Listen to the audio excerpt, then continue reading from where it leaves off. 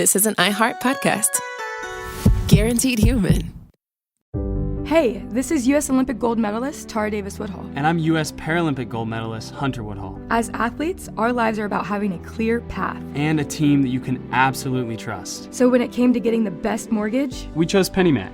PennyMac is proud to be the official mortgage provider of Team USA and you. Learn more at pennymac.com. PennyMac Loan Services, LLC, Equal Housing Lender, NMLS ID 35953. Licensed by the Department of Financial Protection and Innovation under the California Residential Mortgage Lending Act. Conditions and restrictions may apply. Studies show that 100% of everybody in the world wants to curl up indoors and do nothing because it's so darn cold out there. That's why many people are turning to Bombas, whose pillowy plush slippers and warm merino wool socks have been said to be the most comfortable in the history of feet. Bombas products have been found to boost coziness by up to 1,000,000%. Okay, enough fake statistics, but could Bombas socks and slippers really be the cure? Go to bombas.com/audio and use code AUDIO for 20% off your first purchase. That's BOMBAS.com and use code AUDIO. You're listening to a podcast, so you're doing something else too, like maybe scrolling home listings on Redfin, saving places you like without thinking you'll get them, because that's what house hunting has become. But Redfin isn't built for endless browsing. It's built to help you find and own a home. Redfin agents close twice as many deals as other agents, which means when you find a place you love, you've got a real shot at getting it. Redfin helps turn saved listings into real addresses. Get started at redfin.com. Own the dream. Cool Zone Media. Hey everyone, Robert Evans here. It's the end of the year. A couple of big heavy hitter holidays coming in a row, and we have them off both with the company and as a team. So since there's not a new Bastards episode this week, and also since Henry Kissinger just died, we figured this would be a nice time to rerun the original 6 Henry Kissinger episodes. These are great, I think, are a useful introduction if you, or perhaps your friends and family, don't know why a lot of people are happy that Henry's no longer in the world. I want to thank, again, the Dollop guys, Dave Anthony and Gareth Reynolds, for being wonderful guests for this. I checked in with them before we did this just to see if they had anything to plug. Dave Anthony has an album out that you can find. It's a Hothead by Dave Anthony. You can go to daveanthony.bandcamp.com. I probably don't need to spell Dave Anthony for you, right? That's a simple enough one. And then we've got Gareth Reynolds, who is going to be touring, quote, all over the place in February and March of 2024. They have too many links to promote as one, but if you go to GarethReynolds.com, that's GarethReynolds.com, you can find their schedule for live shows. Gareth is wonderful. Check those out too. Anyway, nothing else to say. Here are the episodes. Man! Yeah. How we all... This is behind the Dollop bastards. Dollop, right. Dollop the bastards. This is those Dollop bastards. Mm-hmm. So, I don't know. What do you guys think? Out of all of the characters y'all have covered, who do you think Kissinger gets along with best? Oh my Dave's God. Better than I mean, that's a tough one. That judge in Texas with the bear? I mean, the judge in Texas with the bear, he definitely gets along with. There's definitely guys like, the guys who did the filibustering, Walker and those guys who just love to just take over other countries. Yeah. Kill many people. We've never experienced this level of casualty. No. Yeah, we haven't. There's quite a few. This is, I mean, like there are evil. It's the spray of your evil that is so remarkable about this. The ability to have your finger on this button with this level of darkness is, I don't know. It's a little, I wouldn't say it's, we've covered evil motherfuckers, but I don't think they've been able to scattershot in the way that, Kissinger's. I mean, it's a rare talent at a rare time on a rare team. I would put Jan Peter Zoon Cohen, who was the Dutch colony guy, the East India Dutch colony guy. Right. He did a lot of fucking killing. Yeah. And he definitely had the same sort of attitude, very casual about there's been a just lot killing of people. Yeah, the killing because we're white Americans. Yeah. Or just white people just, for land has been, it's a theme. Andrew Jackson, I would put up there with this. Jackson, he's at that level of like monstrous national leader who believes in a fucked up thing. Like in terms of his death roll, Andrew Jackson and his white supremacy, Hitler and his Hitler stuff, Mao and some of the weird things he believed about crop rotation or like whatnot. He's at that level of like death toll, but he doesn't believe in anything. Like he's not trying to do a thing. He's not like he's not like attempting some new version of society. There's I guess that's the weirdest part of him, because this sort of death count usually comes out of ideology. Yes, that's exactly what I was trying to get at. Yeah. Imagine if his childhood affected him, what he would do. Yeah. Well, that might have an impact, right? Imagine if that had actually impacted him in any way. Yeah. And it's so fucked up that like it's fucking crazy. Again, we keep getting back to like Walter from The Big Lebowski logic, but like at least those other war criminals had an ethos. Yes. Yeah. Henry Kissinger, baby. You could negotiate or talk down, or at least there would be like an angle. At least like, oh, you are a person. Like, not to morally compare him negatively to Hitler, because for the record, folks, Hitler's worse, than basically. But there's at least you can grasp onto a level of understanding with Hitler, because it's like, well, I believe in things, and I even believe in things that like I think it would be okay to like use violence in order to because of those things that I believe. I think there are situations that justify violence, and those are based on things that I believe about morality. And Hitler had things that he believed about morality that he felt justified violence. And so you can grapple at least with what must have been going on in the man's head when he did some of the terrible things he did. I cannot get into the head of a man who is willing to do this to keep a gig. Right. Yeah. It's for a gig. Yeah, it's for a gig that he didn't even need. He didn't even need this job. No. He's almost as bad as Dr. Phil. Yeah. I mean, yes. That's a little bit hyperbolic, Dave. But. I don't think that's hyperbole. Dr. Philian levels of evil. It's also just the idea that 60 Minutes was like, take the keys, Hank. Have the keys, Hank. There you go. Yeah. Here you go, buddy. Yeah, just the continual normalization. It's like... Now, when it comes to the folks who will defend Henry Kissinger or even call him a great statesman, and those folks do exist, I have read some of their books. When you get to those people, there are generally a couple of achievements that they will trumpet. It's like, well, you have to give him, these things, right? Oh, God. And they sound impressive on paper. In 1973, he and North Vietnam's Lee Duc Tho won the Nobel Peace Prize for their work in the negotiations that became the Paris Peace Accords, right? Winning a Nobel Prize for stopping the Vietnam War. Impressive sounding on paper, if you don't think about the fact that he extended the Vietnam War, like it helped to, right? Was a part of that. He did negotiate the first strategic arms limitation treaty and anti-ballistic missile treaty with the Soviet Union. Those are good things. Yeah, but he yes. The whole thing is it would be like nukes are great. It's like congratulating Sully Sullenberger if he threw the geese into the jet. If he had been breeding geese in that exact airfield for decades. Geese and he was making bang noises to scare him into the plane when he landed it on the Hudson. Yeah. And they were like, wow, what an amazing achievement. Yeah.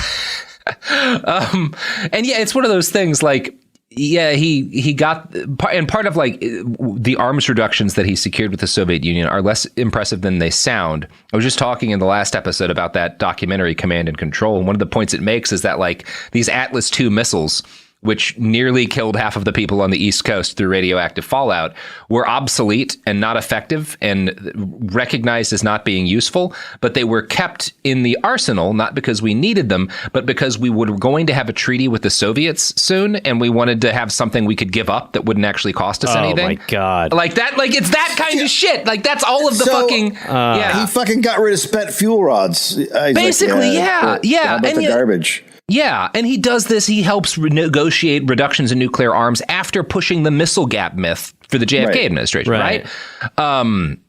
He did help pass an international convention against biological weapons, which is cool if you don't think too much about the defoliants that he ordered spread out across Southeast Asia. Jesus Christ. We need to stop people like Henry Kissinger. We have to stop. I must be stopped. We must stop me. This is the only way to appease me. He had a role in the Helsinki Final Act, Article 10, which committed nations on both sides of the Cold War to, quote, respect human rights and fundamental freedoms, including the freedom of thought, conscience, religion, or belief, for all without distinction of to race. Yeah. He's literally the guy who's in a room and he's like, we should kill everyone. And then he walks out and comes back in another door and goes, killing is bad. The killing must stop. It's like when OJ Someone was like, must deal with me. OJ was like, I'm going to find the real killer. Yes. We got to find this guy. He's still out there. Henry Kissinger doesn't go to D.C. anymore because he might run into the man who ordered the carpet bombing of Laos. That would be awkward. We are all trying to find the guy who did this. We're not going to leave till we find out which son of a bitch is behind this. Now, there is, however, one huge titanic achievement that even the most hardened critics have to give Kissinger. He restored diplomatic relations between the United States and China. Now, this is a huge deal no matter how you slice it. For a brief primer, China had them a big old civil war between the communists who won and the nationalists who we backed, who were called Democrats, Republicans, whatever, like called democratic forces. They had, them a dictator, as it always is.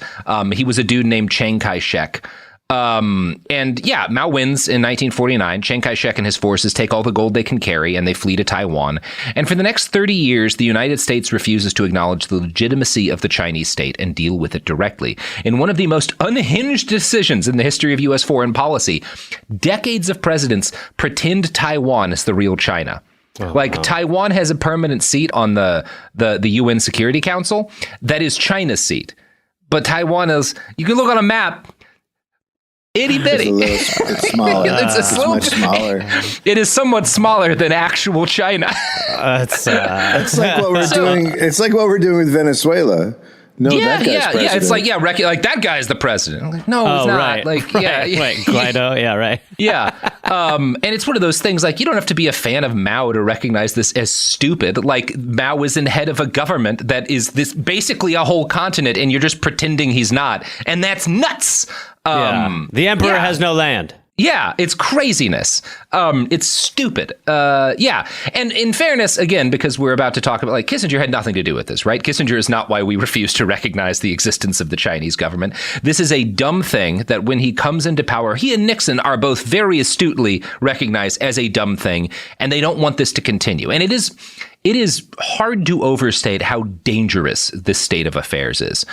For one reason, after Stalin dies in 1953, relations between the USSR and Mao's China steadily decline.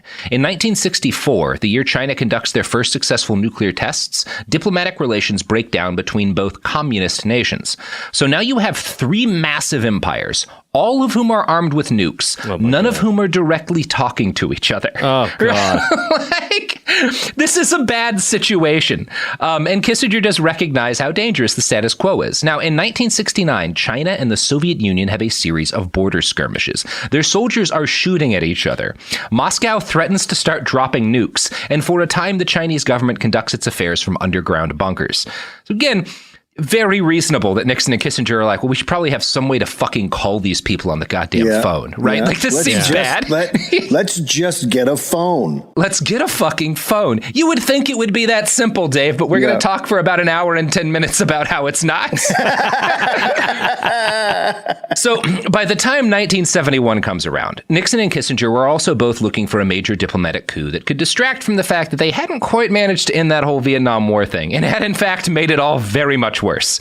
There's also some rational self-interest in here. Whatever else you can say about them, I don't think either of these men want to die, and they recognize, this could cause a nuclear war that ends all life on Earth, including us. We should probably deal with this. They finally realized that life has purpose once it's there. Yeah. It's also one of those, this is getting a little off topic, but people talk about, you will see, at least on the right, people say if the nationalists had won the Chinese Civil War, a lot less people would have died. And it's the specific things Mao did that killed a lot of people wouldn't have been done done. But if Chiang Kai-shek is in charge of China, and like while China is communist, they almost get in a nuclear fight with the USSR. Do you think like right-wing Chiang Kai-shek led China is less likely to have a nuclear fight with the Soviet Union? What would the hard-nosed version be? Yeah, what is it like if they're not on the same ideological side?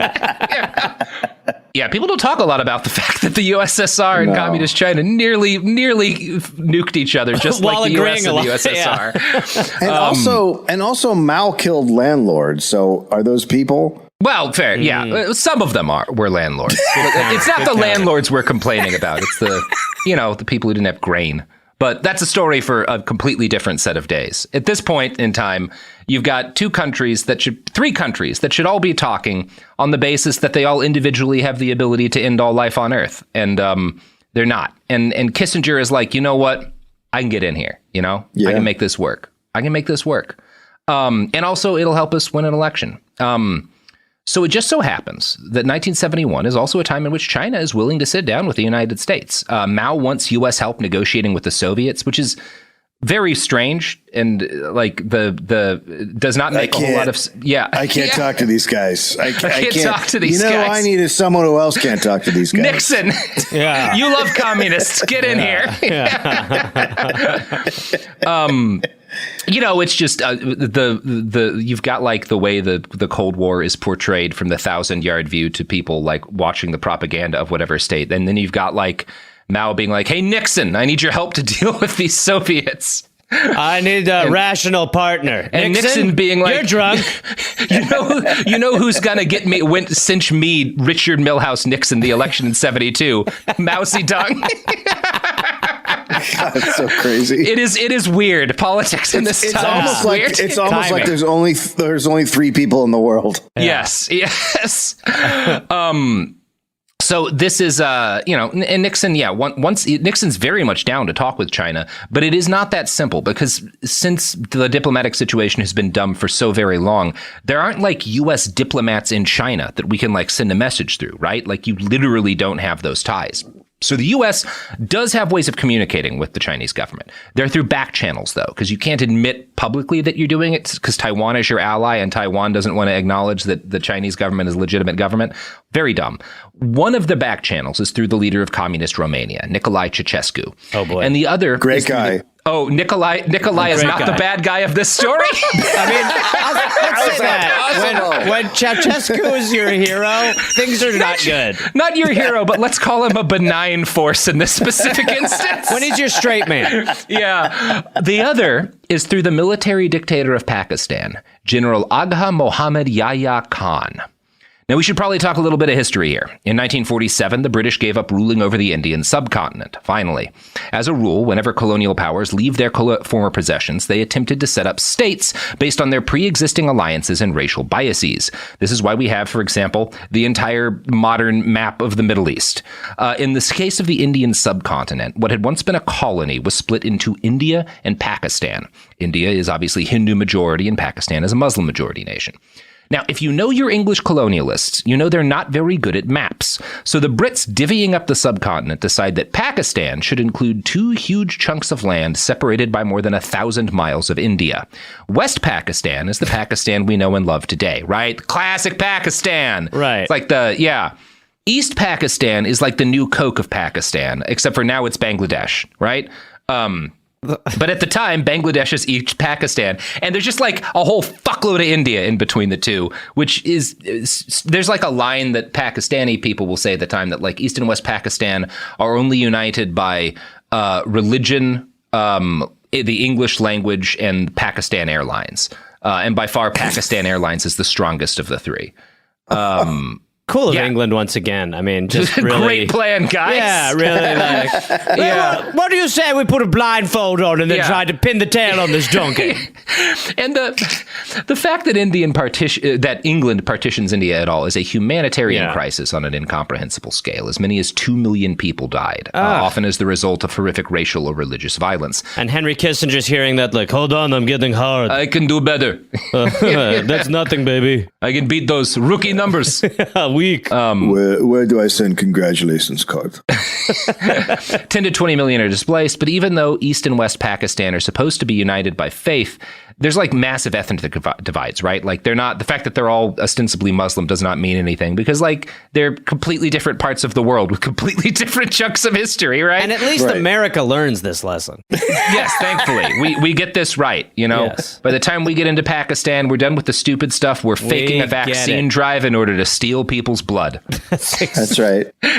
As it should be. The good CIA. Guys. Yeah, the good guys are back. I know how to fix this. Yeah. Yeah. Here's the Smithsonian Magazine kind of laying out the relationship between East and West Pakistan by the time Kissinger and Nixon take office. With most of the ruling elite having immigrated westward from India, West Pakistan was chosen as the nation's political center. Between 1947 and 1970, East Pakistan had only 25% of the country's industrial investments and 30% of its imports, despite producing 59% of the country's exports. West Pakistani elites saw their eastern countrymen as culturally and ethnically inferior. In an attempt to make Urdu the national language, less than 10% of the population of East Pakistan had a working knowledge of Urdu, was seen as further proof that East Pakistan's interests would be ignored by the government. Making matters worse, the powerful Bola cyclone hit East Bangladesh in November of 1970, killing 300,000 people. Despite having more resources at their disposal, West Pakistan offered a sluggish response to the disaster. As French journalist Paul Dreyfus said of the situation, over the years, West Pakistan behaved like a poorly raised, egotistical guest, devouring the best dishes and leaving nothing but scraps and leftovers for East Pakistan. Well, it's not cool. It's not great. It's not great. And Pakistan's military is what's in charge, right? It's a military dictatorship. They run everything. And they are hyper-focused on India, who is their primary geopolitical rival.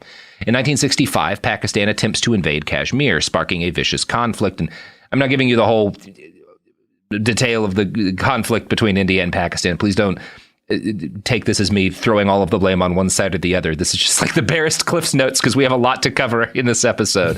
And the U.S., it's worth noting, had been selling arms to both countries in 1965. What? Yeah, I know. Very disappointing. No. America? Both? Yeah. Strange. Come on. So, gosh, our history is so different. LBJ's administration was forced by public outcry as a result of this to issue an arms embargo on both nations.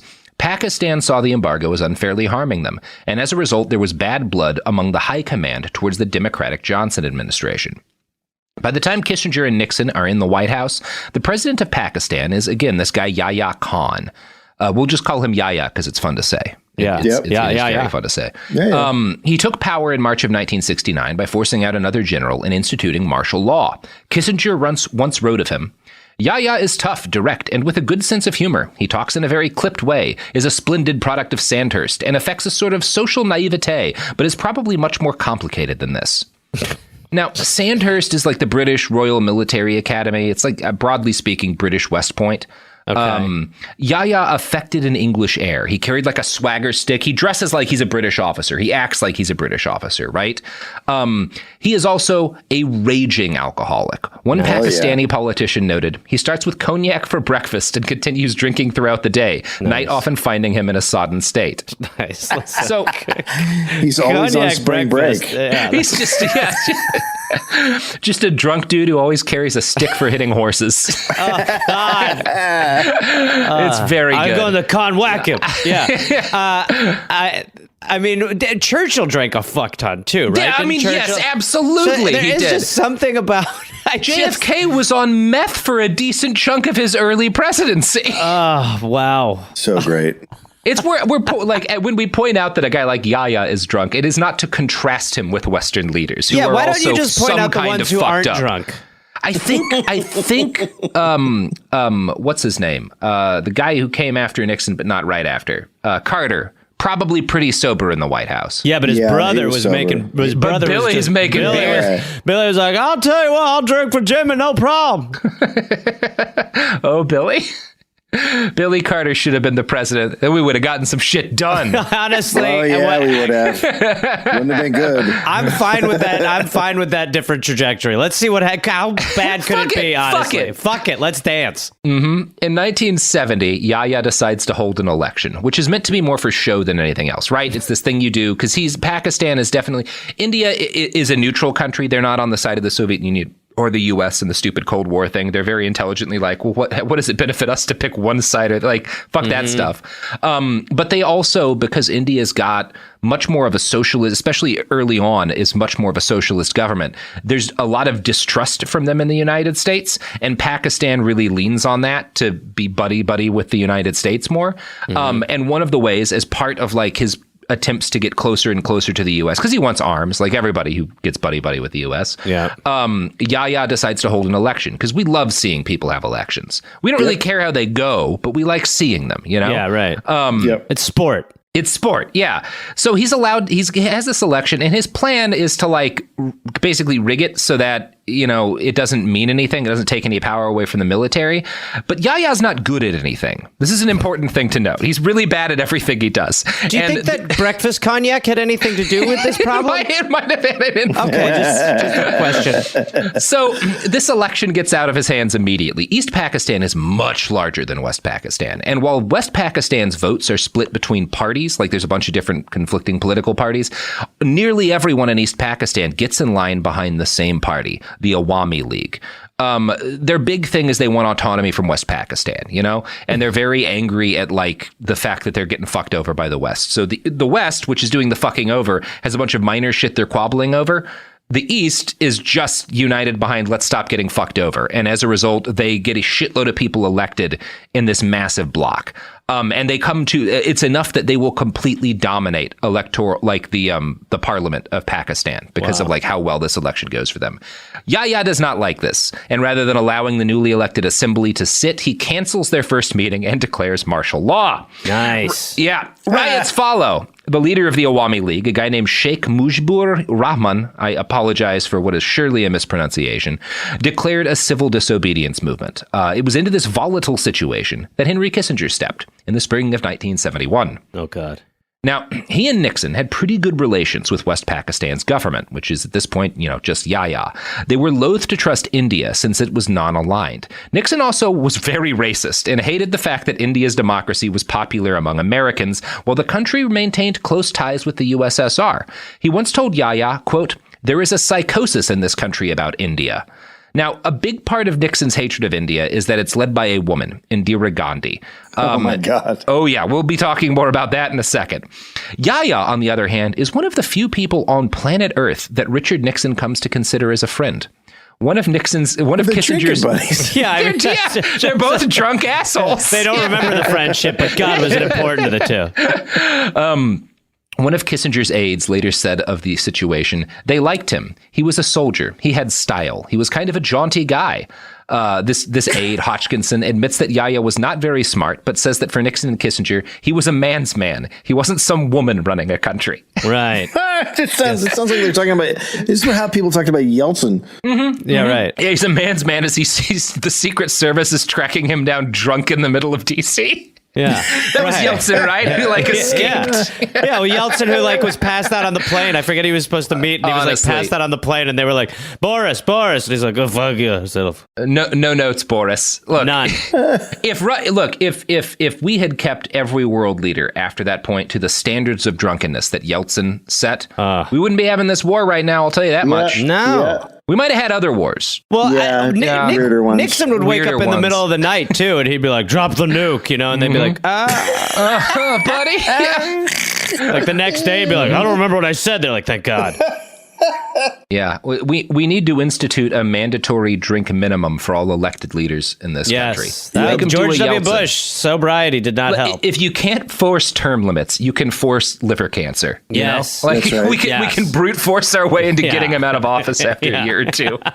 Hey, you know who else can force liver cancer? Oh, well, we are sponsored by Stolichnaya vodka, which is now illegal in several states for reasons that I are saw your tweet difficult earlier, to explain. Robert, about the. So it's remarkable. It's like it's just. How are we so dumb? How are we so dumb? It's amazing that in this like deeply ugly and complicated situation where large numbers of people are suffering, Americans recognize that the right thing to do is destroy bottles of vodka not made in any of the countries involved in the conflict. Like, they're taking Finnish vodka and just throwing it into the streets. That'll teach you, Ruski. Oh, great country. Here's some other ads.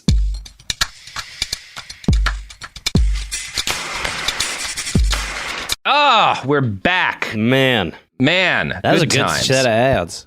So this is not a Nixon miniseries, but in order to talk about the friendship, the deep and abiding love that the two men had, there is an incredible paragraph from the book The Blood Telegram by Gary Bass that I'm going to read now. Despite all his global FaceTime, Nixon was a solitary, awkward, reclusive man. Kissinger, who could not bring himself to say that he was fond of the president, once famously asked, "Can you imagine what this man would have been had somebody loved him?" Oh my God. That's coming from Kissinger. That's coming from Kissinger. Oh. That's the saddest thing I can imagine. Henry Kissinger being like, nobody really loved. If only someone had loved this man. Have you ever met anyone who had the blackened heart? Can you imagine? Nixon's only true friend was Bebe Rebozo, a Florida banker. He said, "It doesn't come natural to me to be a buddy-buddy boy." Even H.R. Haldeman, the White House chief of staff, worried that the boss was too much in his own head and once tried to find the president a friend, tracking down an oil man whom Nixon had reportedly liked in his Los Angeles days and installing him in a bogus White House job. By the way, listen. The movie needs to be written. It's like Driving Miss Daisy, but with a body count. Yeah, it's I love you. Yeah, it's I love you, man with war crimes. Yeah. Okay, so I'm James Franco is someone in this movie. So I'm gonna work in the White House, but I can't act like I'm there to meet him, even though that's right. My whole thing is that's right. So yeah. So I'm just gonna so I have to like try to get in.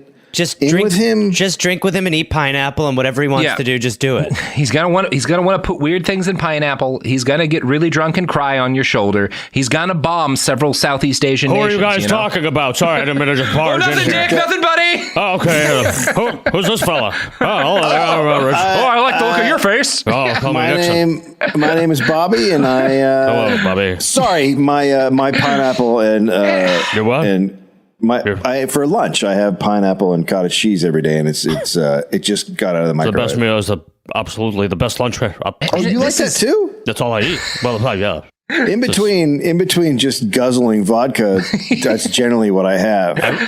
Am I on candid camera or something? Are you guys fucking around? What are you talking about? I mean, my heart is that I feel I need to lay down. I'm sorry. Oh God, you're great. You're my favorite president, and I just want to say thank you for killing so many people. And if you're H.R. Haldeman, right? How do you recognize that you are trying to make play dates for a man bombing illegally multiple nations and not go democracy and all politics is a sham? I must go down in flames to take everyone out around me because that is the only justice that can be achieved. Is violence like Nixon against belongs in people. the bubble that the Good Witch and the Wizard of Oz lives in. Yeah, like he's on that level of it's like at some point you have to wake up and be like, okay, look, these guys are bombing the shit out of countries, and my goal is to find the president a buddy. Yeah, I have to get him a friend. I'm trying to get him a friend. He might do something crazy if he doesn't have anyone. He might become unhinged. We're a little worried.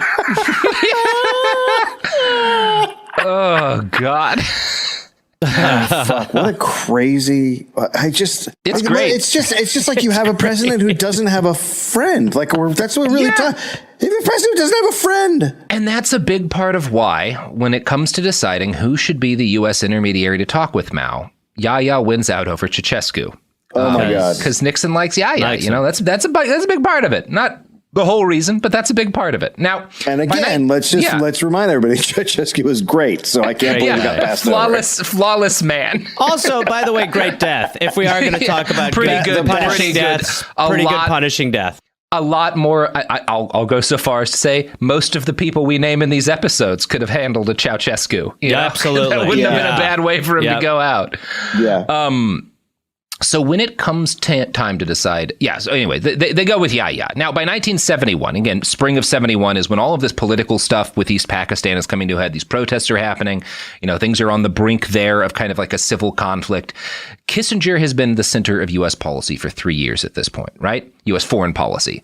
And folks in D.C. by 71 are amazed at the degree to which he has centralized power. His junior Southeast Asia aide, Sam Hoskinson, recalled, "The power was there. He was gathering it up. You felt like you were at the political center of the universe. He and the president, that was where the decisions were made." Sounds like a democracy to me, baby.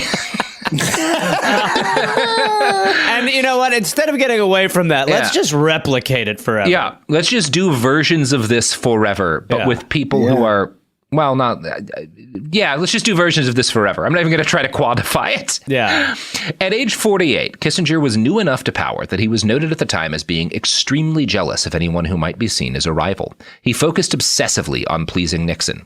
Henry himself had no particular biases against India or Indian politicians, at least not compared to Nixon, but when he saw how racist his boss was, he knuckled down and found his inner bigot. He was successful enough that Nixon said of him, "Henry is my least pathological pro-India lover around here." God. Good work, Henry. Fuck. You did it, buddy. You won. You won the worst thing.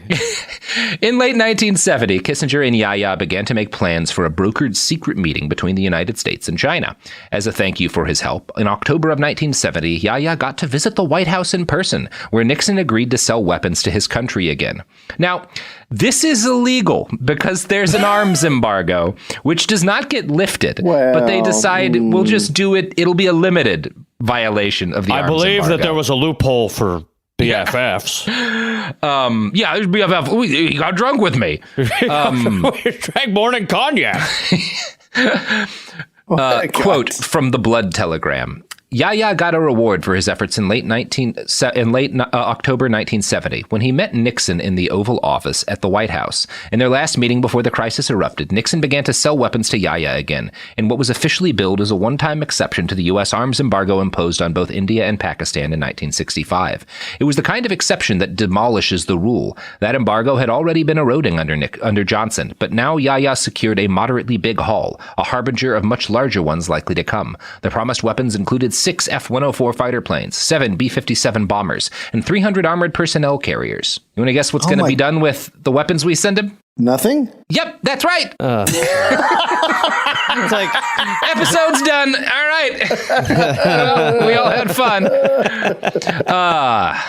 In March of 1971, Mujibur, who is he's like the guy, the East Pakistani political leader, right, who runs this party that wins the elections. Right. He meets with Yahya in Dhaka, which is the capital of East Pakistan, in an attempt to reach an agreement over the elections Yahya had just decided to to At first, it felt like an agreement was already kind of reached electorally. Isn't that what the vote is? Yeah. So at first, Yahya's like, "Hey, we settled things. Great." And then the very next day, he has Mujibur arrested and sends 60,000 soldiers into East Pakistan. Now, actually, I say sends in. These guys had been slowly infiltrating the country for weeks by air because you have to like fly them in, right? They can't just like drive anywhere because there's India in between the two. Right. They embarked on an operation called Searchlight. And I'm going to quote now from an article in The New Yorker. Firing squads spread out across East Pakistan, sometimes assisted by local collaborators from Islamist groups that had been humiliated in the elections. In the countryside, where the armed resistance was strongest, the Pakistani military burned and strafed villages, killing thousands and turning many more into refugees. Hindus, who composed more than 10% of the population, were targeted, their un-Muslimness ascertained by a quick inspection underneath their clothing. Tens of thousands of women were raped in a campaign of terror. Bengalis also murdered and raped Urdu-speaking Muslims, whom they suspected of being fifth columnists for West Pakistan.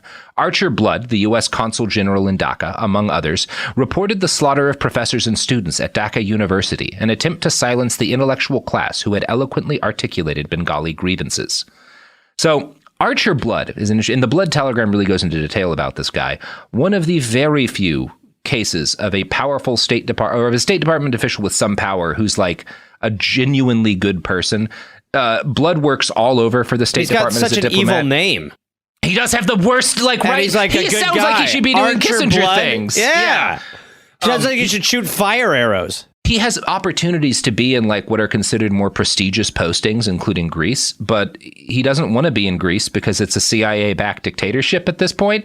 And Bengal, what becomes Bangladesh, is like, he feels like I can do something there, right? It's this place that has a lot of like legitimate problems, but also there's this like burgeoning democratic movement, and people are like taking, and he's renowned in the area for like being incredibly social with Bengalis, like his kids make friends with local children who live around. They invite them into their home and have slumber parties. Like he's just like a nice person. Right. And you're not going to rise to, who wants that guy? Blood sends a telegram to Nixon and Kissinger.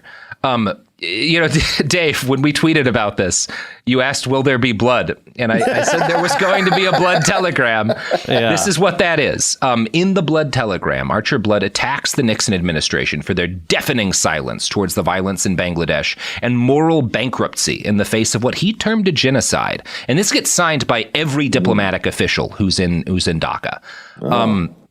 This enrages Nixon, and Kissinger soothed his boss by saying that consul in Dhaka doesn't have the strongest nerves. Basically like, he's just getting scared by a little massacre of all of the students and professors at a university. Good Lord, this guy, huh? Don't worry, Dick. I cannot believe his last name is Blood.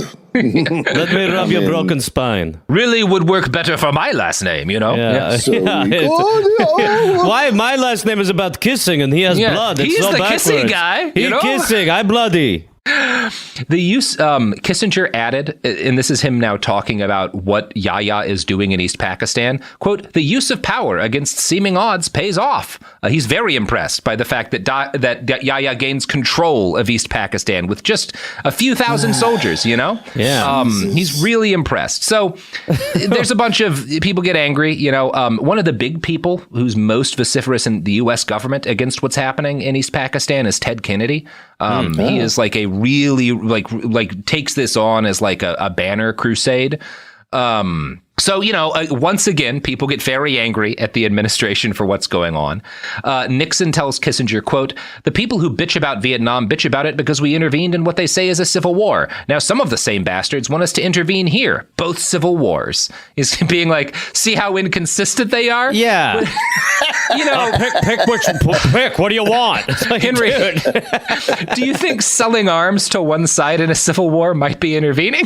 Yeah. Is it possible they want us to put our thumb on the scale? We're not going to do that. We have integrity. We're not going to do that. Oh, Yahya needs how many more missiles? Absolutely. Sure. We'll give us some missiles. Absolutely.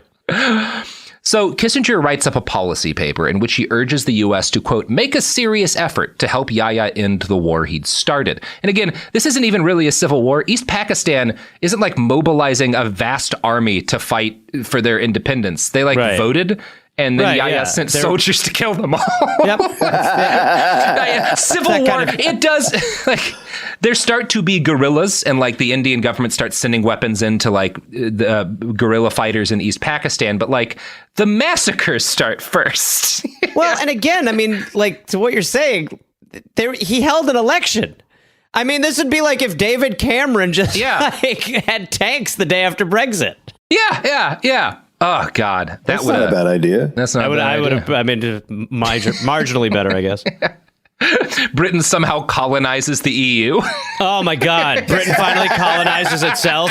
I say there, you work for us. Well, we already bloody work for you. No, you don't. Now you do. No, we already did. We're British. You work for the British now. Oh yeah. And because of their Sandhurst educations, Gareth, your same fake accent can work for Yahya. Oh, lovely! 'Tis I, No. So, bit of cognac on the mind, I think. Nixon responds to Kissinger's policy paper with a handwritten note that he adds to the paper saying, "Don't squeeze Yahya at this time." Do you want to Which kill is good Yahya? advice under normal circumstances.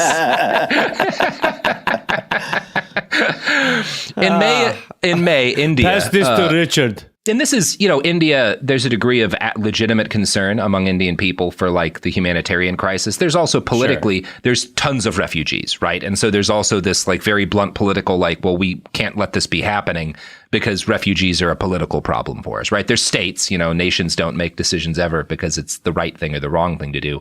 But India is broadly speaking on the right side of this one. I think that's fair to say. So because they're watching what's happening, India starts massing troops on the border of East Pakistan in order to potentially intervene. But they don't do anything yet. Nixon tells Kissinger to cut off economic aid to India if they intervene in this genocide. And Kissinger responds, quote, "The last thing we can afford to do now is to have the Pakistani government overthrown, given the other things that we are doing." This is a clear reference to their plans to meet with China, right? He's very directly saying the reason we can't let anything happen to Yaya's government, even though they're carrying out a genocide, is because we need him to get to China. Now, Kissinger follows this up with a sop to Nixon's racism, calling Indians, quote, "the most aggressive goddamn people around there." Jesus Christ. Again, I mean, it's obviously like the projection is obviously insane. Nixon responds by telling Kissinger that what India needs is a mass famine. Kissinger does not. Jesus Christ. Kissinger does not disagree, and he follows up by saying India has no right to invade another country, quote, "no matter what Pakistan does in its territory." Okie dokie, I'm going to take a 5. You guys can keep going. I'm going to take a 5. You guys keep going, though. That's fine. I'm going to go outside and put my head through a wall. Real concerned about national sovereignty. Can you imagine someone doing something like that? Yeah, we can discuss, given the history of the United States as a whole, who gets to fairly complain about violations of national sovereignty, but definitely not Henry Kissinger. Yeah, certainly not this guy, right? It's like the fucking dudes from the Bush administration yelling at what Russia's doing in Ukraine. Not that there's been Russian actions in Ukraine, but it's like, not you. Not you. Yeah, there's a lot of people we don't want to hear from, but you're absolutely on the not top you. of the fucking list, Bill Crystal. So Kissinger assures his boss, besides, the killing has stopped. So it's fine. It had not, as a heads up. It had not. It has not. Yeah. Okay. In April of 1971, which is, by the way, the Archer Blood, the State Department official who does everything possible to get the U.S. to act, Kissinger and Nixon fire him. Get him immediately out of DAC. Got to get that guy out of there, right? Yeah. This guy's out of his mind. That guy out of there. I agree. He's terrible. Yeah. He doesn't know what he's talking about. Yeah. Now, in April of 1971, the same month as the Blood telegram, Nixon receives his official invitation from the Chinese government. And it's a secret invitation, right? Everything's because they don't know that it's going to work. You can't just have Nixon go to China first. You have to send someone ahead of time to handle early negotiations and whatnot. It's a whole process. Right. Yeah, it's a pre-China. Yeah, it's a pre-China. You gotta lube up your China before you get that dick. Yeah, before you get that dick in there, actually. That's right. Yeah. That's right. So here I come. Nixon, gleeful, tells Kissinger to go. Kissinger is the lube in this situation. Tells Kissinger to go in secretly and handle these early negotiations. He claims that this visit to China they're planning will be, quote, "a great watershed in history, perhaps clearly the greatest since World War II." And that's what Nixon says. Kissinger, being a kiss ass, responds by saying, no, it'll be the greatest since the Civil War. I mean, my God. The idea that you're following that up with, no, better. Mm-hmm. Better than World War II. Yeah. So July came, and Kissinger set off for Southeast Asia on what was billed as a diplomatic tour of the region, but obviously is in reality a secret diplomatic mission codenamed, oh boy. Oh no. Operation Marco Polo. Oh, for fuck's sake. For fuck's sake. I mean, at least just get a better marketing person in the White House. It's like... hey, Nixon, listen to me. Marco Polo. Fish out of water. Marco. So Nixon visits India, and then he flies to West Pakistan. And shortly after landing, he fakes a stomach bug. And Yaya. Wait, what? Oh my God! Yeah, he fakes a stomach bug. Oh, I thought you said he had to get his stomach pumped. No. So he's like, tell everybody I'm shitting. Yeah, tell everyone I'm pooping my guts out for 2 days. Tell him I'm on the toilet shitting my brains out. So Kissinger cancels a couple of days of planned meetings, and then while he's supposed to be sick, he boards in secret a special plane and flies from Islamabad to Beijing. Okay. Now I'm going to quote from a write-up in the Daily Star, which was an Indian newspaper that summarizes what happens next. During Kissinger's China visit, both sides discussed a variety of issues. Kissinger found Zhou Enlai, who had studied in France and Germany from 1920 to 1923, to be a very articulate person who could converse even in German, Kissinger's mother tongue, with ease. Both leaders agreed on recognizing Communist China as the only China and allotting a permanent seat in the UN Security Council to Beijing instead of Taiwan. The situation in the Indian subcontinent was discussed in detail, on which they had similar views, with both expressing their unwavering support to Pakistan. Zhou briefed Kissinger about the Indo-Chinese border skirmishes and blamed India for provocations. Both leaders had complete convergence of views on Yaya's stand on the Bangladesh issue. Kissinger flew back to Paris and reached Washington on July 13th. So. Okay. Good. I mean, yes, they should be talking. Yes, this is fine. Yes, if you're going to have a Security Council, Beijing should probably sit on it rather than fucking Taiwan.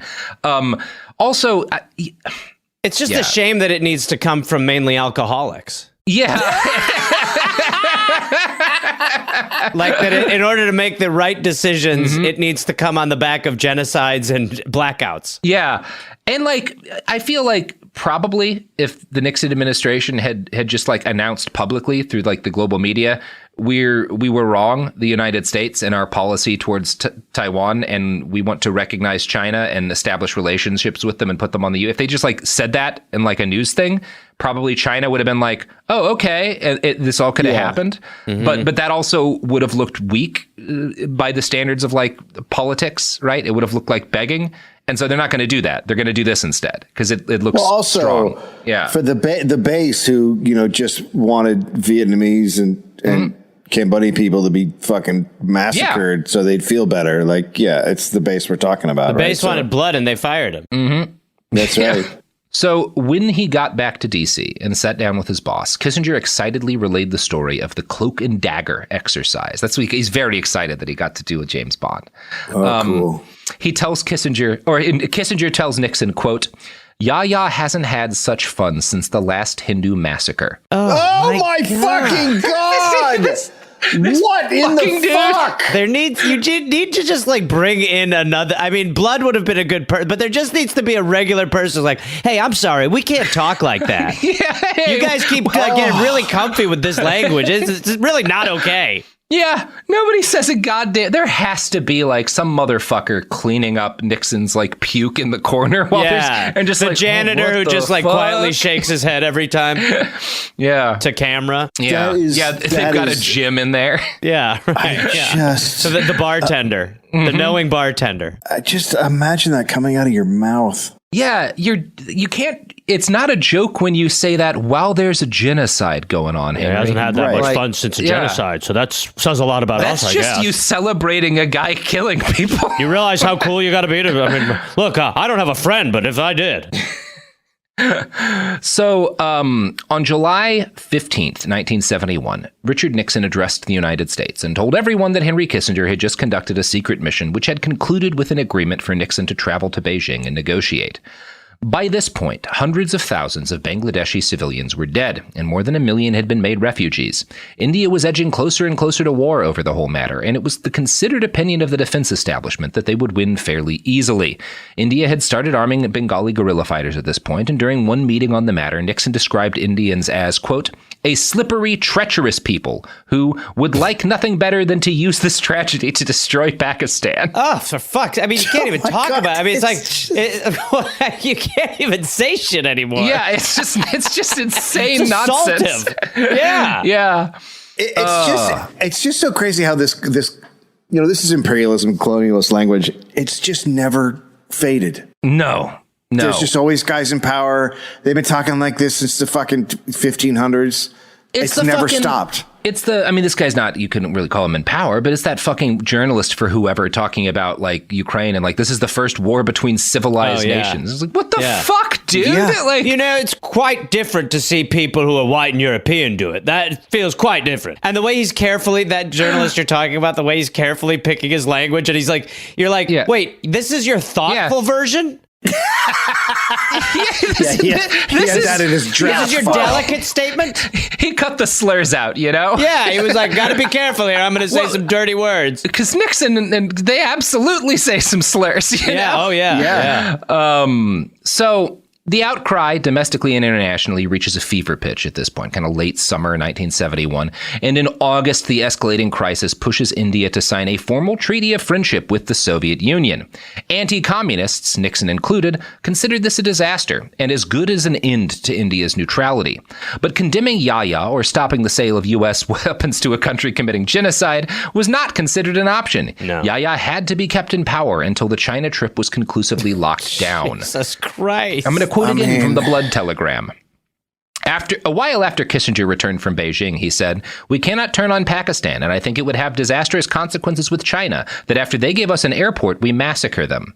In this case, for Kissinger, massacre meant putting pressure on a government, not the actual massacres. They've done so many massacres that massacres aren't massacres anymore. Yeah. This is the only thing Henry Kissinger ever described as a massacre, is people being mean to Nixon's drunk genocide buddy. Yeah. Nixon, meanwhile, was committing a genocide. I'll have a gin and tonic.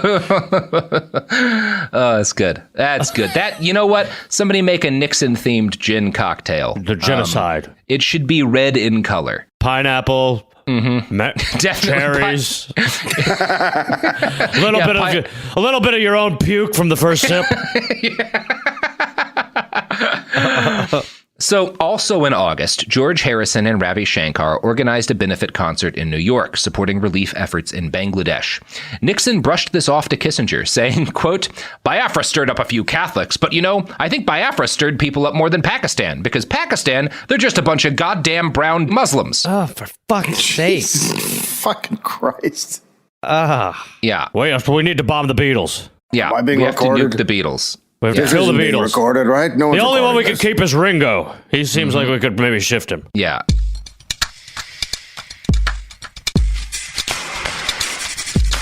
We're back. It's like you would expect, and again, or at least in my head, at some point, you would expect someone to just be like, "Guys, what the fuck?" And at least, and even if it didn't really change anything, it would at least change the casual language and racism that is just kind of tossed around. Yeah. Or someone would be like, "Hey, you shouldn't be recording all this." Yeah. Oh boy, you shouldn't be recording all this, Dick. Hey, I'm gonna hit stop on this. That's why we have all this detail. I'm gonna hit stop on this. Yeah, I'm gonna stop this real quick. Nobody infiltrated the Nixon administration. Yeah, Nixon did. Nixon was like, "I think we got a mole, and it might be drunk me. I think the blackout means recording us. We need to fight a war on night, Nixon." On October 25th, 1971, the People's Republic of China was admitted to the UN as a permanent member of the Security Council. Again, their seat had been occupied for Taiwan by years. Taiwan gets let out very unceremoniously. China gets put in place. The People's Republic of China's representative celebrates with a vocal attack on, quote, "American imperialists and their running dogs." But nobody took this seriously. It was generally referred to as firing by empty cannons. You're China. You gotta throw out your attack on the U.S. But everybody's getting along at this moment. Right. By November of, again, we just talked about the guy who built that giant mountain-sized cannon for Saddam. Not long after this, the CIA is illegally helping that arms designer subvert international treaties to sell cannons to China because China's, not on good terms with the USSR. It's all just brinksmanship, political fuckery. That doesn't match up with some of the history in this country. That's strange. So, by November of 1971, more than 10 million people had been made refugees by the violence in Bangladesh. Geoffrey Davis, a doctor who was brought into the country by the UN later to perform late-term abortions on rape victims. Again, this is so part of what happens is the systemic mass rape by Pakistani soldiers of Bangladeshi women. The UN brings a doctor in afterwards to perform these abortions on these rape victims. The estimate before this doctor comes in is that between 200 and 400,000 Bengali women had been raped. And Geoffrey Davis says, it's way more than that. God. Oh my God. It's much more than that. The CIA estimates 200,000 civilians are murdered in this period. Given where the U.S. stands on this issue, you might not want to trust the CIA's numbers. Now, the Soviet newspaper Pravda estimates some 3 million dead, which is also likely not entirely accurate, but is probably closer than the CIA's numbers. Credible low estimates of the death toll are over 500,000. It is very likely that between 1 and 2 million Bengalis were murdered. 1.5 million is often what you will hear. Probably pretty fair. Although any kind of exact count is obviously impossible. But this is a genocide on a Titanic scale, you know? In December, West Pakistan declared war on India. Remember, Yaya's not good at things. Yeah. So... He's again, breakfast cognac will do you some crazy shit. So their man declares war. Again, Yaya declares war. That's right. We're going to attack you bloody fools. You've messed with the wrong Yaya. Nixon and Kissinger blame this on Indira Gandhi. Oh, but I'll tell you, this is why you can't have a woman in India. She's sitting there just asking to be attacked. Nixon tells Henry that it makes your heart sick to see Pakistan be done so by the Indians. And after we have warned the bitch. The good guy. After we've warned the bitch. Sorry, I cut you off. Yeah, and after we have warned the bitch. I mean, again, it's like you're not in a tavern. This is the fucking White House. Mm-hmm. Should we put that in an official press statement? Probably not, Richard. Let's talk about it in the morning. Let's call her a whore then. Let's just... Yeah. You're right. Yaya proved to be as bad at war as he was good at being friends with Dick Nixon. The Indian military curb stomps Pakistan. I cannot exaggerate the degree to which these guys get their asses handed to them. Within a week, it is clear that not only is West Pakistan going to lose the war, but Pakistan might not survive as a country as a result of how badly they're being beaten. Right. Yaya is not good at anything. Yeah. I want to quote now from a write-up by an Indian veteran of... He's very good at drinking. He's pretty good at drinking. Yes. What do you mean I started a war with India? That was days ago. I said I'm sorry. I can know. It's probably my worst blackout. So I want to quote now from a write-up by an Indian veteran of the conflict for Indie TV, which is another Indian news periodical. On December 8th, as Pakistani defenses in East Pakistan were falling before the onslaught of the Joint Command of the Indian Army and Bangladeshi Mukti Bahini liberation warriors, Richard Nixon and Henry Kissinger were busy plotting ways to change the tide of war or arrest it. Henry Kissinger, in a meeting with Richard Nixon and Attorney General Newton Mitchell, now declassified, said he has got a message for you from the Shah of Iran, which says he can send ammunition to a beleaguered Pakistan. He is doing it now. What is I mean, honestly. You know who can help us here? The Shah of Iran. The level of war to stop war. Yeah. So who's another piece of shit we can bring in on this? The brilliant diplomat also revealed that Iran will send fighter planes to protect Jordan from Israel, while Jordan will send jets to Pakistan for the war effort against India. It's like what? Honestly, what is like? It's how like an NFL trade works. Yeah. How could you have thought this would work? I mean, it's a drunk game of Risk. Yeah, it is. Yeah. He's just wasted playing Risk. The U.S. National Security Advisor also expressed fear that India would attack West Pakistan in a major way after winning the war in the East. The Indian plan is now clear. This is Kissinger. They're going to move their forces from East Pakistan to the West. They will then smash the Pakistan land forces and air forces, annex the Pakistan-occupied part of Kashmir, and then call it off, warned Henry Kissinger. When this has happened, the centrifugal forces in West Pakistan would be liberated. Baluchistan and the northwest frontier will celebrate. West Pakistan would become a sort of intricate Afghanistan. So this is Henry's Afghanistan. That's Henry's concern.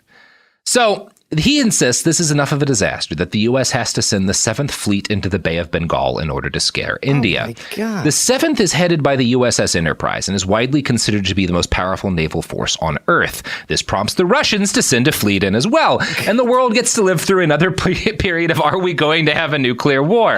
Jesus Christ. Kissinger, because he's real good at calming people down, encourages China to intervene against India and, in Nixon's words, quote, scare those goddamn Indians to death. China's like, maybe we should go back to the Taiwan thing. That actually seemed to be... This might be a little far. They seem to be pretty good, actually. That was working a little better, I think, for you guys. Yeah. Welcome aboard. Now you're in hell. Yeah.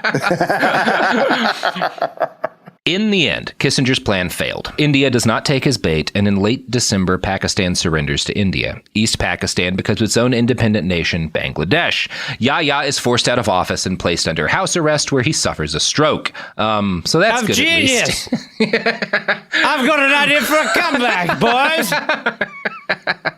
It's called the comeback cognac kid. Oh, you mean I can't leave? That'll be fine. So Kissinger claims this whole state of affairs, how this all resolves, is a victory for the Nixon administration. Of course. Fuck I mean, yeah. clearly. He announces this by saying, "Congratulations, Mr. President. You saved West Pakistan." I did? What time? Was it last night? You saved West Pakistan. Amazing. I mean, Who's the hero? I mean, 2 months after the... congratulations. Yeah, you did it, buddy. Congratulations being said. Amazing. Now, 2 months after the end of the war, Nixon makes his big visit to China. The media eats it up, and suddenly Nixon's re-election campaign has something to hang their hats on beyond claims that peace in Vietnam is going to happen one of these days. We'll get around to it. A détente with the Soviets is announced soon after, right? They do, like, they're good things. Well, obviously, it's good, like, Sure. that this happens. Good things result from it. During a conversation later that year, Kissinger tells his boss, "No one has yet understood what we did in India, Pakistan, and how we saved the China option, which we need for the bloody Russians. Why should we give a damn about Bangladesh?" Well, there you go. That says that says it all, right? Yeah. There it is. Nobody's congratulating us Yeah. on how good of a job we did. Yeah, well, I mean, in their opinion and their track record of foreign policy, it's all about egg breaking. Yeah. You know, for whatever version of omelet they insist they're serving. Yeah, and it's like, yeah, man, I agree. The U.S., Mao and fucking Kissinger, or Mao and Nixon should have sat down and talked. Like, all of these conversations should have been happening. Détente with Russia, good. Feel like you didn't need to back a genocide to make that happen. You know, Feel like that wasn't a necessary ingredient. It's easy to look back on a genocide and go, was this right or wrong? But when you're in the middle of a genocide, you're like, this seems pretty okay. I mean, I'm getting a which genocide are you on? How else can I talk to people? Yeah. I'm having cognac with Yaya before flying to China. And keep in mind, I'm good here. I'm pretty much blackout drunk for all this. So that's pretty good for a guy who can't walk in a straight line. Yeah. Anyway, that's how Henry Kissinger made peace between the nuclear powers. Well, Jesus fucking Christ. No asterisks on that one. Yeah. I mean, it is the most chaotic, insane fucking nonsense. It's just crazy. No, it is on a level where, I mean, it's been hard to process the whole time, but now it's like, it's normalized. And you're seeing the version when they're sort of, the training wheels have been taken off, how much they are actually doing and getting away with in way, like, again, I mean, just to have an adult in the room.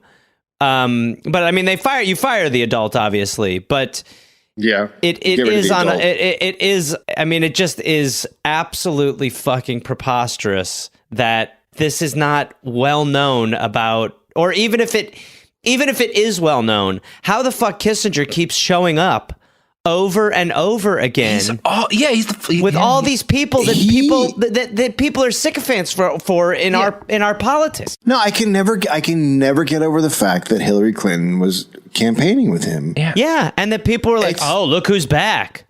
Shady. One of the things that's this doesn't really like mark on like the moral list of things that he did wrong, but I just find it so shameful that, like, again, you have all of these other people, like all of the folks we've talked about, like like Nixon, who do horrible things, but are like also getting to like exercising power, and like the big men, and like, the dudes at the, like, I don't know, they're not like sycophants, whereas Henry is just sort of like sucking up to everyone around him in order to further war crimes, which again, it doesn't rate discussing on a moral level compared to everything else. It just is like, that's the guy he is. Yeah, he's just like a power polyp. He is. He's just like, he is not, I mean, and also, and I don't mean to keep beating this drum, but they're drunk. Yeah, well, I don't think Kissinger is, but Nixon for sure is. No, that's what I mean. Yeah, and Yaya is, Yaya is, and Nixon is, and Kissinger is not. And he's still like, that's a pretty good idea. Yeah. You know, it would be like if you're around, like you're in a car ride to Florida with three drunk guys, and they're just like, "Hey, what did we drink last night?" And the one guy's like, "I haven't drank, but let's go to Florida." Yeah. God, it's, Man. And the blatant racism as far as like who you're willing to sacrifice. I mean, as usual with this country where you really do not give a fuck. They really just literally do not care about anybody who's not white. They just don't fucking care. Why would they? I mean, if you're them, there's no referee in this game, so foul as much as you want. But to fucking grow up with the Nazis right there and watch the Holocaust and then Dave, to be able to disassociate. His childhood was not affected by this childhood. That's true. Sorry, no impact on going back to that, but that again, we've sort of knocked that domino down. That did not happen. Like it never occurred. It didn't happen. Clearly, it is. That's why. Look, that's why he's fine with what's happening in Bangladesh. He knows it's not going to affect those kids, the ones who survive. Those who lived through history are doomed to repeat it because it was fine. Yeah, because it was fine. It was completely fine. It was fine. Why? Because I said so. Yeah. Anyway, I just typed in Kissinger's name into Google, and the first thing that comes up is Ukraine. Pile of vomit. Oh God, what did he say? Fucking hell! We don't need to settle the Ukraine crisis. Start at the end. I don't even want to know. Oh, that was 2014. What the fuck? Okay. Still nonsense. Like, of course, yes, it would be great to start at the point where there's not a war, but that's not really helpful, Henry. Thanks, Henry. Thanks, buddy. Yeah, okay, whatever. He's on the same thing. Yeah, he's doing kiss. Like, it doesn't matter. Like, obviously, when you say there's things like the fucking nuclear disarmament, where like you can find moments in history where he's right. It doesn't matter if he's right or wrong about a specific issue, because we see what he actually does, which is whatever it takes to keep himself close to power. Like, he doesn't believe anything to the extent that he's ever right or a part of something good, like arms reductions. Yeah. It's because that's the thing that the people who he's sycophants to want to do. And it doesn't matter that he supported the opposite thing for years, like, because he doesn't care. Yeah, because it's a parasite just looking for a host. Yeah. That's the thing. Like, I don't give him credit for anything. Like, no. Well, like, it's funny. Yeah. It's funny you say that, because all these articles about what he said about Ukraine in 2014. So people are going back to like, he said, and you're like, yeah, no, that guy's a fucking war criminal. If only he'd thought to start at the end of the war. If only we'd thought of that, Henry. Great point, Henry. Solid. Thanks, buddy. We're gonna start a GoFundMe to get you bones. Yeah. Oh God. Oh, I hope, Lord. If he doesn't die immediately, obviously him dying immediately is my primary hope. But I hope if he doesn't die immediately, he lasts long enough to get sucked into one crypto scam. just one good cryptocurrency scam. Can we get that at least? I want him to start his own crypto called Hank Bank. Hank of America. I am now blockchain.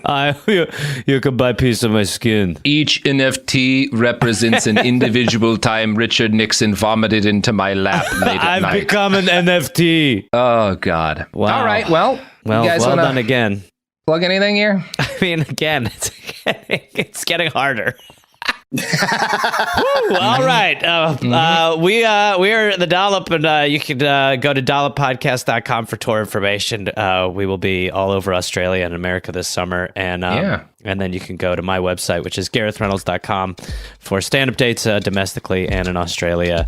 And go to Parasite.com, which is just pictures of Kissinger. Yeah. Go to his Parasite. I have a novel. You just Google AK Press After the Revolution. It's for pre-order now. You can still get it signed.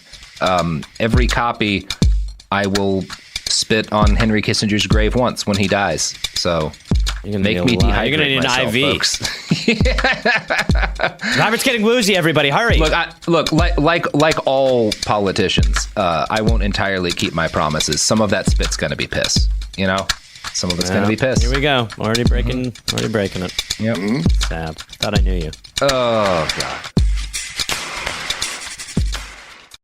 This is Bethany Frankel from Just Be with Bethany Frankel. Most dog food is marketing, not nutrition. That is why Biggie and Smalls eat just food for dogs, real 100% human-grade food with ingredients I actually recognize.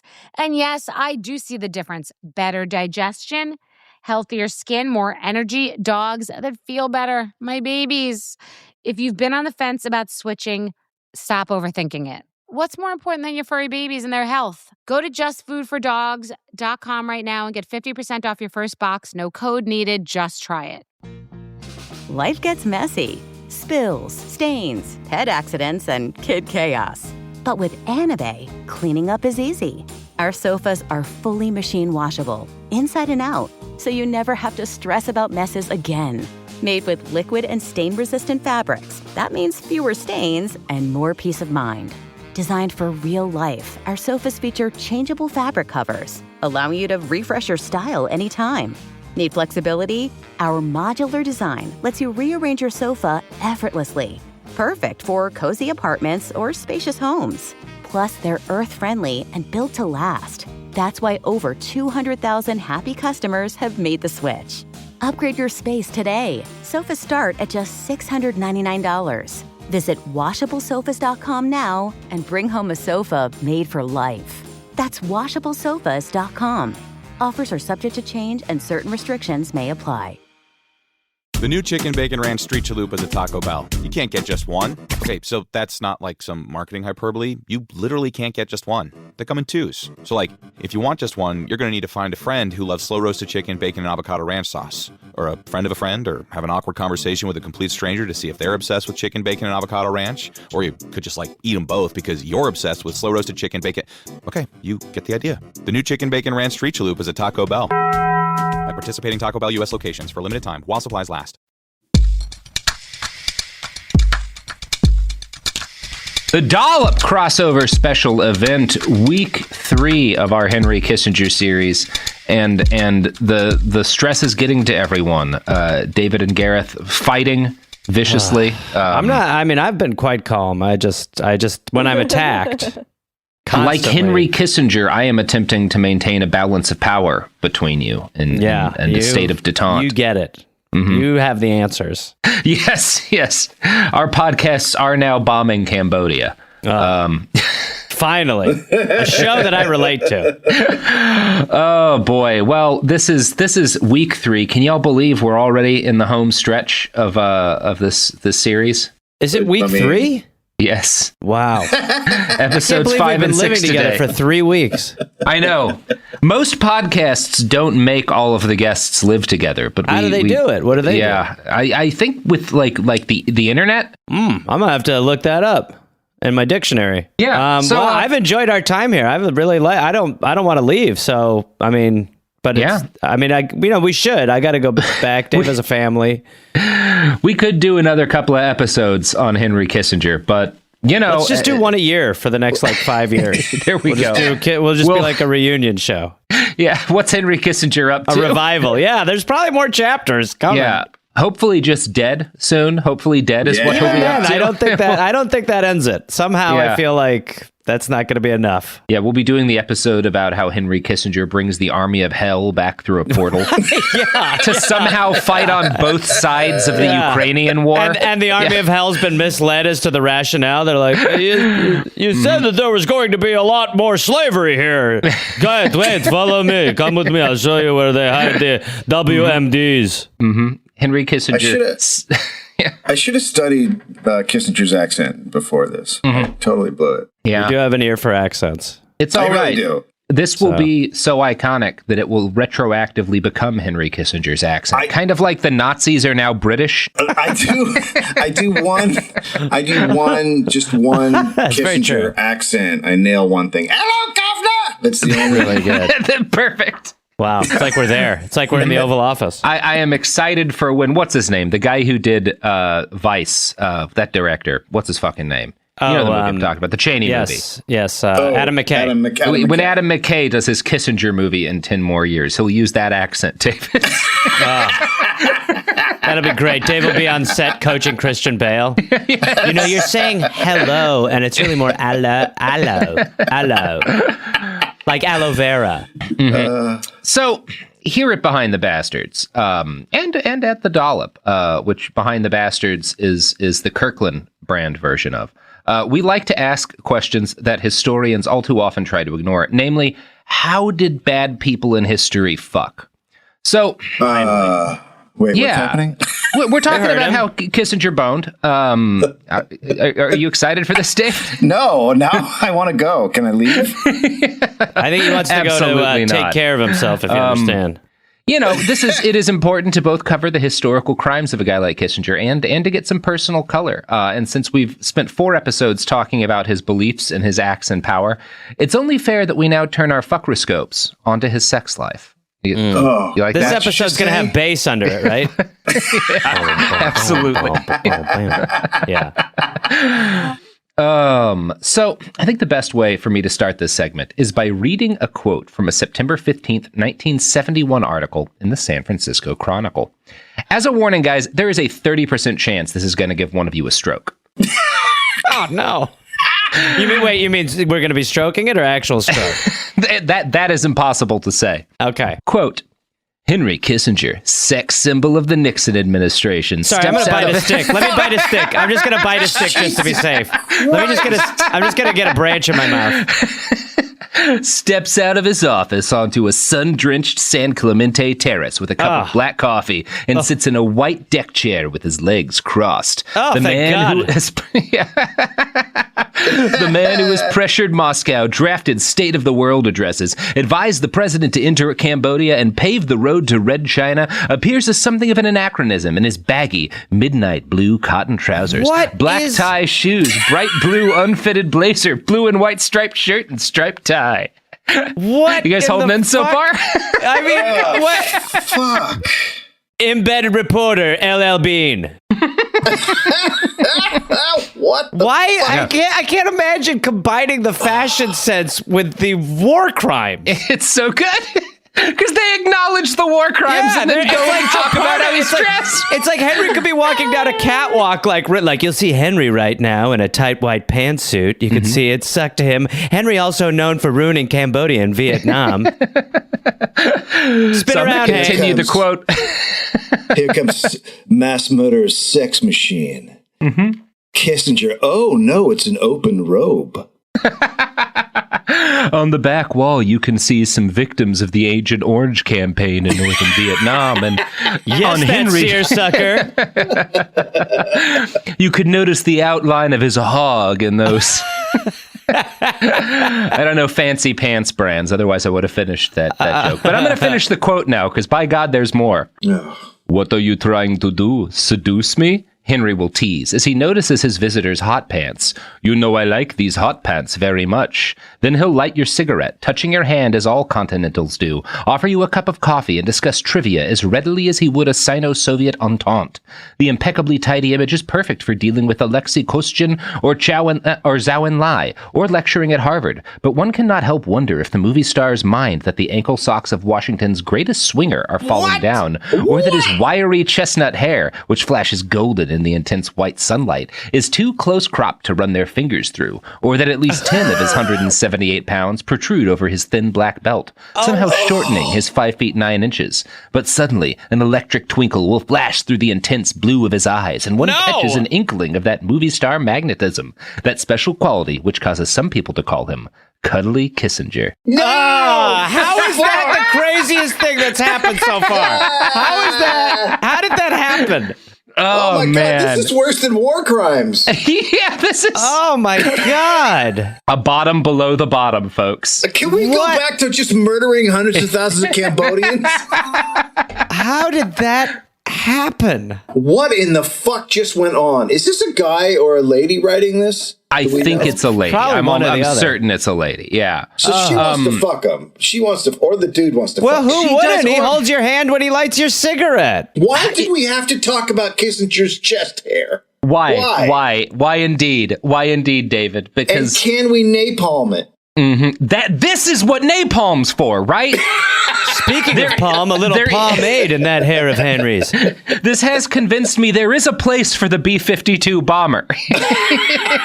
In his pants. Boy, that's what Henry calls Little Hank. What the fuck? Bafflingly, almost impossibly, it is not hard to find articles written at this exact sexual tenor. And unfortunately, I would love to tell you guys that I'm sure this was like a satire or a joke, but people were weirdly serious about this kind of shit. In 1972, and there's no way you're ready for what comes after this part of the sentence. What? In 1972, the Playboy Club hosted a poll of the bunnies and asked them who was, quote, the man I would most like to go out on a date with. Henry Kissinger was number one. Oh, what the fuck? God. What in the fuck? No. What a horrible indictment of... This is the worst indictment of America that has ever been. This is the most damning thing you can say about us right on here. The ground in the Playboy Mansion. What? How is that? I can't. It's like we're in the Back to the Future Biff timeline. Well, hold on. The man who massacres hundreds of thousands knows how to fuck. That's just an old saying. Mm-hmm. That is an old saying. I want to fuck you like I fucked the people of Vietnam over.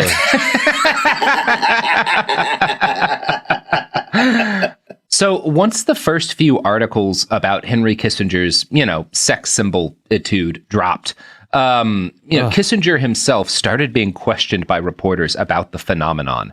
His standard reply became one of his most famous quotes. "Power is the ultimate aphrodisiac." Ugh. I mean,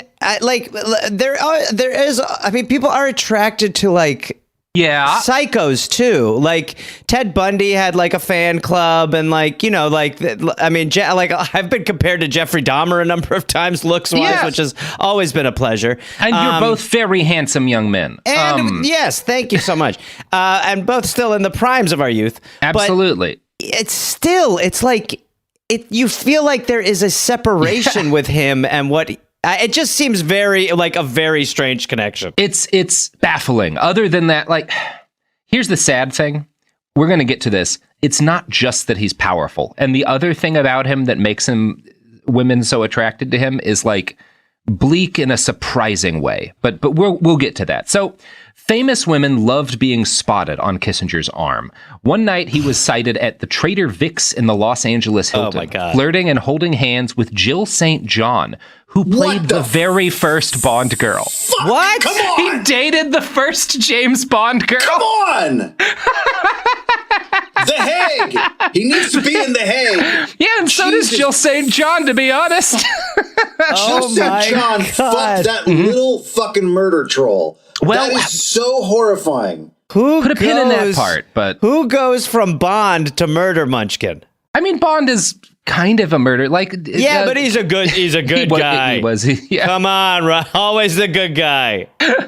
So while they were out on this date, Jill St. John and Kissinger were spotted by Ann Miller. Ann was a dancer, famous dancer at the time. She approached Kissinger and, quote, in a friendly way, these are the words of biographer Walter Isaacson, criticized him for having fun in public while our boys in Vietnam are getting their heads shot off. Kissinger responded dourly, "Miss Miller, you don't know anything about me. I was miserable in a marriage for most of my life. I never had any fun. Now is my chance to enjoy myself. When this administration goes out, I'm going back to being a professor. But while I'm in the position I'm in, I'm damn well going to make it count." I mean, really avoiding the central accusation. At no point does he acknowledge that is an unfair thing he's doing. He's just like, look, come on, even us, psychopaths need to have some fun. Yeah, and it's nice to hear someone approach him and say something like that too. Yeah, and of course she approached him for not doing right by our GIs, and as opposed to not doing right by millions of Cambodian and Vietnamese and Bangladeshi. It's a morsel. Laotian, civilians. But it is a morsel. I did something similar to the lead singer of the Counting Crows. I went up to him and said that his band was bad, and they drove me crazy. So Your band's a war crime. Dave, you might have had more of an impact if you'd criticized him for playing his music while our boys in Vietnam are getting their heads shot off. Oh, man. You would have had some trouble parsing that out. Sir, are you okay? Yep. Up here playing your jam band while our boys in Vietnam are out there dying in the mud. Face down in the muck. How dare you? I think you have the wrong person. You're the kind of gross. I know what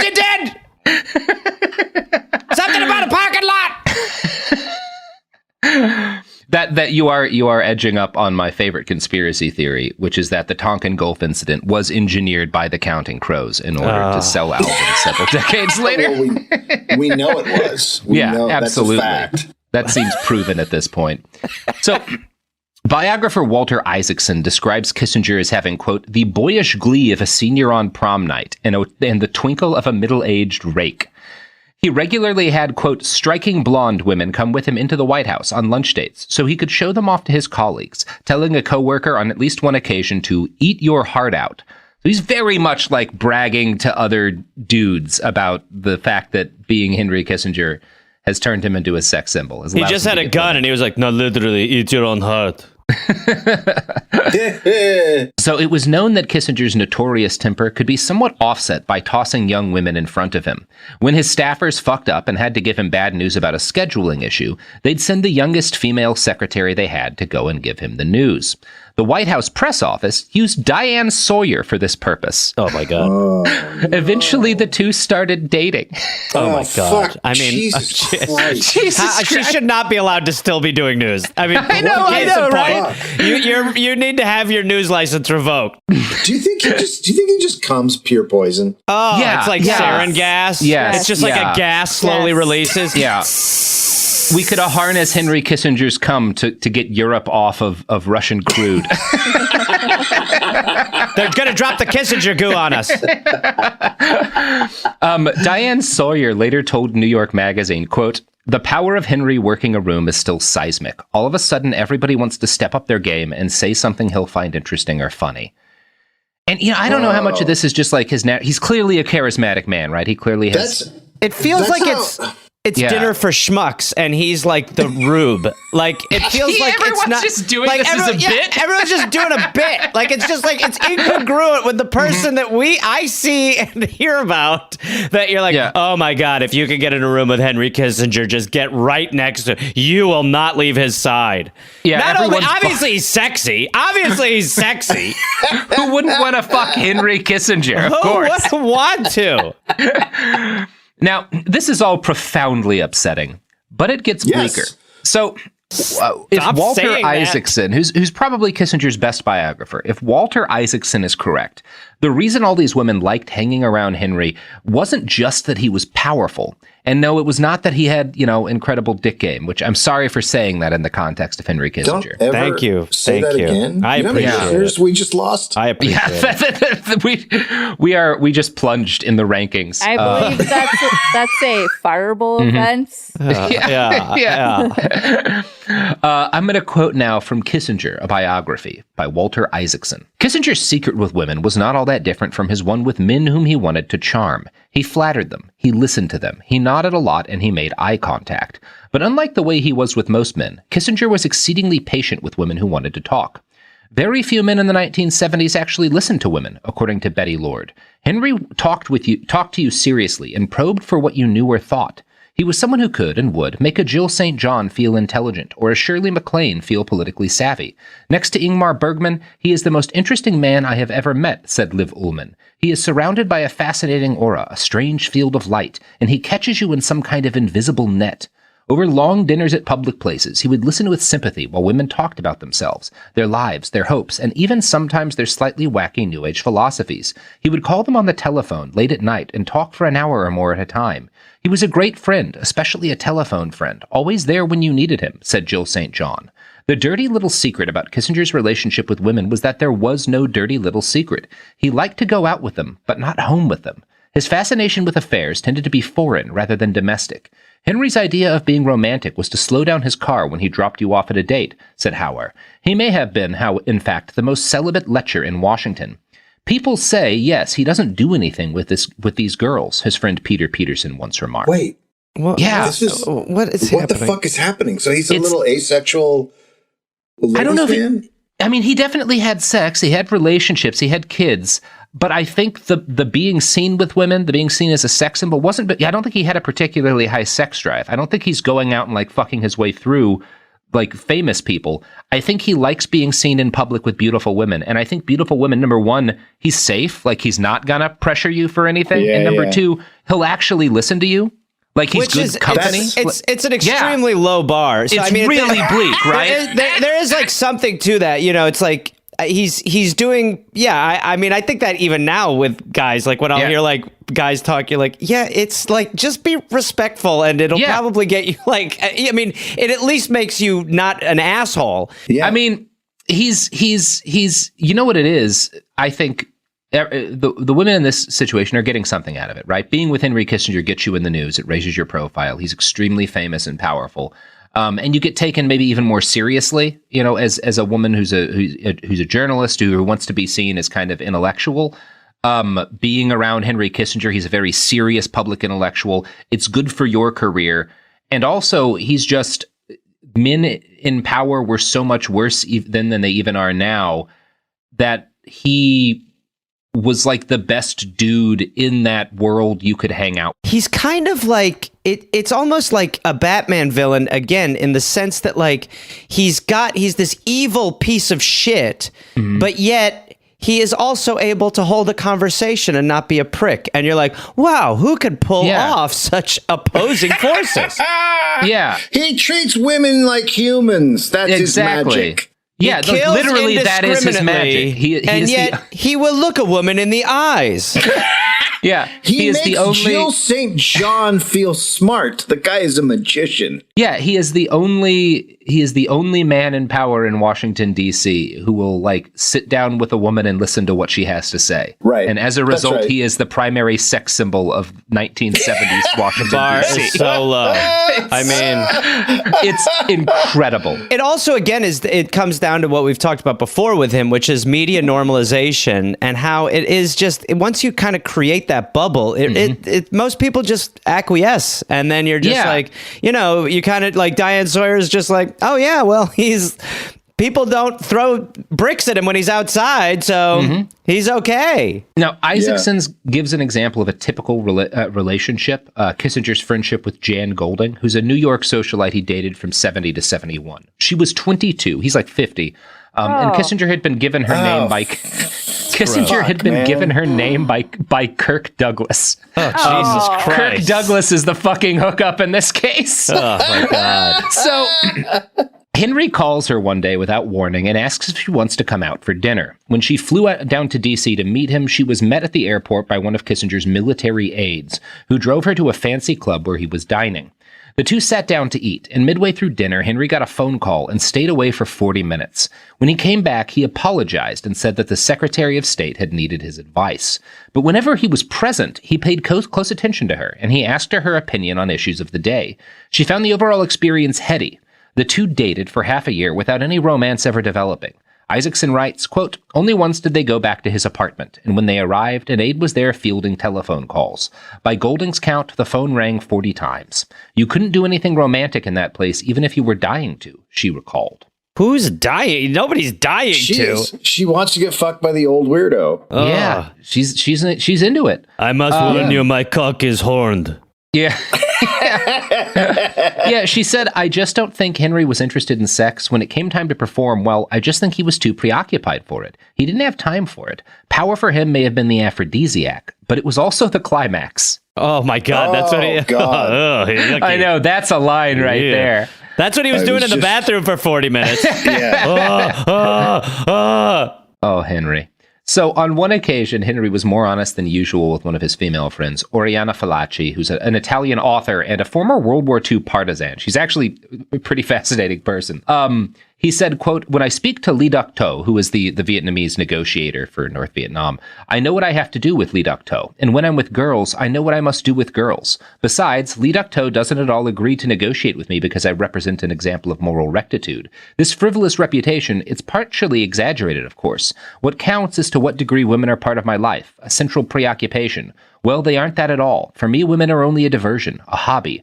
Nobody spends too much time with his hobbies. See, for a minute there, you're sort of thinking, okay, well, if he's getting something out of female accompaniment, then in a way that is, I mean, there's something kind of like, there is something kind of nice about the idea that a guy is just not like trying to fuck his way through, beautiful women. Like he is just enjoying the company of women. But then the more you kind of peel back, the more it just does seem to be he's just backwards. He's a backwards person. Every part of him has just been rearranged. He's like a mannequin body of guts that fell down and was put back improperly. Now, the surprise Kirk Douglas cameo there may key you in on the fact that Henry was also very popular with the celeb set. During a party thrown for Gloria Steinem by the talk show host Barbara Hauer, Kissinger told those assembled, "I am a secret swinger." Now, yes, that's a thing he claimed. I like any hole. Maybe it's a joke. Yeah, that means he's saying he likes to fuck, but all the evidence we have is that he doesn't like to fuck. I think that's him myth making. I think that's him saying that. Yeah. I like to go around and touch the genitals of fucking people. Yeah, you go to a swingers party in D.C. and Henry's just there putting a finger on things. Is it okay if I penetrate both of you with the pinky rings? I get nothing out of this. It's fine. Don't worry, I'm cumless. So Kissinger missed the announcement that he'd been nominated for Secretary of State because he was on a date with Norwegian Oscar nominee Liv Ullmann. He took Candice Bergen out on a date when she was a young star. She later said that he gave her, quote, the sense of shared secrets, probably the same set he gave every anti-war actress. Like, he would act like, oh, I'm really against the war. I'm inside the administration, like, trying to get us out of these things. You know, it's this, like... Yeah, he's a psycho. I don't know what else to say about it. It's just, he's completely. I mean, everything we've heard is completely contrary to that. He's the fucking devil. Yeah. So, it's just psychotic. But also, you have to credit. Like, I don't think Candice Bergen is lying. I can imagine how you're not privy at that point in time to any of what we have, right? To any of this information we have about how much he was planning this, about what a two-faced liar he was. So maybe you believe, this man is so intelligent and is so like emotionally competent. I can't imagine him being the architect of these war crimes. He must be just, it's such a titanic system of evil and he's fighting alone to bring it down. And like, it must be why Hillary Clinton still hangs around him. He's like, look, I had nothing to do with any of that, Hillary. Don't worry. We'll talk about that, Gareth. Okay. Oh, great. Oh, God. So I'm going to quote next from Niall Ferguson's Kissinger. Quote, for the press, the story was irresistible. The dowdy Harvard professor reborn in Hollywood as Cary Grant with a German accent. When Marlon Brando pulled out of the New York premiere of The Godfather, its executive producer Robert Evans unhesitatingly called Kissinger, and Kissinger obligingly flew up despite blizzard conditions and a schedule the next day that began with an early morning meeting with the Joint Chiefs of Staff to discuss the mining of Haiphong Harbor and ended with a secret flight to Moscow. A reporter asked, Dr. Kissinger, why are you here tonight at the Godfather premiere? Kissinger responded, I was forced. By who? By Bobby Evans. Did he make you an offer you couldn't refuse? Yes. As they fought their way through the throng, Evans had Kissinger on one arm and Ali McGraw on the other. What the fuck is I know, happening? Right? Would you have called that when we started this shit? No, it's you've lulled us into this being okay. Mm-hmm. Because at the beginning, absolutely not. But now, I mean, imagine, honestly, like a war criminal on a red carpet going like, look, I didn't want to. Obviously, I want to stay in South Vietnam. But Bobby called. Mm-hmm. You know Bobby. Oh, man. It's incredible. You know who else attended the premiere of The Godfather with producer Robert Evans and Ali McGraw? I can't wait to hear. The sponsors of this show, all deeply tied in. Well, of course they are, right? Like, they're the kind of people who get invited to hunt children on private island reserve off the coast of Indonesia, you know? I've heard it's an archipelago. Yeah. Mm-hmm. I refuse to believe that Hollywood producer Robert Evans did not hunt children for sport at least once. There's just no way. Yeah. Those glasses were just scopes. He laughed like a man who has hunted the most dangerous game. Anyway, here's ads.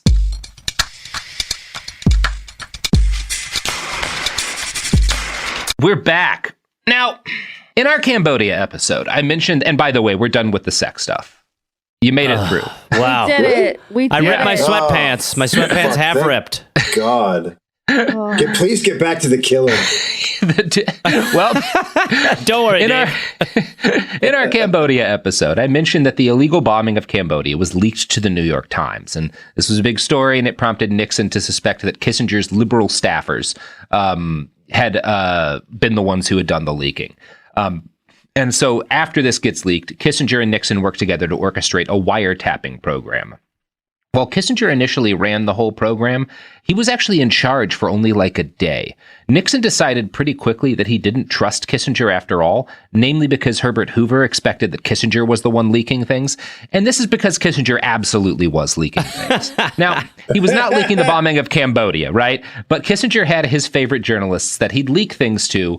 Some of them were guys he wanted to write a book about him, and so he wanted them to give him positive coverage. Some of them were like leaks in order to hurt other people in the administration, because there's just it's Nixon's, we're not getting into this enough, but Nixon's administration is just like an endless series of power struggles. Everyone is fucking over everybody else, right? Right. Like that's the Nixon administration. Right. Yeah, it's incredible. Yeah, it's really quite a tale. So yeah, Kissinger's absolutely leaking some stuff. And that said, Nixon is pretty aware of who Kissinger is leaking things to.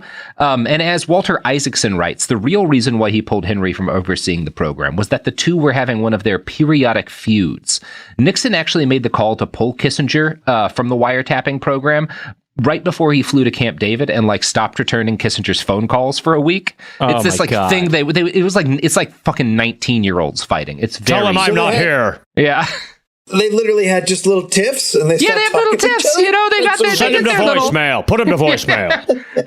There's so much petty bullshit between Kissinger and Nixon, and they're very much like, if you've ever been in a codependent relationship, the Kissinger and Nixon will seem extremely familiar, because they'll be fighting over some stupid bullshit, and then things will get bad, and they'll come together and be all collapsing at the same time as they're propping each other up. It's very funny. Look, I mean, millions die, but I'm sorry that I said that to you earlier. Well, I've been waiting for your apology. I can't stay mad at you. That's how I Who feel else will I about you. bomb Cambodia with? Look, we have too many people to kill to stay mad at each other for this long, huh? So get over here, you piece of shit. Despite Nixon periodically being angry with him, throughout the duration of the wiretapping program, Henry Kissinger retained the ability to pretty much wiretap American citizens at command. He would submit names to the FBI, who would start a wiretap on that person. When the secret wiretapping program was leaked in 1973, and it blew up into a big congressional inquiry, Nixon took the blame, defending Kissinger by saying it was his responsibility not to control the program, but solely to furnish information to the FBI. So what they claimed is Kissinger wasn't ordering wiretaps. He was giving the FBI information on people we thought were suspicious, and they would decide to wiretap. And it's a coincidence that all he would do was hand them a name, and they would immediately start the wiretap. Right. It's like he would give the garment to the bloodhound, but he wouldn't hunt the person. But he's not hunting the child. He's not looking for him. On yeah. So it's also, though, this might be the moment that proves Dick Nixon was actually a better person than Henry Kissinger. Because, oh my God. Because he did kind of take a hit for his team. Not that he wasn't responsible for the wiretapping. It's a very low bar, but you're right. Surely was too. Yeah. In the land of no respect, a man with 1 ounce has it all. Mm-hmm. It was like a tiny dollop, if you will, of honor from Henry Kissinger. Yeah, okay. And we just never see that, or from Nixon, and we just never see that from Kissinger. It's kind of like saying that a cheese grater is better to fuck than the blade of a jigsaw, but it's something. Boy, that got really upsetting. Well, no, now that I think about it, I mean, if someone laid it on the table, gun to your head, you'd be like, right? Yeah. Well, let's hand me that cheese grater. Yeah. Let's grate this cheese. What do we say, gentlemen? I'm going to drop trout. Let's get grating. So here's how the secret wiretapping program worked. Kissinger and another Nixon dude, I think it was Haldeman, would submit names to the FBI, which the FBI viewed as requests, right? The transcripts of that person's conversations then would all be sent to Kissinger's desk. So he got direct transcripts of every wiretap personally. And he would decide what to bring to Nixon. He wasn't the only guy. Because again, Nixon had multiple people kind of competing through this program, right? Right. He's like the head writer. Yeah, exactly. Yeah. So James Adams, head of the FBI's intelligence division, later told a biography that he did not think there was, quote, more or less wiretapping under Nixon than under previous presidents. What made things unusual then was that the wiretaps Nixon and Kissinger ordered were on NSC staff. Individuals that were part of the White House family, in Isaacson's words, right? Quote, In other words, previous wiretaps had mainly been on suspected spies, potentially subversive union leaders and the like. A regular program of wiretapping one's own aides was, according to Thomas Smith, another top FBI official, unprecedented. Oh my God. It's amazing. Like, that's what's amazing, right? It's like, well, no, it's not unusual to ask for this many wiretaps. Yeah. It's just normally on people that you're worried about, like, attacking the country, not people who you've hired. The FBI is like, we're okay with spying on dissidents, but they made us spy on their friends, and we feel gross about this. Did you see Henry Kissinger's wiretapping Nixon? Yeah. He's getting very catty. Kissinger's just asked for a wiretap on himself. Okay. I want to see what I'm up to. I don't trust myself. You were joking, but you have accurately predicted where the story goes. No! What the fuck? What?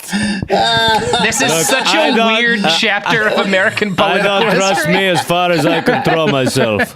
Oh God, I am such a fucking asshole. Look at what I was saying. Oh my God. So these wiretaps were all considered legal at the time. Although the Supreme Court did later determine that they were illegal, it was kind of like one of these, at the time they were legal, and because of how gross they were, the Supreme Court was like, you know what? No.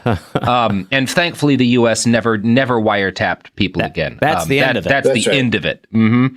Famously. That's why Edward Snowden is famous, for his reveal that no one was ever wiretapped again. That's why we don't know who Edward Snowden is. Yes, famous private citizen living in Ohio, Edward Snowden. Pull a name out of the air.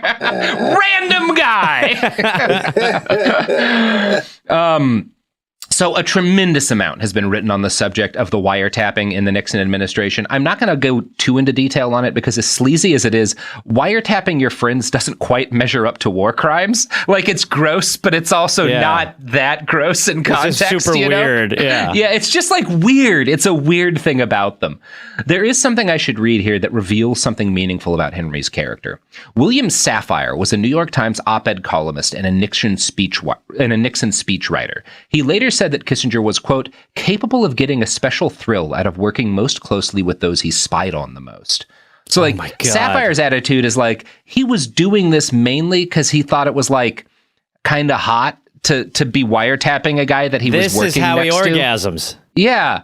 Finally. So it's the power thing. It's the power thing. Yeah. He knows he loves that he's like fucking over someone he's just hanging out with and talking to, and they don't know. It's like Sliver. He gets like like this crazy thrill out of it.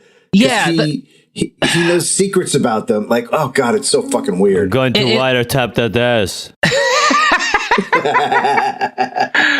So he gets like, that quote from Kissinger, power is the ultimate aphrodisiac. It's usually translated to him being like, that's why women are so into me, right? Because power turns people on.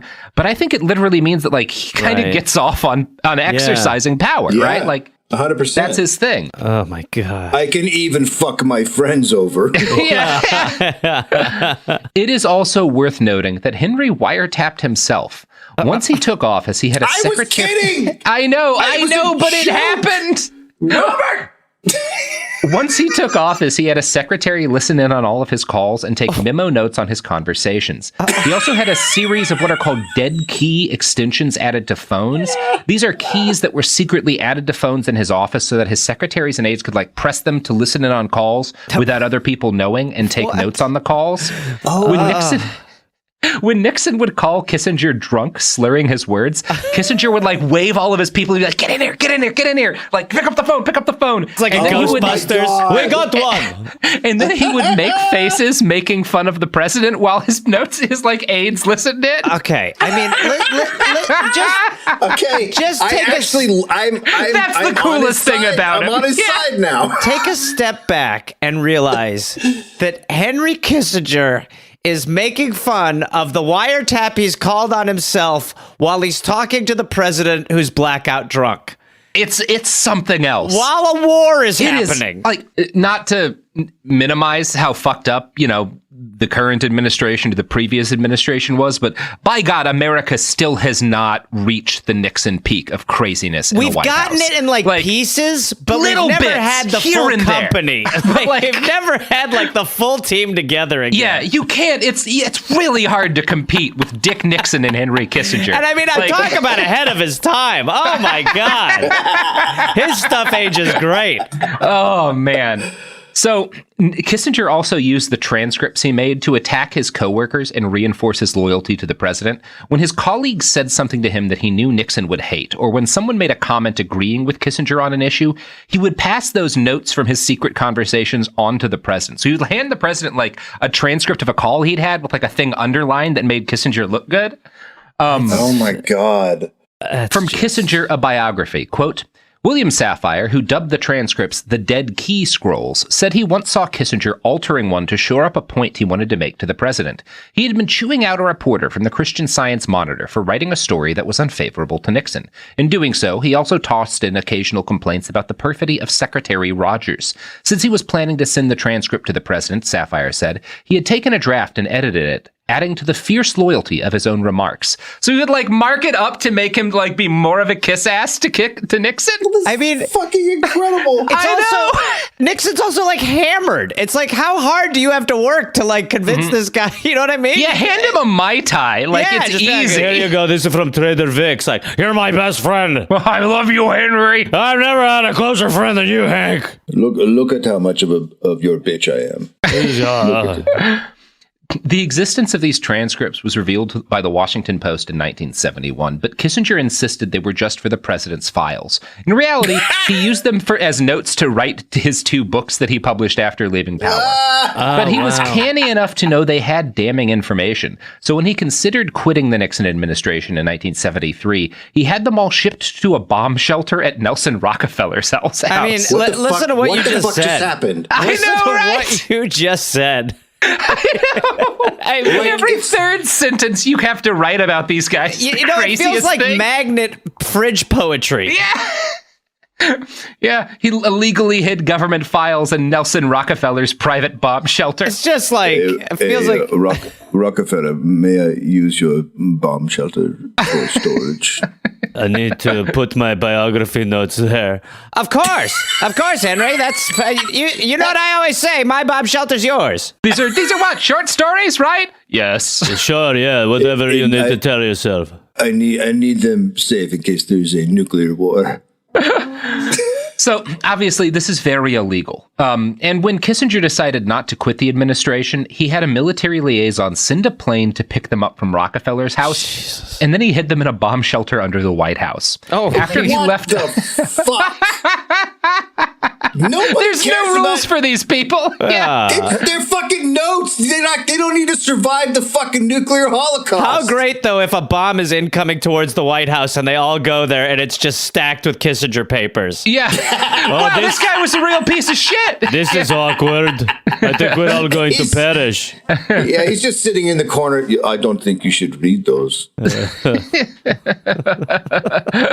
So after he left office, Kissinger donated the papers to the Library of Congress under the restriction that they would not be made available until he had been dead for 5 years. Well, he's been dead for 5 years. We should be able to read him now. On. Who makes that deal? It's not a great thing. The Library of Congress. Jesus Christ. By the way, most people do like the after I die. He wants the 5-year buffer, which sounds a little unique. Yeah. He wants time for people to get things out of the country. Yeah. I want to make sure I'm pure bone. Yeah. So Kissinger was also convinced that Nixon's chief of staff, Haldeman, had Nixon wiretapped, Kissinger was also convinced that Nixon's chief of staff, Haldeman, and Nixon had wiretapped him, which they absolutely had. So Kissinger was kind of tapping himself, but Nixon had also wiretapped Kissinger. And when he passed Haldeman in the hall, Kissinger would say, quote, "What do your taps tell you about me today?" It's almost, remember that? What was it? I don't remember what it was on where Lily Tomlin was the one ringy dingy operator who keeps plugging in. It's almost like that with wiretaps, where you're just like every wire is getting plugged and crossed. Nixon's wiretapping Kissinger, who's wiretapping himself, who's wiretapping Nixon, who's also wiretapping Haldeman, who's wiretapping Kissinger, who's also wiretapping Nixon. And that's why we know so much about not just like the crimes they committed, but like what they were saying in the meetings while they committed the crimes. Yeah. Because unbeknownst to Kissinger and to everyone else, Nixon was also wiretapping himself. Like he recorded every conversation that he had in the Oval Office in secret. Is the most that to me is like one of the most. I mean, it's why we know so much, because if you are able to, like, if Trump or if any of them, if you had the Bush tapes, like they would be fucking incredible. But it's also that Nixon recorded himself and then was like, okay, take him, and everyone's like, the fuck, are you drunk? And he's like, I am actually. I am so drunk. My Secretary of Defense has a contingency plan in case I try to nuke everyone. Checkers. You've never been that drunk. No one has. So this was a secret until the Watergate scandal was revealed at the end of 1972. Kissinger was warned about this, that like the Watergate story was about to break 2 months ahead of time, and he was horrified by the implications, namely by the things we've already gone over at length, that he was on tape in these records, agreeing and encouraging with Nixon's bigotry and his copious racial slurs. So like Kissinger is not involved in Watergate, so he's like, I'm not worried about that. I'm worried that everyone's going to know that I was like egging Nixon's bigotry on in order to kiss his ass. Yeah. Amazing for him to be horrified. Like, of all the things he's done, like, for this to be like, it's always like the weirdest thing, but it's like for him to be like, this could really damage my credibility. It's like, people might think poorly of me. Yeah. When he was asked about this later, about like encouraging Nixon's bigotry, Kissinger explained that the things he'd said to Nixon were based on, quote, the needs of the moment, rather than to, quote, stand the test of deferred scrutiny, which was a nice way of saying I'm only racist around racists. In one of the most impressive feats of mental gymnastics in political history, Kissinger actually argued that his egging Nixon on was meant to protect the American people. Quote, he was so much in need of succor, so totally alone. Our national security depended so much on his functioning. It's called Yes and, okay? He was Chicago school. It's called the Improv Olympic, pal. I mean, to be able to get away with that argument, it just should not be allowed. Yeah. Now, speaking of Nixon's functioning, it's probably time to talk a little more about Watergate. As previously covered, in 1971, Nixon and his team, including Kissinger, hired a goon squad of ex-FBI and CIA agents called the Plumbers and asked them to investigate the leak of the Pentagon Papers.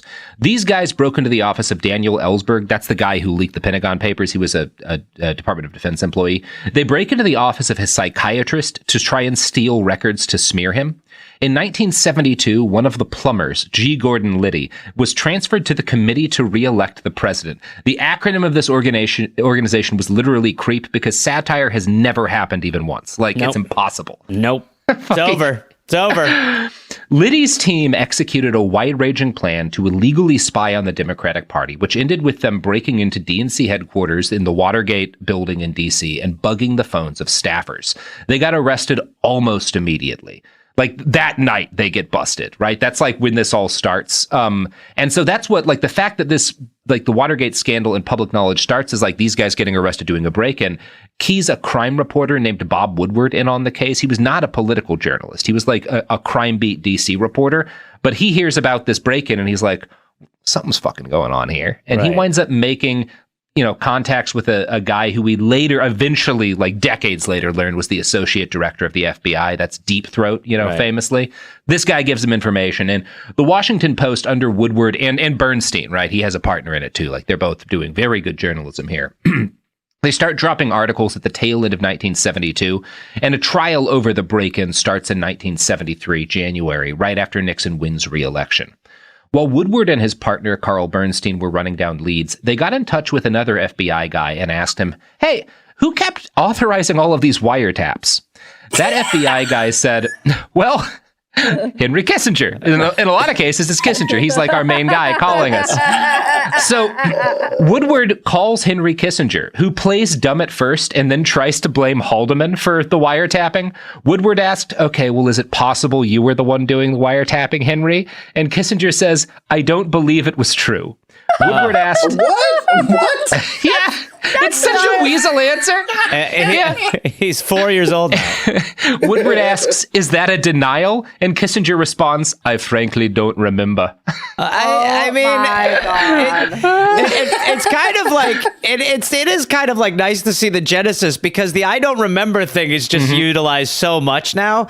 Yeah, so it's like one of the first, like, where you're just like, I think if I just say I forgot, I can get away with this shit. Yeah, you can imagine a young Bill Clinton reading this news story and saying, I'm not sure why, but I think I'm going to take notes on this. I remember ejaculating, but I don't remember how that come to be.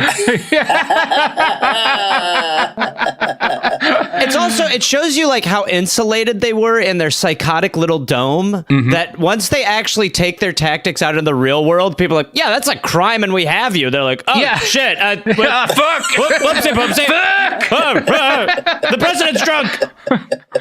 So Kissinger admitted after that line of questioning that he might have given the FBI the names of some people who had access to leaked documents, and, quote, it's quite possible they construed this as an authorization. So once he makes this admission to Woodward, Henry starts to get looser, and he talks about how he figured he probably should take responsibility for the wiretapping, and then he realized almost immediately, like, oh shit, I fucked up, and he asks Bob Woodward, you aren't quoting me, right? Like, he's like, this isn't on the record, is it? That's how it works too, right? You put it on the record and then you're like, that's off record, right? Woodward says, of course this is on the record. Like, what the fuck? Like, I never said this was off the record. What's wrong with you? Yeah. Kissinger insisted, well, I was only speaking on background. Quote, I've tried to be honest, and now you're going to penalize me. In 5 years in Washington, I've never been trapped into talking like this. If a journalist calls you and asks you questions as the Secretary of State... You're calling us BFF, right? You just wanted to chat, right? We're just going to chew the fat for a while, I thought. How are you? What crimes have you committed, Bob? It's fascinating. It's so dumb. It's so dumb. And it shows what fucking tame little pricks the entirety of the White House press corps were, right? Yeah. Because Kissinger thought he could get away with this. Yeah. And he finally encountered, like, an actual journalist for the once. Yeah, right. Like, and just like 30 seconds with Woodward, and he's blown wide open. And he cannot handle it. Yeah, he's just pissing his pants, crying. He's like, you know what it is? Have you seen those videos of like those fucking those Tai Chi champions who are like in those videos fighting their students where they're just like flipping everyone around the room, throwing them, and then like they fight an actual MMA fighter who just like takes them down in 13 seconds. Yeah. It's like how Seagal fights, where it's Steven Seagal. Dare I say Putin's judo? Yeah. It is. This is the moment for Kissinger. That's like when Steven Seagal got choked out by Jean LaBelle and shat his pants. All right. Hey, I'm the star here. I didn't think this could happen. Come on now. We play fake. Next, from Kissinger, a biography, quote, Woodward wondered what kind of treatment Kissinger was accustomed to getting from the press. He consulted Murray Marder, the kindly, soft-edged diplomatic reporter who covered Kissinger for the Post. Well, Marder admitted, Henry was regularly allowed to put statements on background after he had made them. I mean, it does. And what's so frustrating is that it's like, you know, they've all kind of learned from the mistakes of this time in ways where it's kind of the same shit. I mean, everything is kind of a fluff piece. You're allowed to be in the White House press corps if you ask softball questions. Yeah. You know, it like this was like a major fuck up. And they all were like, well, the lesson we've learned here is don't let good reporters around you. Yeah, don't let journalists exist. Yeah. It's one of those... God, there's so much going on here. It really is. This is like we are peaking. There are ways in which, like, there are times when journalism does work that way, right? When I am, like, sitting down and talking to, like, a fucking dissident or a protester, someone who, like, might be targeted by the state or by, you know, fucking fascists or whatever and murdered, and they like say something and then later are like, oh, can I take that off the record? I'm worried that's going to like reveal me. Yeah, of course. Like, I'm not going to like, you could get killed. But like, it should never work that way for cabinet level fucking government officials. Yeah. Right. They can't, if you agree ahead of time to make something off the record, that happens. That's like a thing that occurs, although I think that's problematic too. But like, they don't get to just take something off the record retroactively. That's not how it works. Yeah. But, and I mean, they just all they care about is access. So they don't care about the actual story. They just want to talk to them again. Yeah, they want to keep getting access. Yeah. It is. It's like it needs to be a group of people need to say that this is all fucked, but instead they're like, oh, what a great cocktail party. And Woodward, to his credit, there's critiques to make about Woodward later in his career, but to his credit, Woodward's like, I don't give a shit about access. I'm trying to take down a president. Like, I could give a fuck who I piss off here, Like, So Nixon eventually took the fall, as we've covered, but the issue was brought up again in 1973, when Kissinger went through his confirmation hearings to become Secretary of State. We don't need to cover the politicking he did to secure that job, but I should note all the fallout over wiretapping and the disaster in Cambodia didn't do shit to reduce Henry's popularity at home. In 1972, he had ranked 4th on the list of most admired Americans. In 1973, he was number 1, largely because Harry Truman had died. Which is also pretty bleak. What the fuck? Baby. We are, and that's when you're like, we deserve it. I mean, if you are that incapable of deciphering reality from fiction, to some extent, you want to be taken advantage of. Yeah. You're the rube who opens the door to the vacuum cleaner salesman. Yeah, pour some dirt on my floor. I want to see how this thing sucks. You need my social security number, of course. Okay, and you promise I get $500,000 in the mail. Okay. So one congressman proposed a constitutional amendment to allow foreign-born citizens to run for president because of like how much he liked fucking Kissinger. I don't like Henry. Henry received a figure at Madame Tussauds Wax Museum in London, which quickly became the star attraction. Miss Universe pageant contestants voted him, quote, the greatest person in the world today. Is it possible that we just put a heart in the Madame Tussauds figure and melted it, and that's what's walking around now? Yeah, we just left it in the sun for a week. Like, you bring up the media, like, this is just so, like, they just normalize monsters. They act like monsters are great people. Yeah. And people don't actually hear the fucking heinous shit that they're doing. No. And they just hear he's a smart guy, but it's because that's what matters. Said so. He can like quote smart dead people that you haven't read, but they're smart because their name sounds vaguely familiar. And so you're like, well, this guy's read all these smart dudes. He must be a good guy. Because smart people don't do bad things. Well, and smart people don't like go out with reporters and, it would just be like, look at Frankenstein at the Playboy Mansion. Gosh, he's got those bolts on his neck and the girls love to twirl him. So it is perhaps not surprising, even though the Watergate scandal had built to a fever pitch by 73, that Henry Kissinger was a shoo-in to be appointed as Secretary of State. On the day of his first congressional confirmation hearings, someone in the press asked, do you prefer to be called Mr. Secretary or Dr. Secretary? He replied, I do not stand on protocol. If you just call me Excellency, it will be okay. Excuse me? Pardon? And again, as a journalist, the proper response to that is to throw your handheld recorder at his face. Like, try to take a chair to his nose like they did to Geraldo. Break his face. Oh, I'm not hung up on titles. You can just bow and call me Your Majesty.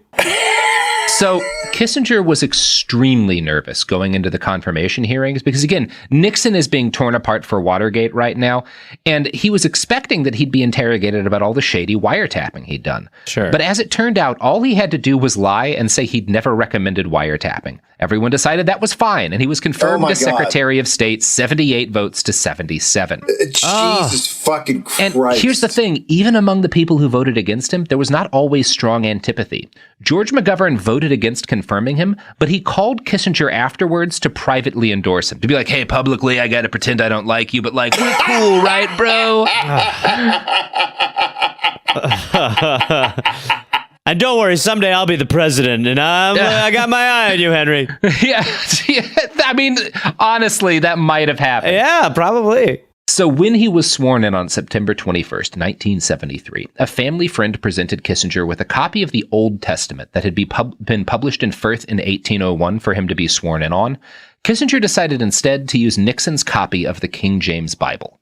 They just open it. It's a bottle of bourbon. Oh, sorry. That's actually it's just a bottle of liquor. Oopsie poopsie. Let's use that other one. Let's use that Firth one. So, alas for Dick Nixon, 74 was an even worse year for him than 73 had been. In July of that year, 3 Southern Democrats on the House Judiciary Committee announced that they were voting to impeach him. On August 5th, a transcript of taped conversations between him and Haldeman was released, which proved his involvement in the cover-up of the Watergate break-in and proved he'd lied under oath. This was the nail in the coffin. On August 7th, Barry Goldwater told Nixon he would not survive an impeachment vote. Nixon had already made the decision to leave. He met with Jerry Ford, his vice president, and told him that he was about to be president. He urged Ford to keep Kissinger on as his Secretary of State. Then Nixon made his big announcement to the American people. Next, from History.com, after the speech, Kissinger accompanied Nixon to his living quarters one last time. History is going to record that you were a great president, Kissinger assured Nixon. Henry, the president said, that will depend on who writes the history. Can you imagine a wasted Nixon showing Gerald Ford around like, so this is the vodka, you probably put that in your Wheaties in the morning, this is pineapple, you should eat this with cottage cheese every day. Now here's a Dick Nixon secret, if you pour a little Diet Coke in the bourbon, they can't tell you're getting drunk at 9 in the morning. When you're confused, just nod. When you're throwing up in the toilet, say something disagreed with you and it's diarrhea. The Secret Service agents have to let you puke down their sleeves. That's what I've been doing. This is the vodka room, and this is the vodka room, and this is the vodka room. This drawer here's for letters and things like stamps like that, and this is the drawer you can puke in, but just bend over and pretend you're looking for something. I'm going to be honest. I've been shitting in the fireplace a lot. It's hard to find the bathroom when you're turned in the oval. Look, if you're worried, just lift this cushion up. This chair's actually a toilet with wheels. Sits behind the desk. Trying to think what else. These are laws. You can wipe your ass with them. By the way, this is all being recorded. Everything is. Wait, this chest here is actually a tape recorder. Kissinger's sorrow over his boss stepping down was sopped somewhat by the fact that, right around the same time, he'd succeeded in overthrowing an actual democratically elected leader. Oh, good. Dr. Salvador Allende. Now... Oh, fuck! This makes me mad. Yeah.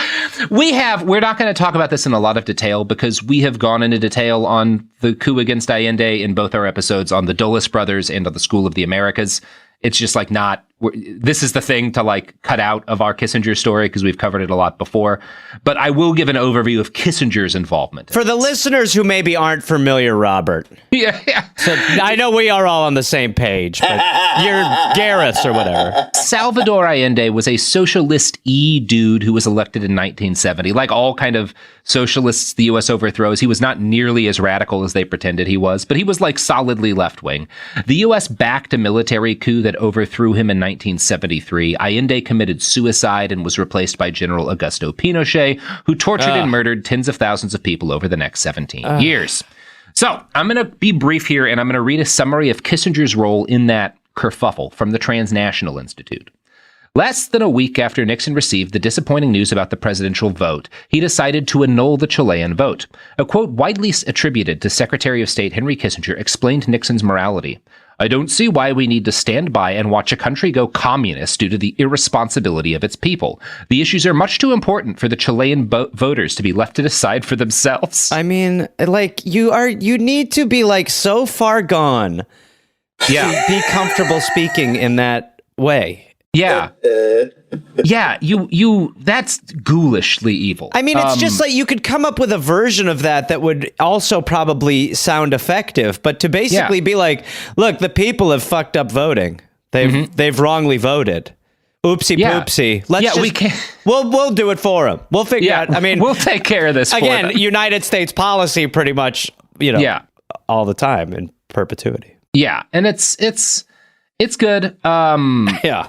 And after the bloody coup that Kissinger and Nixon endorsed, Kissinger pushed to recognize Pinochet's coup government and offered economic aid. He pressured international lending organizations to lend money to the new Chilean government. Yeah, he sucks. This is a bad thing that he did. You can hear a lot more about it. And honestly, Kissinger was involved, but like the Dulles brothers were a much bigger part of this specific thing. So check that out in our Dulles brothers episode. All this with Raquel Welch on his arm.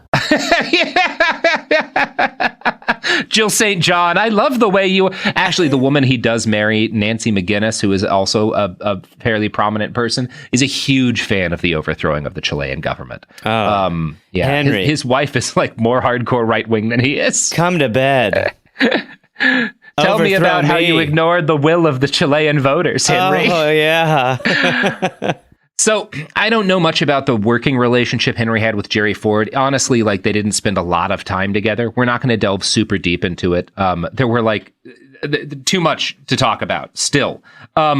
There is one thing I want to note about his relationship with Nixon. Like for the first several years that he's working with Nixon, he's desperate to go to Camp David. Anytime the president invites him, he's excited to go. But then when the Watergate thing is going on and Nixon feels isolated and alone, Kissinger spends like the whole Watergate hearing time jetting around the Middle East and stuff doing diplomacy. And Nixon begs him like, do you want to come hang out at Camp David with me? And Henry's like, oh, buddy, I'd love to. But you know, sounds so great. I just got so much work. I'm swamped over here with stuff, you know. It's like he's such a worm. Right. Gosh. It's amazing that there's a moment at this where you're like, oh man, Dick, he did you dirty. Yeah. That's not, you like were such a good friend to him. A little bit of sympathy for Nixon. Like, do you want to come to summer camp David with me? I can't. I could really use a friend. I broke my arm. I can't get any merit badges or anything this summer, my mom said. So. Oh man, it's amazing. Yeah, there's so much to talk about. I will tell you, I will note that one of the first things that Henry did as Secretary of State for President Ford was to deliberately enable another genocide, which put him just one genocide away from earning a free coffee at the Pentagon Starbucks. Oh my gosh, so close. I know. He's close. He's close. He's close. Oh. We're going to talk about that. But you know what we got to talk about right now? Products and services that support this podcast. Finally. Hey, including Starbucks. Commit 5 genocides and Starbucks will fund a 6th if it reduces the price of coffee beans. Make sure it's a venti.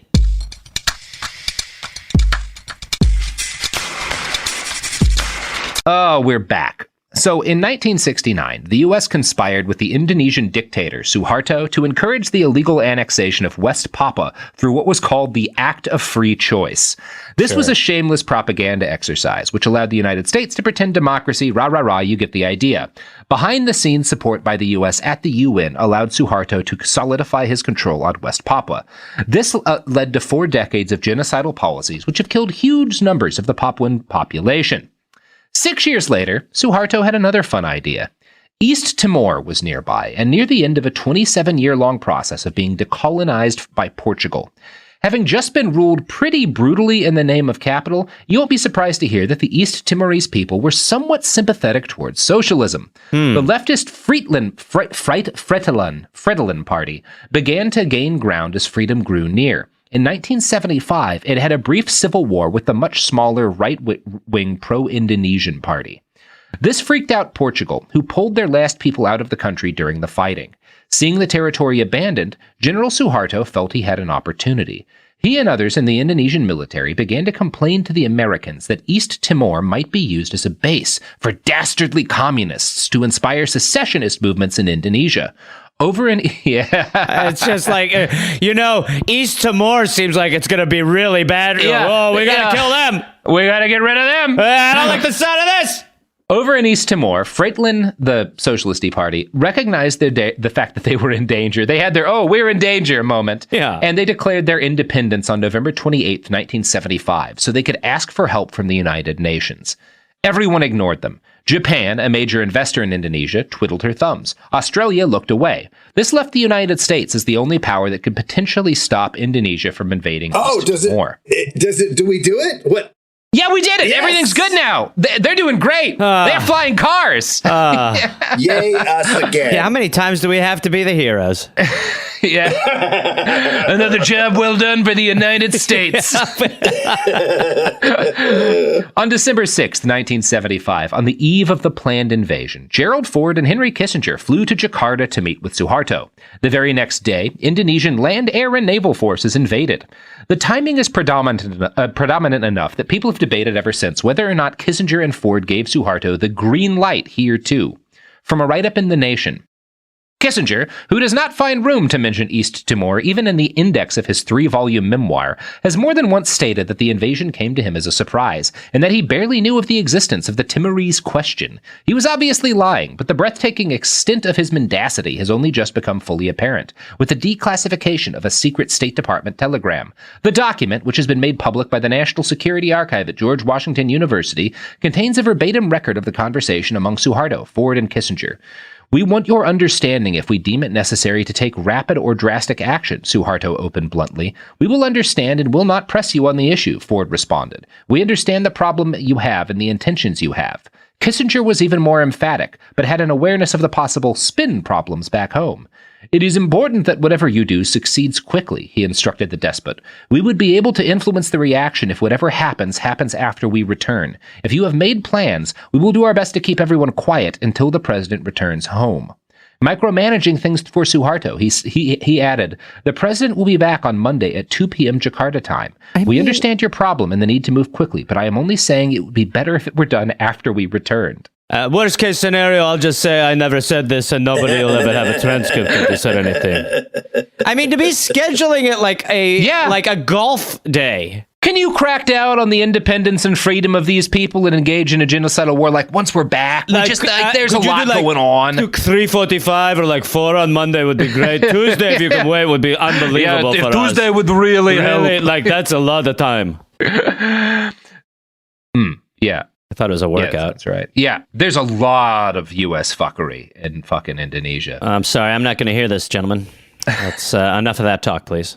It's the greatest country on earth. You do have that giant Indonesia and the United States shaking hands over a burning East Timor tattoo over your heart. Well, I would hate for that. That's speculation, and please cut that out. Sophie, can we make a note that should not be included in the episode? It seems a little incriminating. So Suharto's troops, when they invaded East Timor, which they did, were equipped with the finest U.S.-made weaponry. Under the Foreign Assistance Act, such materiel could only be provided to nations who would use it exclusively for self-defense. When this was brought up to Suharto, when this was brought up to Kissinger, and he was asked whether or not selling arms to Suharto had violated the act, Kissinger responded, "It depends on how we construe it, whether it is in self-defense or it is a foreign operation." Back in D.C. on December 18th, in a meeting whose minutes are now declassified, Kissinger admitted that he knew that he and the United States were violating the statute from the nation. An even more sinister note was struck later in the conversation when Kissinger asked Suharto if he expected a long guerrilla war. The dictator replied that there will probably be a small guerrilla war, while making no promise about its duration. Bear in mind that Kissinger has already urged speed and dispatch upon Suharto. Adam Malik, Indonesia's prime minister at the time, later conceded in public that between 50,000 and 80,000 Timorese civilians were killed in the first 18 months of the occupation. These civilians were killed with American weapons, which Kissinger contrived to supply over congressional protests, and their murders were covered up by American diplomacy. So... we did it again. We did it again, guys. It really is like it's like a serial killer who just gets very comfortable with killing, gets kind of cocky about it, starts leaving clues, but in this case, there's no cops chasing anyone. There's nobody who's really trying to solve the case. It's like if the Unabomber left his name on every package. Yeah. And then everyone was like, this is okay. A return address. Yeah. Ted Kaczynski, Shack 9. Roughly 300,000 East Timorese civilians, roughly half the population, were forced out of their homes and into camps during the fighting. By 1980, the death toll was at least 100,000 and possibly as high as 230,000. Thomas Meany, writing in The New Yorker, has tried to make sense of this all. Kissinger's sign-off on the Indonesian President Suharto's genocidal campaign in East Timor was meant to signal that America would unquestioningly reward those who had decimated communists within their reach. In retrospect, the notion that everything America did would be duly registered and responded to by its opponents and friends seems like an expression of geopolitical narcissism. At the time, the 33-year-old Senator Joe Biden accused Kissinger at a Senate hearing of trying to promulgate a global Monroe Doctrine. That Kissinger is that guy to where repeatedly terrible people will be like, well, you're in the right here, but only because you're talking about Henry Kissinger. Yeah, right. I mean, yeah, he's like, yeah, it's like. In the next episode, we're going to have a moment where the CIA is a voice of reason to give you an idea of where things go.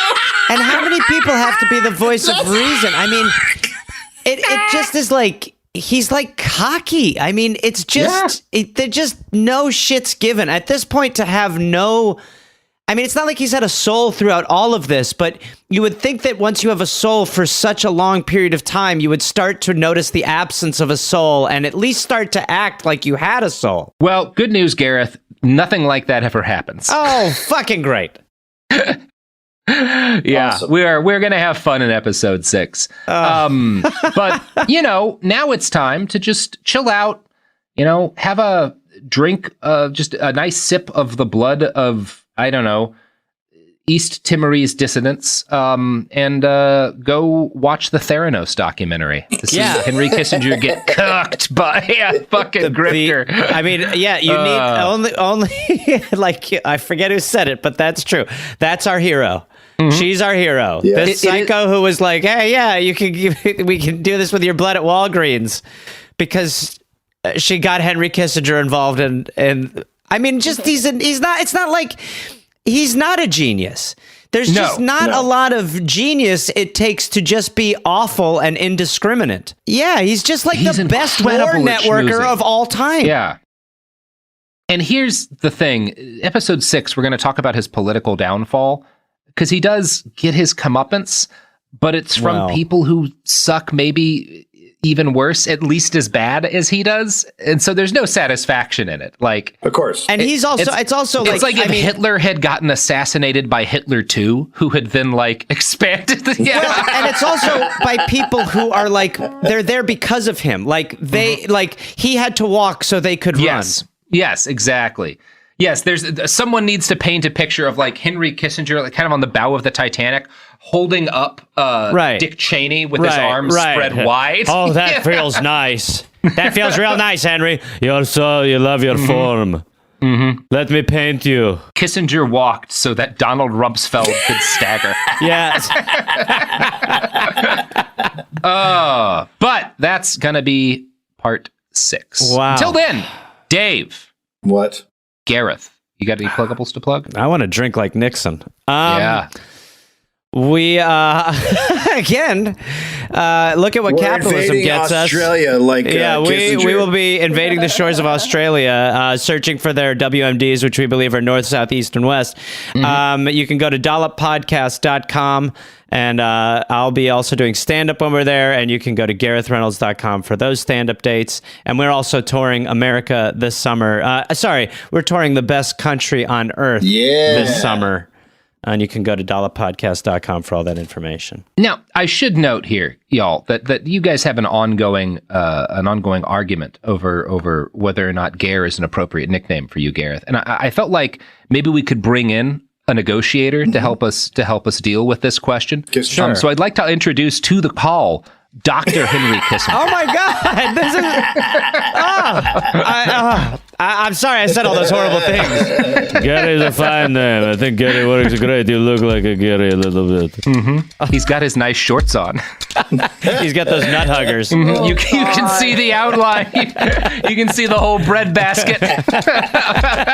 Looks like a baby bird in a nest now, but it becomes a python when war starts. They should call me Dick, shouldn't they, Dick Nixon? Once the bombs hit the soil, I'll rip these babies. I really hope people stopped listening at this point. I so desperately. I stopped listening and I'm talking. All right, everybody. All right. We'll see you on Thursday. This is Bethany Frankel from Just Be with Bethany Frankel. Most dog food is marketing, not nutrition. That is why Biggie and Smalls eat just food for dogs, real 100% human grade food with ingredients I actually recognize. And yes, I do see the difference. Better digestion, healthier skin, more energy, dogs that feel better, my babies. If you've been on the fence about switching, stop overthinking it. What's more important than your furry babies and their health? Go to justfoodfordogs.com right now and get 50% off your first box. No code needed. Just try it. Sink into affordable luxury. Anabay is the only machine washable sofa, inside and out. With stain-resistant slip covers and a cloud-like frame duvet, everything goes right in the wash. Plus, the modular design lets you change the look of your space anytime. Visit washablesofas.com to upgrade your home. Shop up to 60% off site-wide, with sofas starting at just $699 and a 30-day money-back guarantee. Shop now at washablesofas.com. Offers are subject to change, and certain restrictions may apply. For period protection you can put on and forget about, nothing beats Knix leak-proof underwear. North America's #1 leak-proof underwear brand. Let's face it, life can be unpredictable, but your leak-proof underwear shouldn't be. That's why millions of people choose Knix. For periods, for light leaks, for everyday freshness. Knix undies are super comfy, super absorbent, and made to handle whatever your day throws at you. Day 2 of your period? Covered. Your daily run? No problem. That big sneeze? You know the one. Yep, we've got you. And with styles like bikinis, boy shorts, thongs, and high-rise, plus sizes from extra small to 4XL, Knix makes it easy to find your perfect fit. Say goodbye to stress and leaks, and say hello to undies that work just as hard as you do, no matter the leak. Find the style and level of protection you want at Knix.com and use code FLOW15 for 15% off. That's KNIX.com, code FLOW15 for 15% off. Knix, for your leaks, for your life. So this is episode 6. You know, we're, 8 hours into talking about Mr. Kissinger? Oh, God. Yeah. I'd love to meet me from 8 hours ago. I'm like, buddy. It's like when Bill and Ted meet each other halfway through and they don't know the journey they're about to go upon. Yeah. Buddy, buckle up. So the thing that Kissinger gets the most credit for that we haven't mentioned, we've talked about a bunch of the things that he gets credit for, is bringing peace to the Middle East. He does get credit for being that guy. Obviously, he did not do that, but he did play a significant role in stopping what had been a decades-long cycle of wars between Israel and the Arab nations around it. Now, to call that bringing peace would be ignoring a tremendous amount of ongoing violence against the Palestinian people, but Kissinger did help ensure, how there were all these different, everyone would invade, yada, yada, yada. There'd be a bunch of fighting. That doesn't really happen anymore, and Kissinger is part of why that doesn't happen anymore. Okay. The gist of it is that on October 6th, 1973, on Yom Kippur, Egypt and Syria launched a coordinated assault on Israel that for a time threatened the state's very existence. Kissinger had not spent much of his time working on Mideast-related stuff up to this point. This was partly because Nixon thought having a Jewish man negotiate with Arab countries would be a bad idea. Sure. It was also because Kissinger was kind of buried in Vietnam stuff, right? But by October of 73, negotiations with Hanoi had been concluded. U.S. forces had stepped back from an active role, and Kissinger had been awarded a Nobel Peace Prize with his Vietnamese counterpart, Lee Duc-Tho. What? Yes. Absolutely. Well, now, I can't. There's no counter argument. Absolutely, no. He nailed it. What?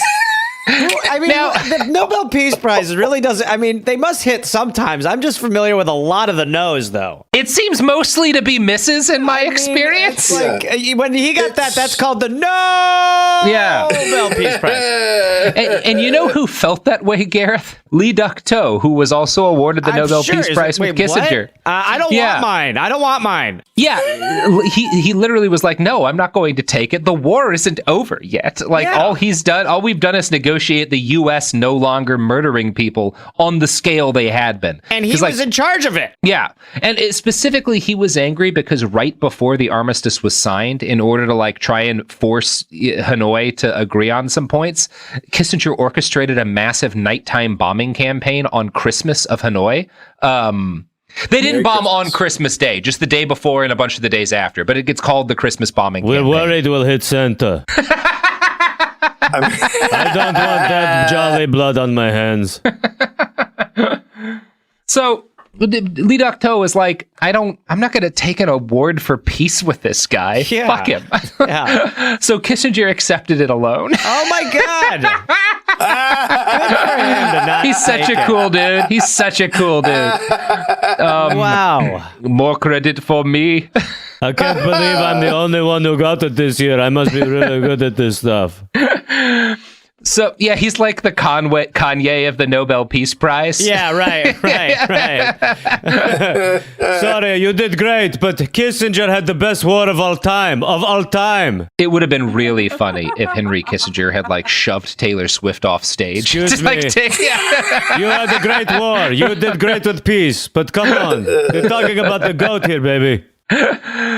So by October of 73, Kissinger is free and clear and ready to get it on in the Middle East. And this actually went better than you might think. Weirdly enough, Henry Kissinger was probably one of the fairest negotiators the United States ever sent into that conflict. In fact, he was more or less in constant tension with Israel because he would do stuff like try to halt arms shipments there. Like during the Yom Kippur War, right? Israel's on a back foot. They're in real danger of being overrun. They want U.S. weapons and like U.S. arms and a bunch more F-4 Phantom planes. And Nixon agrees to give them to him, but Kissinger's like, we're not giving them anything until they can arrange for commercial flights to ship the weapons to them. Because I'm trying to negotiate with Syria and Egypt. Wow. And if they see U.S. military aircraft landing in Jerusalem to give the Israelis weapons, that's going to fuck up my negotiations. Oh. So like he's actually really unpopular with a lot of folks in Israel because he does stuff like this. And in fact, Kissinger's, and obviously, like every U.S. negotiator in this conflict, Kissinger is more on Israel's side than anyone, but it's probably fair to say he's less on Israel's side than any other negotiator we ever put in there, which is like weird. Fascinating. It sounds like he's the most progressive because, I mean, like, obviously we could give a fuck now. Well, he's not a Zionist for one thing. He doesn't have there's not a, he's Jewish, but he's not really that like, there is some amount of like, as a Holocaust survivor, he believes strongly that like, Israel needs to exist. So he does have that going for him. Again, he eventually agrees to ship them weapons on U.S. planes after it becomes enough of an issue. But he still is that moment of principles. The fact that there's like any of that at all is weird. Yeah. He probably had like a little Nixon on his shoulder who was like, I know you're just going to be a Jew about this. And he was like, no, I will not. I will not devil Nixon. It's weird how plugged in you are to how Nixon reacts to everything. Because that's exactly what goes on. The spirit president. Yeah. Oh, man. So Kissinger's best relationship in the Middle East wound up being with Anwar Sadat, the president of Egypt. The two were legitimately good buddies. They would kiss each other on the cheek. They liked each other. I finally found the one. Meanwhile, Kissinger and Golda Meir, which was the leader of Israel, had a really contentious relationship.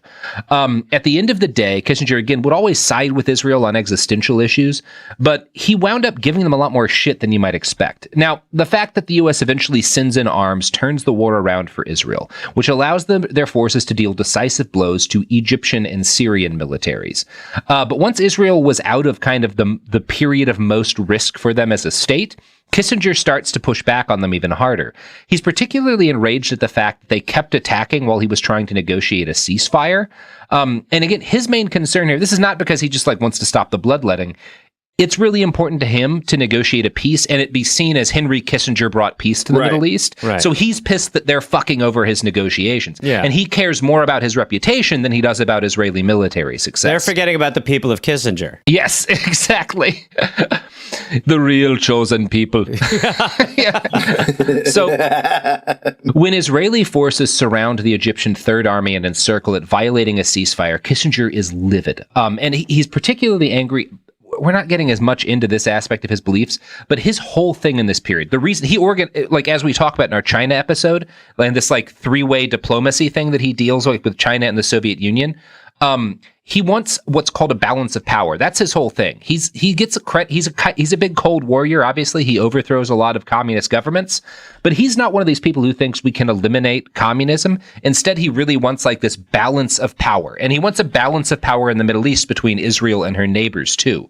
And he's livid about, in part, that they violated the ceasefire, but he's also worried that, like, well, if the Israelis wipe out the Egyptian Third Army, that's going to mean Egypt is humiliated. And if they're humiliated, Sadat can't actually make peace, and there's going to be another war. And I want to try and stop the next war. Plus, we're BFFing so hard right now. Yeah, we're so good friends. But he is like broadly on the right side of this. Right.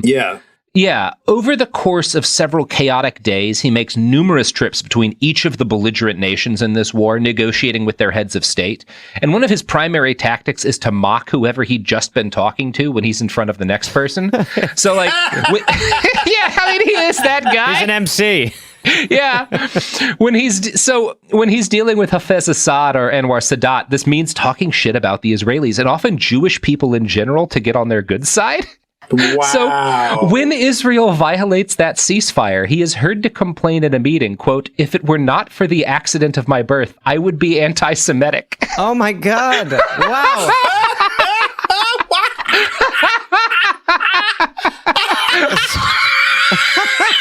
On another occasion, he says, quote, and I need to remind you, this is a Holocaust survivor saying this. Oh boy. Any people who have been persecuted for 2,000 years must be doing something wrong. Oh, Jesus Christ. He fucking said that. Wow. Holy shit, man. We are just such fucking assholes. I am just Gosh, listen, I'm on fire. I'm just riffing right now. This is some good thing. Someone write this down. Oh, don't worry, I'm wiretapping myself. He kills at the clubs in Damascus. Yeah. Oh my gosh. And yet he is actually like really popular with not all, because there are we have quotes from other like people who are like particularly other Egyptian military leaders under Sadat who are like, well, Sadat's fallen for it. He's obviously just saying whatever he thinks will make us like him. Like he doesn't, clearly he can't believe this shit. He's just trying to, like there are people who see through it, but he's able to trick the folks who matter, which is in this case are Sadat and Hafez. Right. So all that aside, this period is, again, broadly speaking, the one where Kissinger does the most actual good, but it's worth noting that even when he's on the right side of things, I think negotiating an end to a war is generally the right thing to do when there's a war. But even when he's on the right side of things, his ego plays a massive and often toxic role in how everything shakes out. See, while all this is going on, Nixon is barreling towards impeachment. And a big part of why he's constantly over there, like while all of the big milestones in the Watergate case hit, like when Nixon is like ordering the cover up and shit and doing the things that will get him impeached, Kissinger's always away. Like he's like very studiously, as soon as the story breaks, like I need to be overseas as much as fucking possible. So is it possible he's competently trying to negotiate Middle East peace because he's trying to save his own ass and doesn't want... Yeah, that is literally what's going on. Because he's not a dumb man. He sees that Nixon is fucked. So he's like, well, I can't just be doing nothing. Yeah. Listen, why don't I actually try to make this work, I guess? I'm in a lot of trouble domestically. Yeah, I mean, that's it. Like, he wants to, because part of it is he doesn't want to be near Nixon because Nixon's toxic, and part of it is like, well, if the last thing everyone remembers about Henry while Nixon is going down is that he ended war in the Middle East, I'm going to keep being Secretary of State. You know? There's a friend of mine who had this theory when he was like, he said or it might even be a bit, I don't remember, but like when he's in like a ride share, he won't talk. And then the last 2 minutes, he'll just take great interest. So he leaves on a real high note. And so it's like, he's kind of like distant and not really doing much. And then the last 2 minutes will be like, oh, that sounds great. Well, good luck with your family. And then, so that's kind of like, he's just trying to leave. Leave on a high note. So the last thing he's going to try to do is actually decent after a bunch of bullshit. Yeah. When I enter a party, I set off an IED at the start of it. So everyone's really like shaken up. But then at the end, I hand out a 6-pack of beer. And that means everybody's like, hey, that was the guy who dropped the IED. Oh, come on. He's the 6-pack guy, in my opinion. That's who that guy is. That is how Henry Kissinger handles everything. So, now, again, but here's the thing. The fact that, like, this is all existential for Henry, right? Ending the war in between Israel and her neighbors is like, he knows he has to do this or he's not going to keep his gig. So not only is he trying to negotiate peace, but he can't let anyone else play a role in bringing peace to the Middle East, right? Because this is his job interview. And you know how Henry Kissinger treats job. You've seen what he'll do for a job interview, right? Name something he won't do to get a job. Yeah. I'd like to see that list. So this becomes a problem while this is all going on, this Egyptian and Israeli general, you've got this massive encircled Egyptian army, the Egyptian general in charge of that and the Israeli general, like, meet each other in the field between their armies and like sit down and start negotiating a ceasefire and figuring out how to pull, like they start like talk like people, like it's one of these weird moments in military history where these guys are like, I think we can work something out. Hey, like we don't need to be doing this anymore. Guy running? Quiet, you guys, be quiet. Go back. Shut up! No more talking. Shut the fuck Shoot up. a bit. Kill them quick. So Henry is enraged when he hears this happening, and he's What? And he starts, again, all these people who, like, in any other situation, neither, like, an Israeli general or an Egyptian general in the 1970s, not guys you would expect to be the voices of reason, but because Kissinger's in the story. Yeah. Oh, my God. So he starts maneuvering to make these guys shut the fuck up. He sends a letter to the Israeli ambassador asking, what is Yarev's the Israeli general, selling here? Tell him to stop. Suppose Yarev comes out a great hero on disengagement. What do you discuss on December 18th, which is the next round of negotiations? Oh, my God. He's such Yeah, I mean, it's just what a heinous asshole. Mm-hmm. I mean, I feel like he could still tilt the credit towards him, but he's like, I want my fingerprint solely on this. I don't want to like get too into like what might have happened because I'm not an expert on either Egyptian or Israeli military history, but you have to think maybe it would have been good if like an Israeli general and an Egyptian general had like brought peace to the conflict. And like maybe that had like been part of like the military legacy in the area. Might have been nice. I don't know. You realize we're staring down the barrel of a tragedy right now. I might not be recognized as the one who did this. So Kissinger, a biography, continues the story. Quote, at Kissinger's behest, both Sadat and Meir reined in their generals at the Kilometer 101 talks. That's like where this army is encircled. Okay. The Israeli ambassador, although a Kissinger partisan, felt that it was largely a matter of ego. Kissinger's view was that if any concessions were to be made, they should be made by him, Dinitz recalled. He was very upset when he found out that things were actually being settled by the generals at Kilometer 101. We had to make them stop. Ego was a weakness of his, but it was also the source of his greatness. Which I might quibble with. But ego was a weakness is understating. Yes. I would like to call it an airstrike. Can we kill both generals? I think we're going to need to find new generals. These guys are getting along way too well, and I wasn't there. Listen, Dick, I know the Watergate stuff has you, but can we invade both countries? For sure. Will you come play at camp? Come play camp. So, to his sort of credit, though, the peace that Henry helped negotiate to end the Yom Kippur War would prove to be durable, and it set up diplomatic relations between Egypt and Israel for the next time.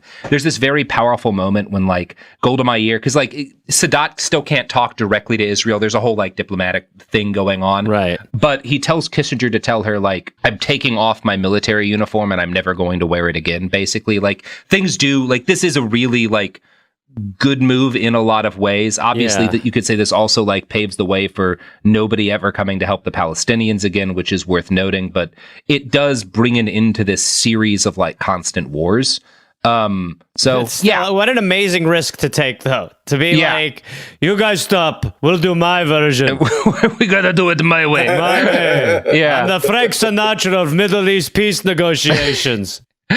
That is kind of the reputation he gets, because obviously this plays incredibly well for Americans. And so Kissinger is seen as still this like massive hero, even while this is a big part of why he's so popular, even as the rest of the Ed Men goes down in flames. Now, this inaugurates a period of what comes to be known as shuttle diplomacy. That's a term you'll hear associated with Kissinger all the time. And it's him flying all these different countries in the Middle East and in Africa, him flying from like capital to capital for weeks on end, doing these negotiations where he's always the man in the center of things. Mm-hmm. Henry actually kind of grew addicted to throwing himself in the middle of international crises and flying nonstop between capitals to do these negotiations. It was this and the popularity he earned from being seen as a peacemaker that guaranteed him to keep his job in Ford's cabinet. One of the few upsides to Kissinger's career prior to the 70s is that he hadn't really fucked with Africa to any appreciable degree.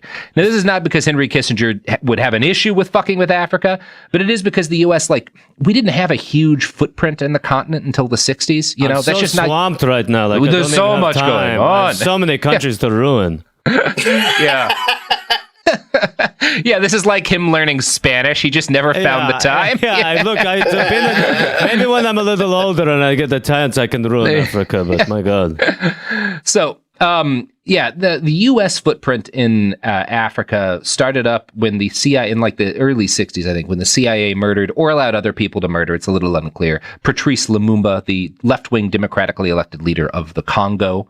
The U.S. backed a right-wing general, well, even calling it, right and left are less useful terms in this, but we back a general called Joseph Mobutu, who proceeded to spend the next couple decades robbing the country blind. It seems like a pattern. Yeah, it happened. It's weird that it keeps happening all the time. While there was other U.S. fuckery in Africa throughout the 60s and early 70s, it stayed at a fairly low ebb until April of 1975, when Saigon fell to North Vietnam, now known as just Vietnam. 1975 was known by some in the media as the Year of Intelligence, not because any particularly good decisions were being made, but because Congress was investigating the presidency over Watergate, and there was this big flood of public questions about clandestine foreign actions carried out under the aegis of Cold War politics. A lot of the stuff we were talking about in episodes like 2, 3, and 4 had started to leak by this point, and so people are there's this big national discussion about what should we be doing should we have a CIA? Should we maybe, and there are the CIA gets there's a reforming of the CIA that occurs in this period. That always works. You can question the degree to which it mattered. And it helped. It may have made them less good at doing the bad things that they did. But not for lack of trying. Hard to imagine. It's the reform in the CIA is the difference between overthrowing Salvador Allende and those U.S. guys pissing themselves in Venezuela after getting arrested by fishermen. Right. Wow. For Henry Kissinger, though, the Year of Intelligence was a year where he spent trying to reorient the United States towards a new anti-communist conflict. His target this time was the nation of Angola. Now, Angola is a mid-sized African nation located on the southwest coast of the continent, directly under the Congo and directly above Namibia. It's close enough to South Africa to get fucked with, but not so close that they can just send troops right over the border, which is a better place to be than directly bordering South Africa in this period. In 1961, the people there decided to have themselves a good old-fashioned war of independence, which lasted 13 years, killed tens of thousands of people, and only ended when a coup overthrew the dictator of Portugal. Now, this coup was, by the way, very weird. Most sources will describe it as a left-wing coup against the dictator. The reality is a lot more muddled. The guy who winds up in charge of Portugal on paper is a monocle-wearing general who's I love him already. Yeah. Yeah. I mean, I'm in. And he's not really leftist, but the powers behind him are some very left-wing army officers. They form a new democratic government, which includes several elected communist leaders. So Portugal has elected communist deputies now. Okay. Henry Kissinger flips the fuck out at this. He is certain the country will fall to Soviet influence. Interestingly, this détente he's worked at with the Soviets, a big part of it is this idea that the Soviets have their sphere of influence in the East, and we have the West has its sphere of influence in Western Europe. And the Soviets kind of hold to that here because they don't get involved in Portugal. They don't try to push things further in their direction. Henry is convinced they're going to, and is absolutely wrong. He caught paranoia from Nixon. He was like, ah. Yeah. Portugal eventually elects other people. Again, the government stays fairly left-wing by his standards, but it does not, as you might notice, it does not join the Iron Curtain, Yeah, right. Kissinger is just we have some quotes from him. He's absolutely certain that they're about to go full Stalinist, because again, he's wrong about most things, actually. Mm-hmm. He does not have a good understanding of what's going to happen anywhere. No, it's just almost at this point he's hung around so long that you're kind of just I guess he must must know. I mean, he won a Nobel Peace Prize. Like, you're like, he must know something. I think it's worth looking at like what happens, like Henry's expectations for what's going to happen in Portugal versus what happens, and then think back to Chile, where like Henry's like, oh, Allende is going to lead to, they're going to go full communist, and it's going to be, no, maybe if Allende had stayed in power, there just wouldn't have been a dictator, and things would have been fine, and they would have had a lot less problems than they. And let's see the communist version play out. How many people die in the communist version? Yeah, probably less. The puppets that we put in power are not like these amazing like peacekeepers. It's just like we're like the Midas of genocides. Yeah, exactly.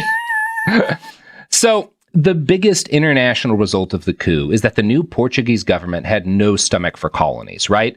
They negotiate a treaty with the three largest militant groups in Angola in 1975. These were the FNLA, the MPLA, and UNITA. The non-acronym names of all these groups are in French. I'm not even going to try Dave, that. Dave, you can do it. Dave has absolutely not. What you need to know is that the MPLA were Marxists, right? Kind of Marxists. They were formed, at least the organization had been formed by members of Angola's intelligentsia who were Marxist, and Marxism had like a big influence on the MPLA. Unfortunately, meanwhile, so that's one faction.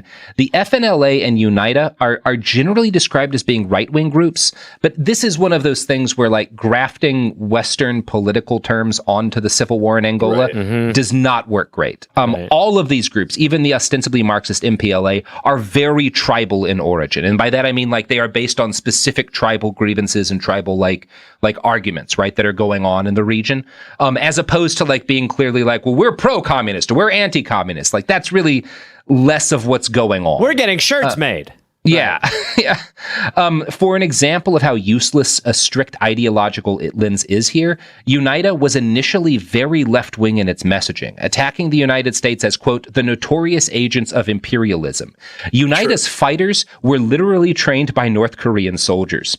But by the end of the civil war in Angola, they had been receiving arms from the Reagan administration for years, brokered via their paid representative, Paul Manafort. Oh my God. What the hell? That's the kind of war this is, where like UNITA starts off being like, we're going to end American imperialism, and by the end they're like, Paul Manafort, get us weapons. If you're going to a party, get next to this Manafort character. He is a good time. To show you how weird this is, technically in the Angolan Civil War, Paul Manafort and North Korea are on the same side. I feel like Paul Manafort's 250 years old. Yeah. I mean, and by the end, it is fair to say that, like, by the end of the Civil War, UNITA's, like, leader, Jonas Savimbi, is calling himself an anti-communist. That's his messaging.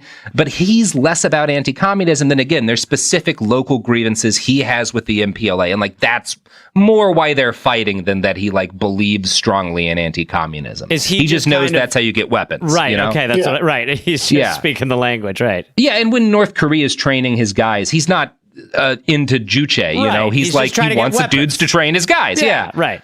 Now, the FNLA is led by a guy named, and that's the other usually called a right-wing faction, is led by a guy named Holden Roberto, who used to work with Savimbi before Savimbi formed UNITA. I know this is a very complicated conflict. I'm sorry.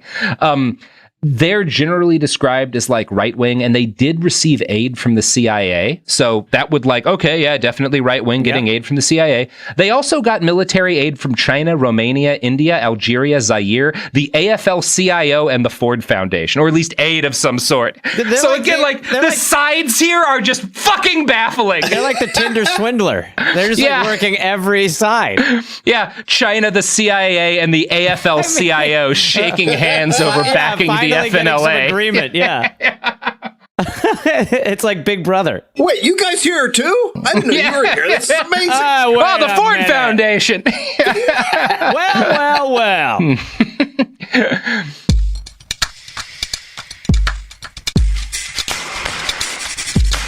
The MPLA, which these again are the kind of Marxist guys, and if you're of the three factions, they are the ones who most do believe in like a political thing that like we would recognize in terms of like left-right sides. They are partly armed by the Soviet Union, which should not be surprising, but most of their military aid comes from Cuba. And we're not really going to get into it, but it's worth noting like how substantial Cuban aid is to the MPLA.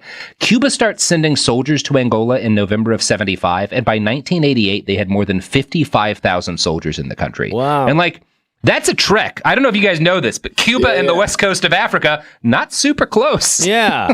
Yeah, it's a bit of a jaunt. Yeah. And that's also a long involvement. You know, they're in there more than a decade. There's a lot of commitment here.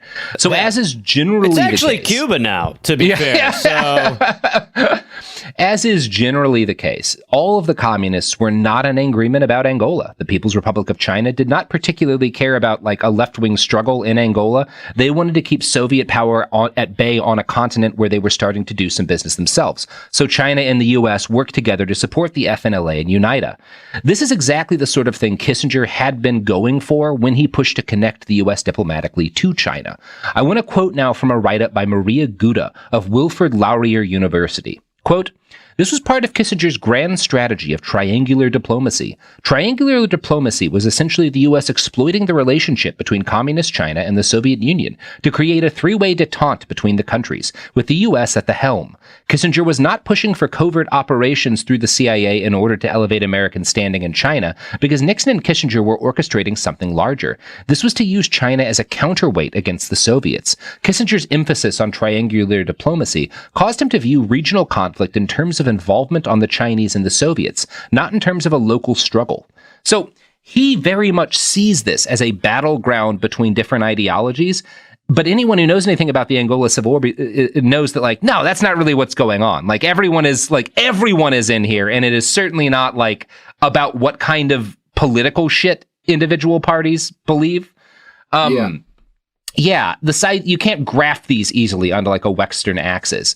But as Isaacson writes, Angola became, quote, a vivid example of Kissinger's tendency to see complex local struggles in an East-West context. In all respect to Kissinger, wrote Jonathan Quitney in his study of the Angolan War, one really has to question the sanity of someone who looks at an ancient tribal dispute over control of distant coffee fields and sees it as a Soviet threat to the security of the United States. I mean, what a guy.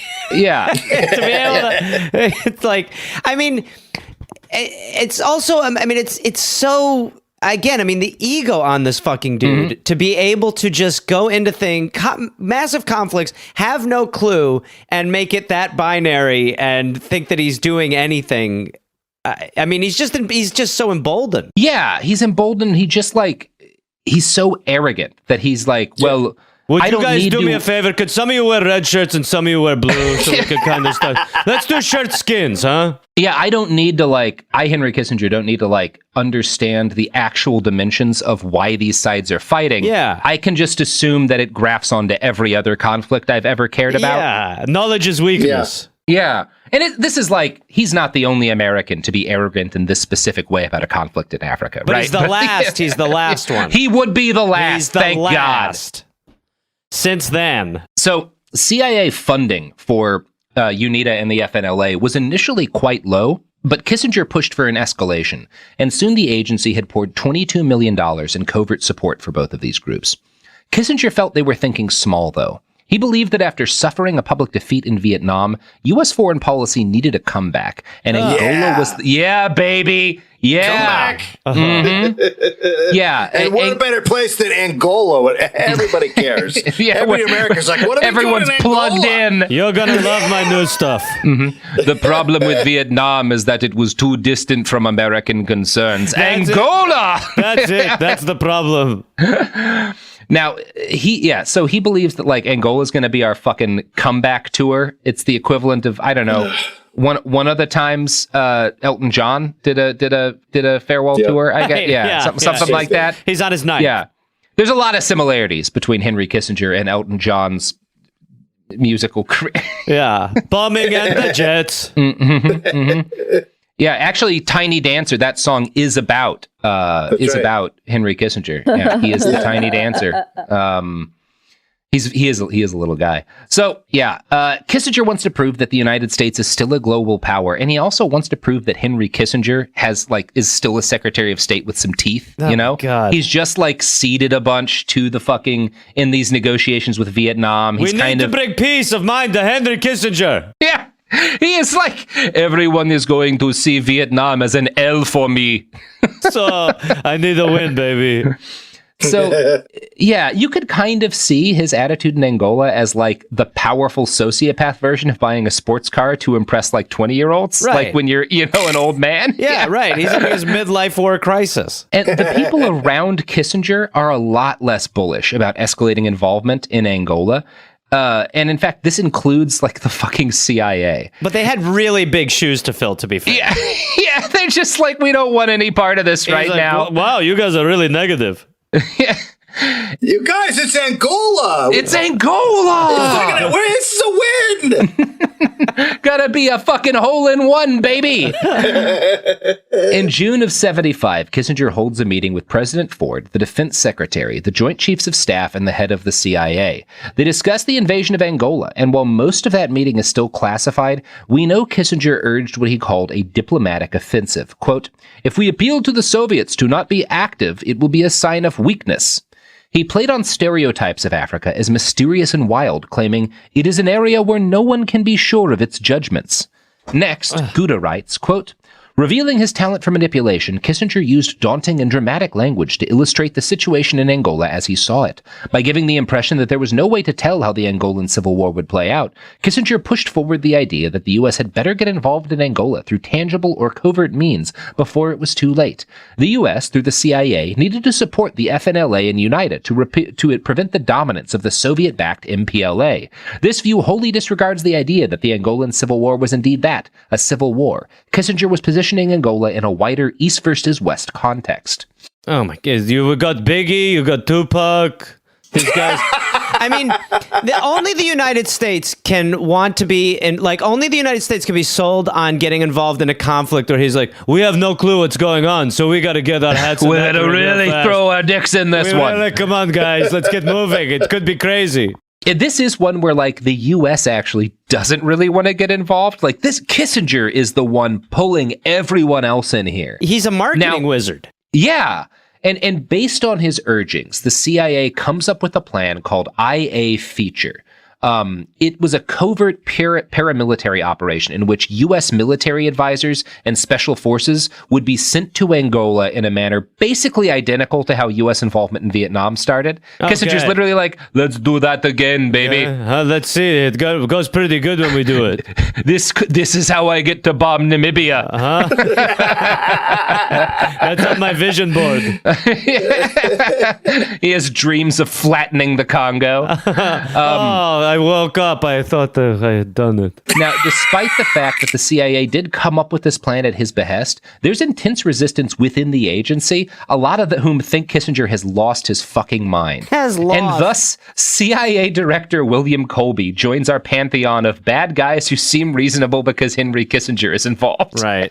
So Colby is like pretty rattled by how Vietnam ended, and also by the fact that there's all these congressional inquiries into like the CIA doing a bunch of other terrible shit, right? They're actively being investigated right now. Right. So this isn't Colby being a good guy. This is Colby being like, oh, I don't want to drive when I've got, shit in the car, basically, right? Yeah. Like I'm holding right now. You know what? Honestly, any other time, I'm just fucking Angola up like crazy. Like I'm just fucking going nuts. But it's just not the right time. We got a lot of people looking at us. Yeah. He's the guy who's like, Kissinger's like on a casino floor and he's been cheating and like the security's gathered and they're whispering and pointing at him. He notices and he's still playing. Yeah, he keeps going. He's going to let it ride on black one more time. How many times do I have to say hit me?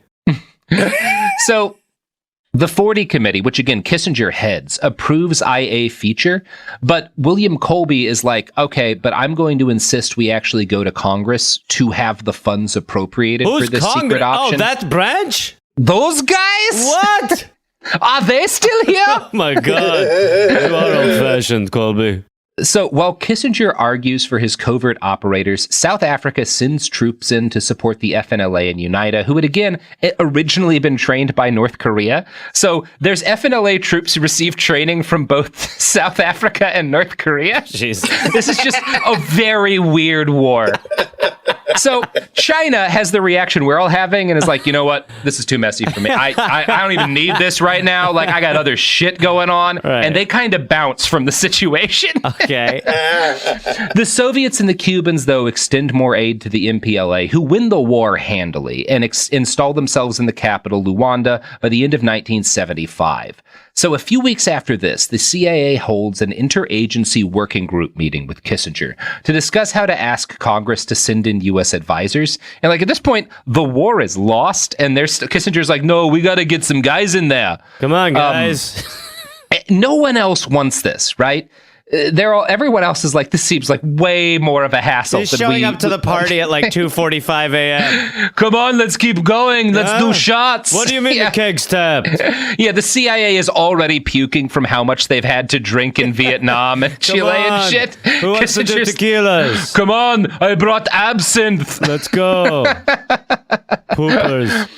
So Kissinger, they have this meeting, and Kissinger has a meeting with one of this, like a guy in this with this a bunch of people, and then like they hold a separate meeting afterwards with the CIA about what Kissinger had said. So they're basically having the side meetings on Kissinger now. Yeah, so basically they present Kissinger with a report on like what would have to be done to send U.S. advisors into Angola, and Kissinger reads the report, and rather than giving a yes or a no, he grunts and walks out of his office. Wow. So after this, all of these CIA guys have to sit down and decide like, what does Henry Kissinger grunting mean? We've brought in was our this a yes or a no? This guy is really good at deciphering what Henry grunts mean. Well, gentlemen, it was a pretty long grunt, which is never good. It's a sigh grunt, which for Henry means he's a little agitated.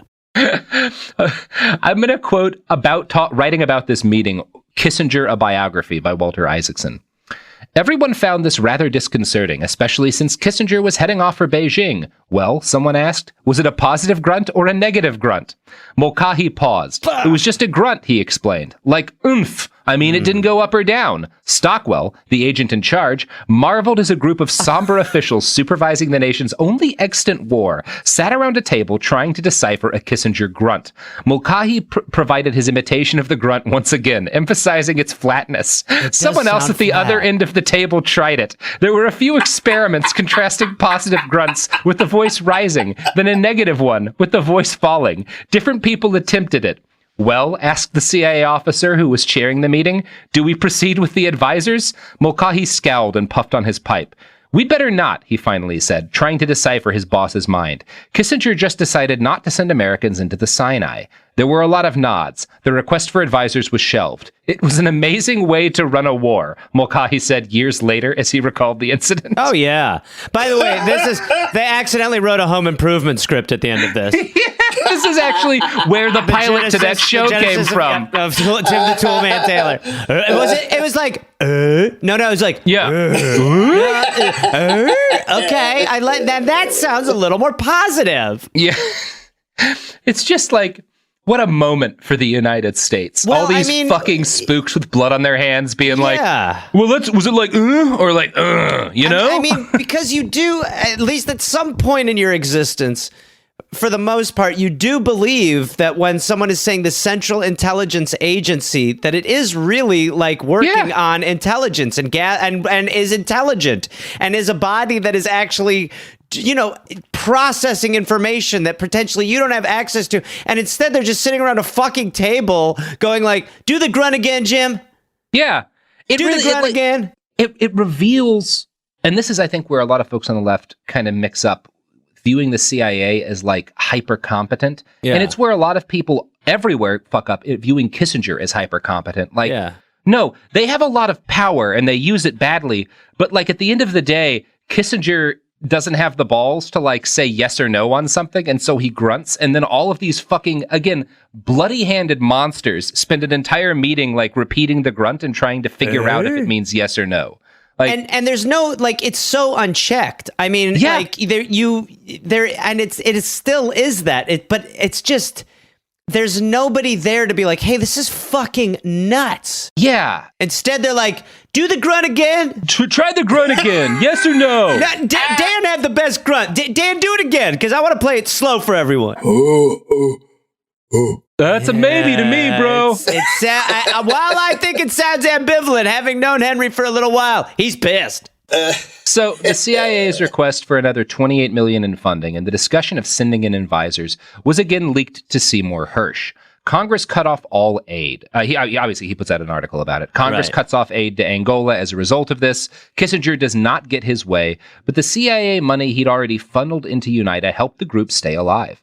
The Angolan Civil War did not officially end until 2002. Although, again, this is one of those things. This is a really nasty civil war. It lasts a ridiculous amount of time. Kissinger gets a lot of the blame, but we should also note that, like, Paul Manafort is much more on this. Like, he is the guy. Manafort's the guy who brings Savimbi to D.C. and gets Reagan to send a fuckload of weapons over to, like, really escalate things. Thank God for Reagan. Yeah. Thank God for Reagan. But it is amazing that this fucking goes on until 2002. Crazy. That's insane. Yeah. What a legacy. Mm-hmm. What a legacy. So I have teased y'all that Kissinger has a Rhodesia connection. And yet again, the funniest thing about this is that it's one of the least fucked up things he's ever involved in. But the story is kind of funny, so I'm going to tell it anyway. Okay. So, in Rhodesia, you've got this country where about 8% of the population, at the height of like white population in Rhodesia, about 8% of them are white, but they hold effectively 100% of the political power. This obviously is not something a lot of the black people living there like. Sure.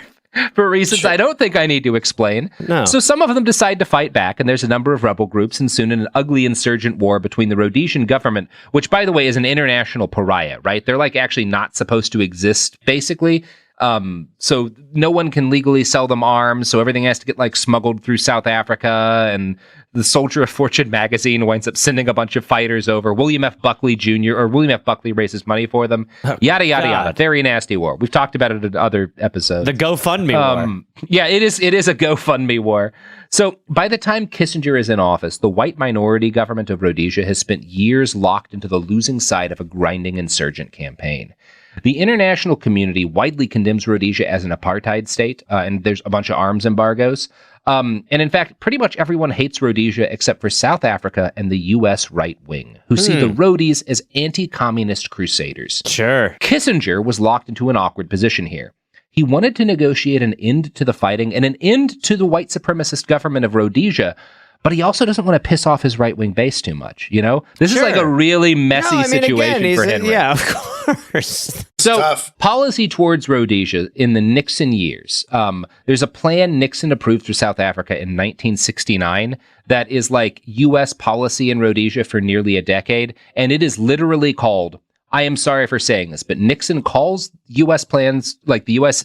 stance towards Rhodesia, quote, the tar baby option. Oh, my I got God. See you guys later. Yes, Thanks for having me on the podcast. Oh, my God. At Fucking least there's Nixon. at least there's no stream of white supremacy through American power. No, this was the one time.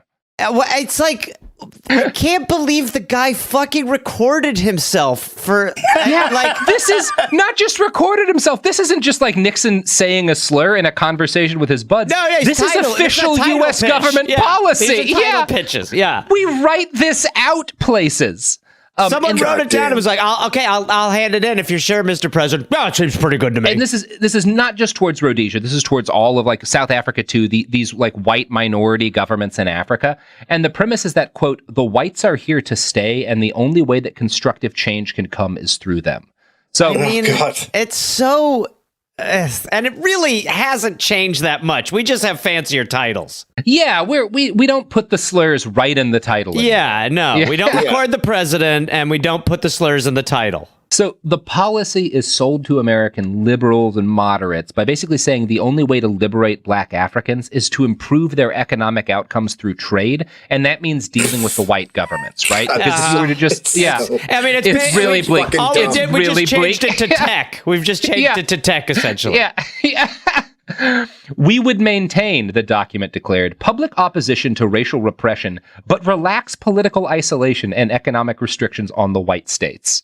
I mean, it's fucking crazy. Like, the problem here is that people don't like the 8% white people that run the entire fucking place. It's one of those, we continue and we'll always have debates over like sanctions and like when they're good and bad ideas. Yeah. But the argument here is that like we can't sanction South Africa and Rhodesia because it'll hurt black people.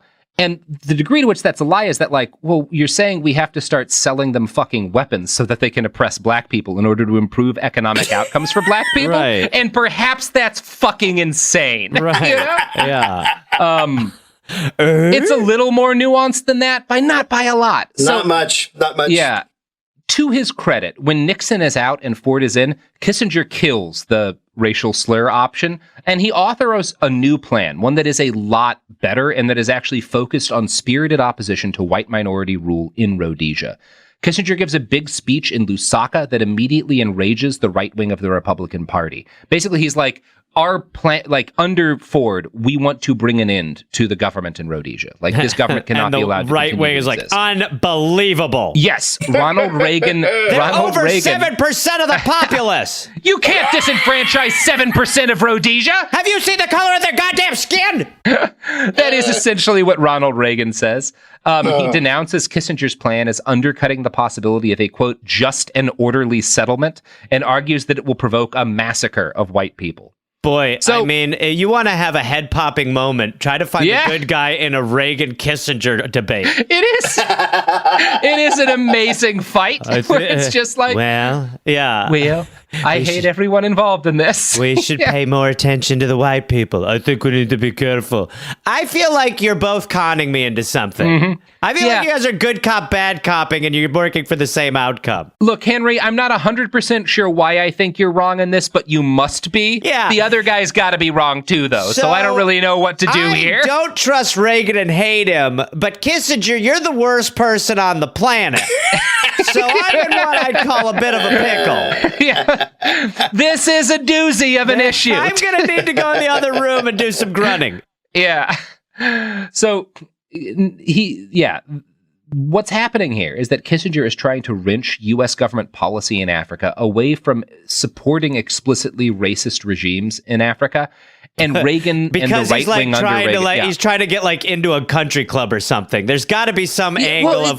I mean, obviously, it's the same reason he does anything, right? He wants to be seen as being the guy who negotiates into these big issues, and he's trying to. I think he recognizes by this point that, like, well, Republicans aren't going to stay in power forever, but I, Henry Kissinger, want to have a shot at being in power still, and maybe if I get rid of this bad government in Rhodesia, people will be like, Henry K., let's give him a gig, you know? Right. Like, he accidentally stumbles into the proper outcome because personally he wants to end it. And so he sees the way to end it is actually the way that's good. It's we're lining up Henry's personal interests with a prudent solution, and that eclipse is very rare. Yeah, he's like a guy who like stops a home invader from murdering a family, but it's later found out that it's because he was hitting on a 15-year-old girl, like he was trying to flirt with their daughter and stuff. Like it's like that sort of situation where it's like,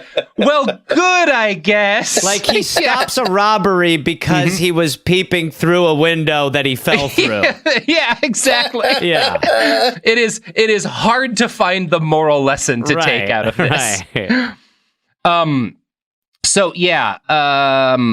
obviously the Reagan right loses their minds over what Kissinger's doing here. Pat Buchanan, a former Nixon speechwriter, writes in a column, quote, "It is too early to determine if Secretary of State Henry Kissinger's safari through Black Africa did greater damage to U.S. policy interests or to President Ford's hopes in the remaining primaries." I mean, again, it needs to stop where like this never ending, what does it do to your reelection chances shit. It's like we're so conditioned to that being how we operate and do everything, as opposed to actually just trying to do the thing that does long-term good. And well, why would you do the thing that does long-term good is my question, Gareth. Exactly. Yeah, you're right. Exactly. You're right. I mean, it's true, but I don't know. It's a foregone conclusion now that everything is viewed through the prism of what does it do to the poll numbers? Can I just say, take off your masks? Yeah. So Kissinger did not achieve a tremendous amount in Rhodesia while he was Secretary of State. He got Ian Smith, who's the leader of Rhodesia, to agree to a 2-year turnover from minority rule to an actual democracy. But the way he did this was by assuring Smith that black moderates had agreed that during the turnover, whites would remain in control of the military and police. This was a lie. The black people in Rhodesia, the black moderates in Rhodesia, had never agreed to this. He's just lying to Smith to get him to agree to this. Awesome. It also feels like anytime there's like a 2-year deal that you're like, that's just your way of like letting it sort of settle so that you can continue the fuckery. Exactly. Yeah. And the story of the negotiations is classic Kissinger. He's telling everyone what they want to hear and then kind of weaseling his way into getting people to sign things that make him look good. This write-up from the New York Times sums it up well. Mr. Smith has said he agrees to the 5-point plan he made in public because he had received assurances from Mr. Kissinger that the black leaders had accepted the whole package, including Mr. Smith's addition on the white ministers.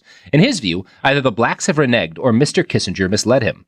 The blacks, such as President Julius Nyerere of Tanzania, insist that they did not give their approval to the details of the 5-point plan, only to the general thrust of majority rule in 2 years, leaving it to Britain to work out details later with black and white Rhodesians. They say they would have rejected the proposal for white ministers. Mr. Kissinger and his aides have been evasive. On October 24th, Mr. Kissinger said on television that, "I think everybody is telling the truth." Wow! What an incredible guy! Wow. That is the best bullshit statement I've ever fucking heard. It's so much better than I believe, I'm not sure, or I don't know. Everyone's lying. It's awesome. I think who is the bad guy in Rhodesia? Nobody. I think everybody's really good. Everyone's really cool. Why do you need a bad guy? In the end, the talks collapsed. The war continued on for 2 more years until the Rhodesian Strategic Fuel Reserve was blown up by insurgents and the government was forced to the table. Kissinger and his supporters would later claim that the eventual peace was negotiated on the terms laid out during Kissinger's negotiations. That's kind of questionable. Sure. It is fair to say that that by coming in very strongly, and he was very unequivocal about condemning the government of Rhodesia, by doing this as the Secretary of State, Kissinger caused a shift that led to a significant increase in trust of the U.S. by black African nations. No wonder Reagan was so pissed off. You know? Yeah, obviously. So it's one of his better moves from an ethical standpoint. But it's an ego move still, right? Everything is an ego move. Right. And obviously, it's a sign of how much more fucked up things become, that doing this broadly good thing causes the beginning of the end of his career in politics. Of course. It's like, you can't help the black people. That's it. You're done. Yeah. That's it for you, Kissy. But to be fair, it worked for me. That's why I did it. We know, Henry, but we know, buddy. But you know what won't fail to bring peace to Rhodesia? What's that? The sponsors of this podcast who orchestrated the destruction of the Rhodesian Strategic Fuel Reserve. God. Mm-hmm. That is, we are sponsored entirely by the Rhodesian rebel forces. Here's an ad.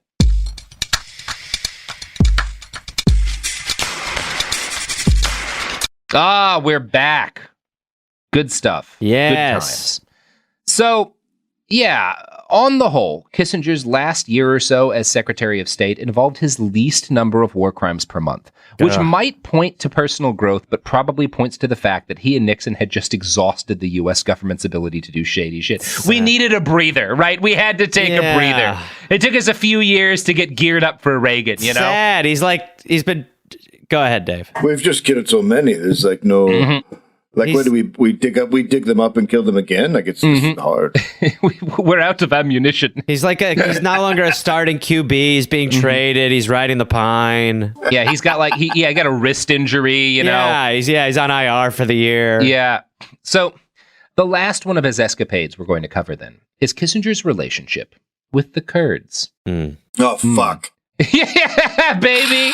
Jesus fucking Christ. The Kurdish people are the largest ethnic group on earth without a nation of their own. They make up large chunks of southern Turkey, southern Iran, northern Iraq, and northeast Syria. Now, if you look at this kind of broad Kurdistan region on a map, you'll notice a couple things. For one, it's all landlocked, which means if you were, and there was a lot of talk when like colonial powers started to leave the Middle East after World War II that like and promises were in fact made to the Kurds.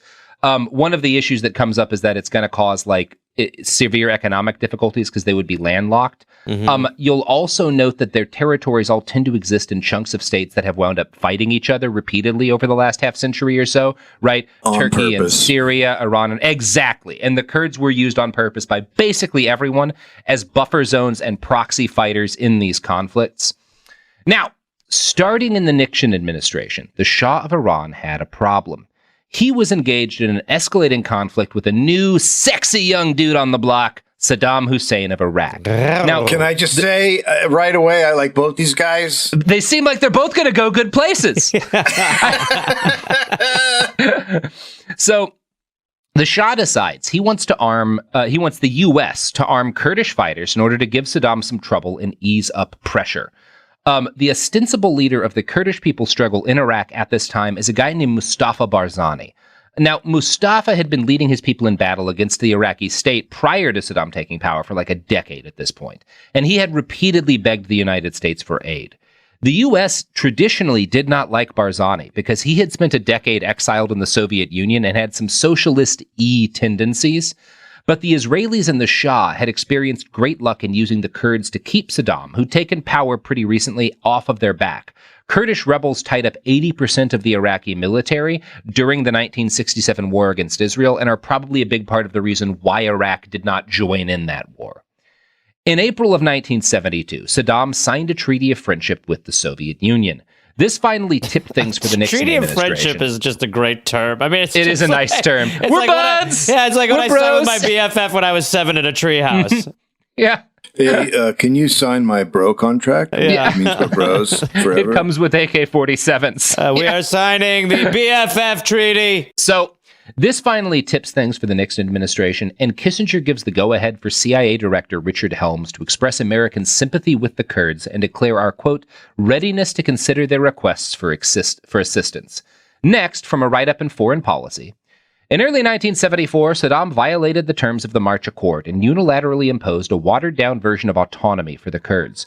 Barzani responded by traveling to Iran, where he met with the Shah and the CIA's station chief to request U.S. backing for a plan to set up an Arab Kurdish government that would claim to be the sole legitimate government of Iraq. As Kissinger wrote in his 1999 memoir, Years of Renewal, Barzani's request triggered a flood of communications among U.S. officials focused on two questions: whether the United States would support a unilateral declaration of autonomy, and what level of support the United States was willing to give the Kurds. The CIA in particular warned against increasing U.S. assistance. But Kissinger was dismissive of CIA Director William Colby's caution, writing, quote, Colby's resistance was as unrealistic as Barzani's enthusiasm. Nixon ultimately decided to increase U.S. assistance to the Kurds, including the provision of 900,000 pounds of Soviet-made weapons that the CIA had stockpiled and a $1 million lump sum of refugee assistance. In April of 1974, Kissinger sent... Why the Soviet weapons? Is that to confuse things? You don't want people seeing them with U.S. weapons. That's going to make it seem like we're involved, Dave. What an amazing move. So fucking... I mean... It's dope. I It's stole very a car funny. to commit a murder. Yeah. So, in April of 1974, Kissinger sent Nixon's orders to the U.S. ambassador in Tehran.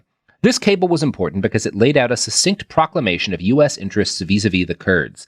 The objectives, he wrote, were to A, give the Kurds capacity to maintain a reasonable base for negotiating recognition of rights by Baghdad government, B, to keep present Iraqi government tied down, but C, not to divide Iraq permanently because an independent Kurdish area would not be economically viable, and U.S. and Iran have no interest in closing the door on good relations with Iraq under moderate leadership.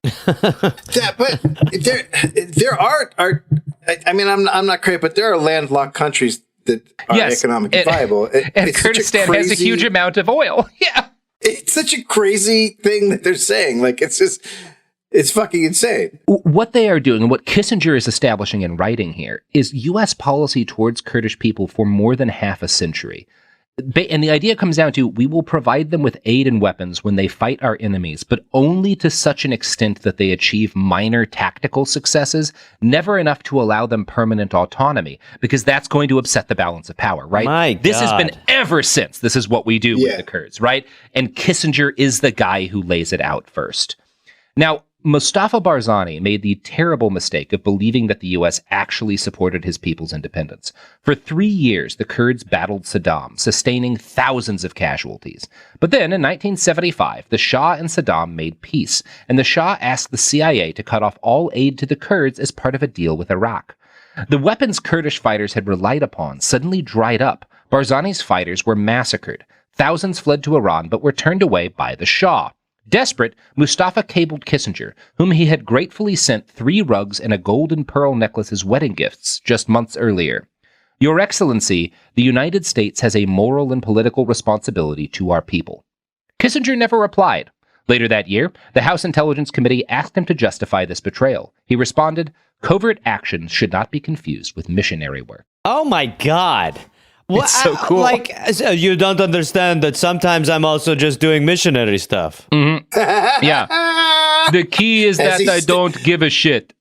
As he stands naked on his rug with just his pearl necklace on. Speaking of missionary. So, in the 1976 presidential elections, Ronald Reagan attempted to primary Gerald Ford from the right. The Reagan campaign targeted Kissinger heavily, not for his numerous war crimes, but because of the fact that he had made a detente with the Soviet Union, right? That's why they're angry. Because it's amazing to be like, you know what? The right's actually got a point. He committed war crimes in Vietnam. I mean, you're talking about a guy who's killed millions of innocent people. No, that's actually not, we're actually fine with all that. It's the peace stuff we're pissed We're at. a little angry at some of this peace stuff he's been locking in. They are, specifically, they're livid that, like, part of the detente means Kissinger was like, we're not going to fuck with Soviet spheres of influence in Eastern Europe.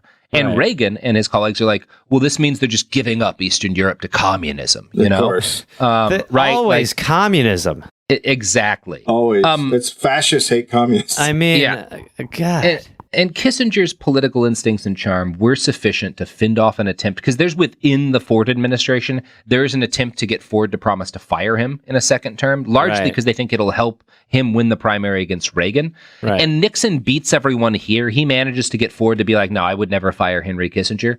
Nixon does? No, not Nixon. Kissinger succeeds in doing that with Ford. Okay, sorry. I thought, I was like, if you're listening to Nixon at this point. There's a lot of Nixon in here, you know? You mix it up sometimes. He's just in a cupboard in the White House still.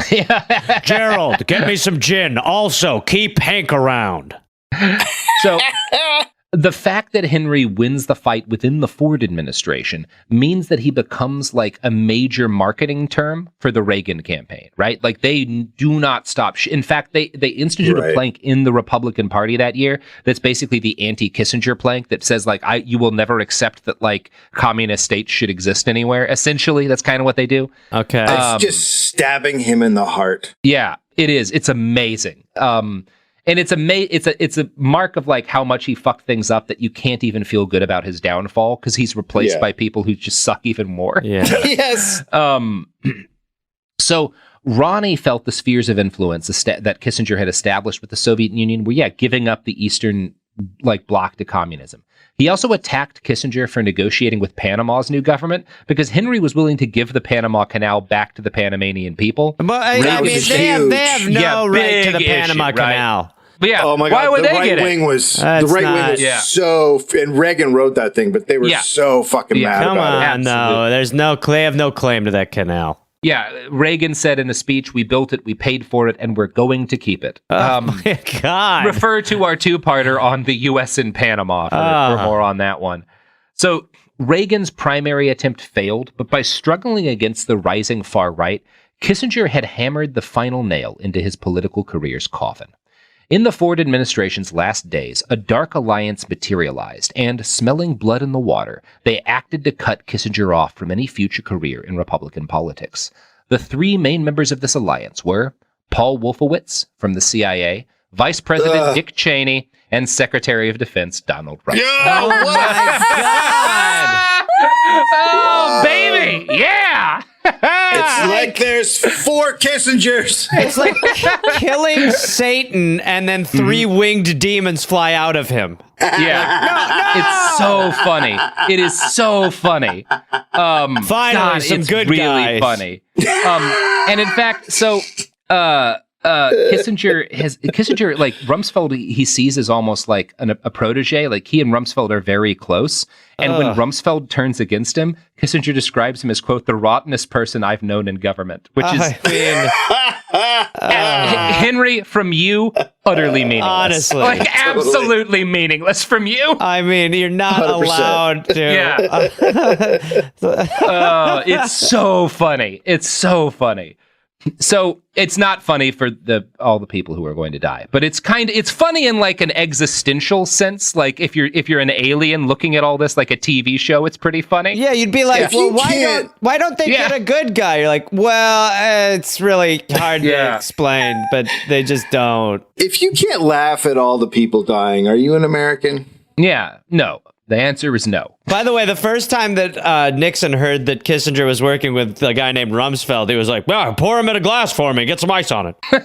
Sounds fucking delicious. Put some celery in it. Mm-hmm. So Rumsfeld and Cheney worked within the White House. Oh my God, Kissinger. I can't believe I got to hear their names. I know, baby, I know. While Wolfowitz is part of the CIA's Team B. Now, Team B is an intelligence review board set up by Gerald Ford as a sop to the far right. The Reagan conservatives, who he's, again, trying to win over and get behind him so he can win the election against Carter, the Reagan conservatives were certain the agency the CIA, had been underreporting Soviet military power, because the Soviet military in like the early chunk of the Ford administration is like, they're actually not doing great. Like, they're like, we really don't need to keep buying a shitload of weapons. Like, they don't have the kind of military assets that we've been saying for years. So we now are getting a shady CIA inside of the shady CIA? Yes, this is like this. It's like a Russian nesting doll of the CIA inside the CIA that's even worse than the other CIA. So the Reagan conservatives were certain that the CIA had been underreporting Soviet military power, and Team B was basically Ford gave them Team B so that they could get new appraisals that showed that the Soviet Union was actually increasing their military assets. So basically, essentially, like what would eventually happen with Iraq, where you're like, look, I'm not liking the the non-distilled information. Give me a bunch of bullshit. That's exactly what's happening, and one of the things that's fascinating here is that, in essence, this is a return of missile gap logic, right? Which Kissinger helped get off the ground. But now, because he supports this détente policy, and that's like his big claim to like fame within, his career, that he reached détente with the Soviet Union, he's on the opposite side of like a missile gap bullshit myth, right? Oh man. Like, this is that the moment for him. Leopards ate my face. Yeah. I never thought it could happen to me. Yeah. And then they came for the Kissingers, and there was no Kissingers left to speak for me. It's the same thing as like Dick Cheney speaking out against the Trump administration and watching his daughter get slandered and stuff. And it's what it's going to be in 20 years when, Trump is welcomed at a president's funeral and we're going, Trump really wasn't that bad. I like the way he said we shouldn't nuke everyone on Earth, as opposed to the next guy who nuked everyone on Earth. Yeah, I mean, Jill Biden handed him a piece of peppermint candy. He's not that bad. So, former CIA analyst Melvin Goodwin later said of Team B, quote, they wanted to toughen up the agency's estimates. Cheney wanted to drive the CIA so far to the right that it would never say no to the generals. Not how estimates work. And again, you this don't is the toughen up they're estimates. Yeah. Pause this and listen to our episodes on the Dulles brothers, and then realize that Cheney's like, I want them further right than that. That's not nearly right-wing enough. No. That is the craziest fucking thing we've heard yet. Bug fuck. It's like someone in a gangbang being like, I want more orifices. Not enough holes here. I can't stick my dick in enough stuff. So, in December of 1976, as the Ford administration prepared to hand over power to Jimmy Carter, the CIA finished and released a 55-page report. Greg Grandin describes this as, quote, the right's answer to the Pentagon Papers, a nearly perfect negation of the document Daniel Ellsberg had leaked 3 years earlier. The scholars and policymakers who composed the Pentagon Papers represented the kind of men Kissinger disdained, experts enthralled to facts. In contrast, the members of Team B were admitted ideologues. Its members, as J. Peter Skoblik notes, saw the Soviet threat not as an empirical problem, but as a matter of faith. Ugh, what kind? I mean, it's a church. It's a war church. Yeah. It's also what's happening here, because they are against Kissinger, but as Grandin notes, they're using the kind of logic he used, right? They're with him on all of the murder, crazy American shit, but they're like, he's just not racist. They're basically like, we got to get rid of Kissinger so we can worship his tactics properly. That's exactly what's going on here. And in Kissinger's shadow, Grandin continues, quote, previewing what would become known as Dick Cheney's 1% doctrine, Team B interpreted threats with the smallest probability of occurring as likely to occur. Absence of proof of Russian superiority was taken as proof of superiority.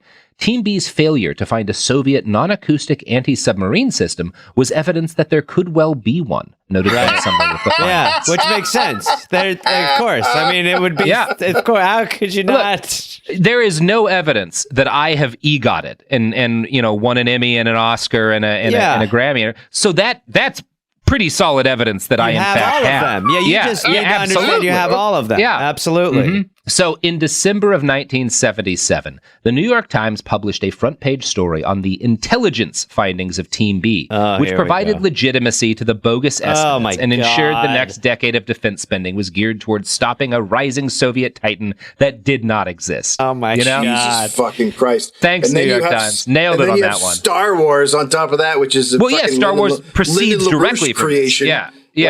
And it proceeds directly, like Team B is laying the groundwork for Star Wars, right? So while Team B's tactics ran directly counter to Kissinger's current positions, they rested directly on what Grandin calls his philosophy of history.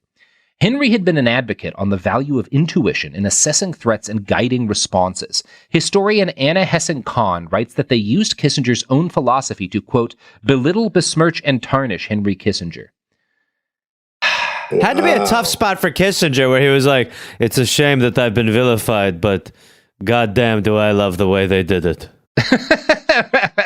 So me. Everything. That's why when people, you look at the current situation in Russia and everyone's like, we got to get rid of them. And I'm always like, just remember, whenever the U.S. gets what it wants, it's always worse. Yeah. Every time.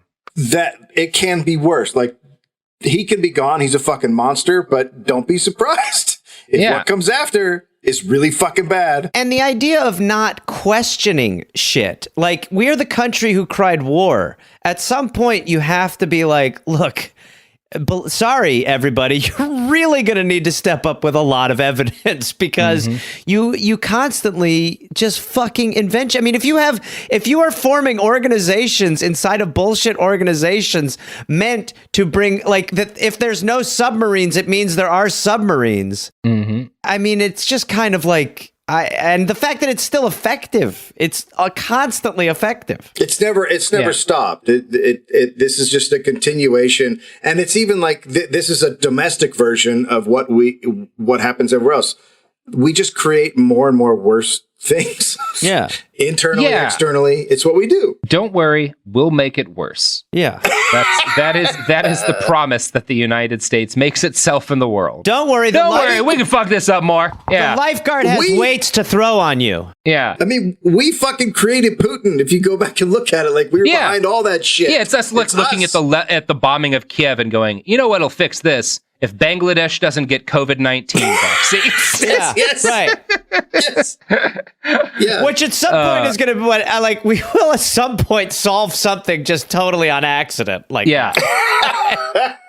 So when he left office in 1977, Henry Kissinger would never return to direct political power. He desperately wants to. He really wanted to. So since then, he has always wanted to. Yeah. That's nice. Now I understand 2016. Yeah, he really wanted it to happen, but He never quite pulled it off.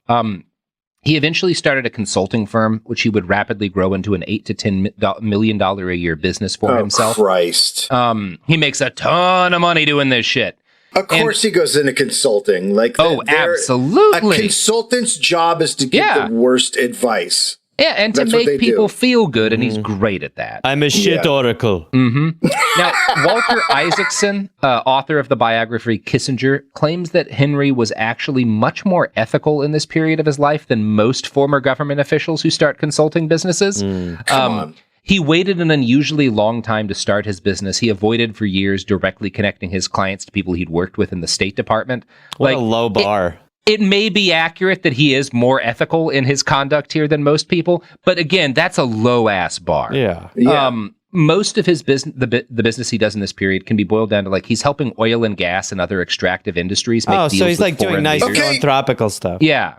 So he's just destroying the world. Well, yeah, absolutely. He's a middleman for the people destroying the world. Let's be clear about it. You know, he's making connections between people who are willing to kill the planet. And to be fair, he's pining to be in charge of it again. He is. Probably his most morally questionable moment in, like, I guess a conventional sense is that right after the Tiananmen Square crackdown, he shows up on Peter Jennings' show to argue that, like, whatever went on, the U.S. should not impose any economic consequences on China. And this is, again, not due to a principled stand against sanctions. It's because Kissinger was working on a massive business deal that involved the Chinese government and several large corporations. And here's the thing. He's working as a journalist at that point. Oh, my God. He is a regular columnist for the LA Times and the Washington Post. And he advocates in both magazines not putting any kind of economic, doing any economic harm to China over this, which is like a ethical issue as a journalist, because again, he does not disclose that he has any of these business relationships. And it causes a minor uproar. And it's one of those things where it's like, yeah, that's unethical behavior, but also in Kissinger terms, like, not even on the fucking radar, right? To most people, this is an abhorrent act, but congratulations on turning over a new leaf, Henry. Yeah.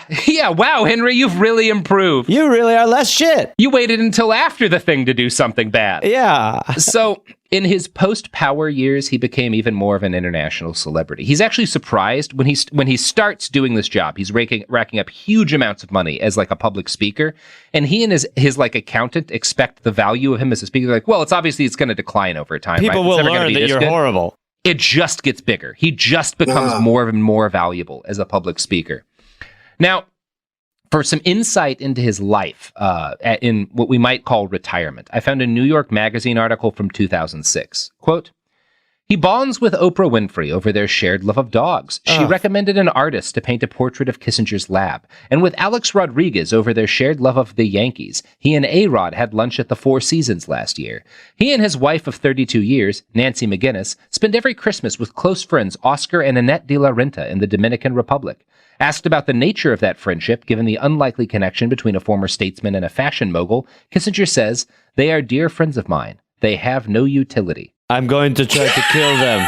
Yeah, I will kill them at some point. My plans to kill them soon. Can we finally agree that Oprah Winfrey is a fucking monster? Yeah, I mean, right? Oprah buddies with Henry K. Winfrey? Yes. I mean, Dr. Phil, yes. Dr. Oz, she creates the fucking I'm not going to stick around for any Dr. Oz shit talk, but the other ones you got me on.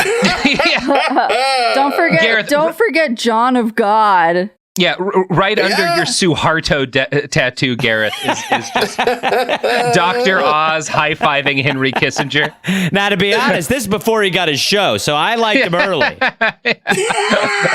This was just like aspirational, you know? Yeah, I didn't know. He's a great pal. So Kissinger became a New York socialite and was reputed to enjoy the city's social scene because, quote, Manhattan's social life is more generous than Washington's political life. He should not be allowed to pick where he wants to go out. I mean, he should have to get food raised to his cell in a bucket. It's the same thing as that, the Cook, was it David Cook, the one that just died? But it was the same thing. Yeah. Everyone just accepted him in those fucking circles. And it's like, no, he's a fucking monster. And then Charles Koch is the one who's was on a rehabilitation tour for 6 months.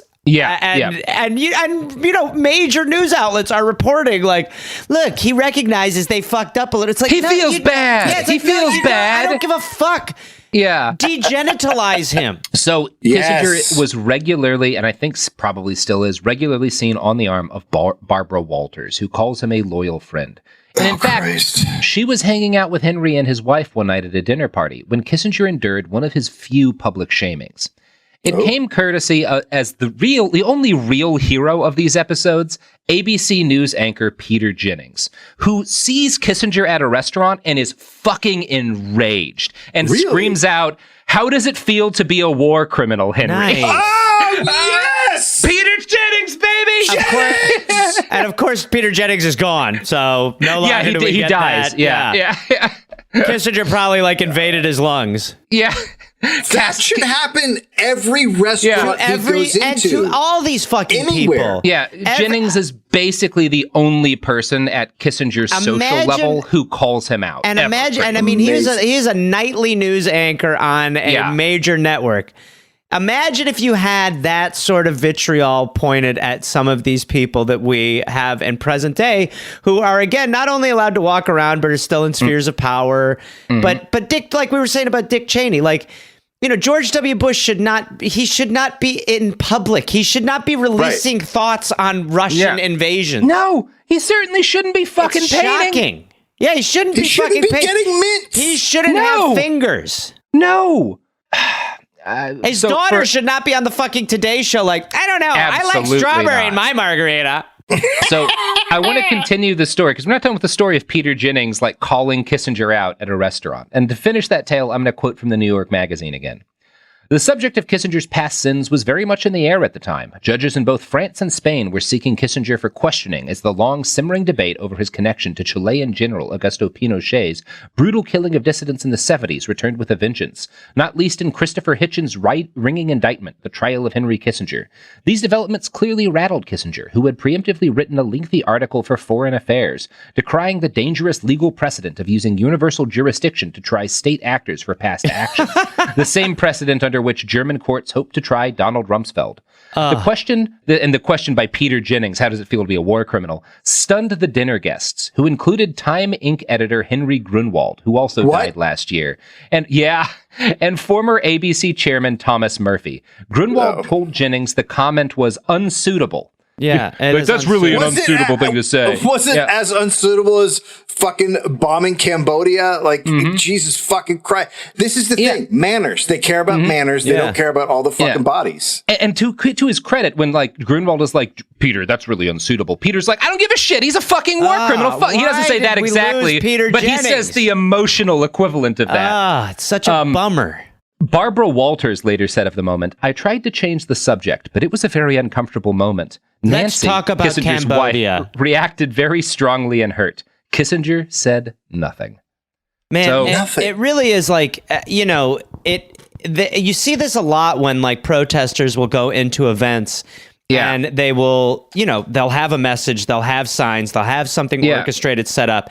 And not only will the politician and the people on the politician's dais sort of be like, okay, but the people at the event will be the ones who are like, I'd like a congressional hearing. This isn't the time or place. This isn't the time. It's like, there's no time or fucking place. Yeah, where's the fucking time and place? What do you fucking expect? That's all we have at this point. That's the only thing you can really do is try to make them hate living in the world they're ruining. Yeah, it is a fucking mark of how fucked up any kind of accountability to the political classes in our society that the most consequence Henry Kissinger ever faces is Peter Jennings yelling at him once at a dinner party. A man who's been dead for 20 years, 15 years.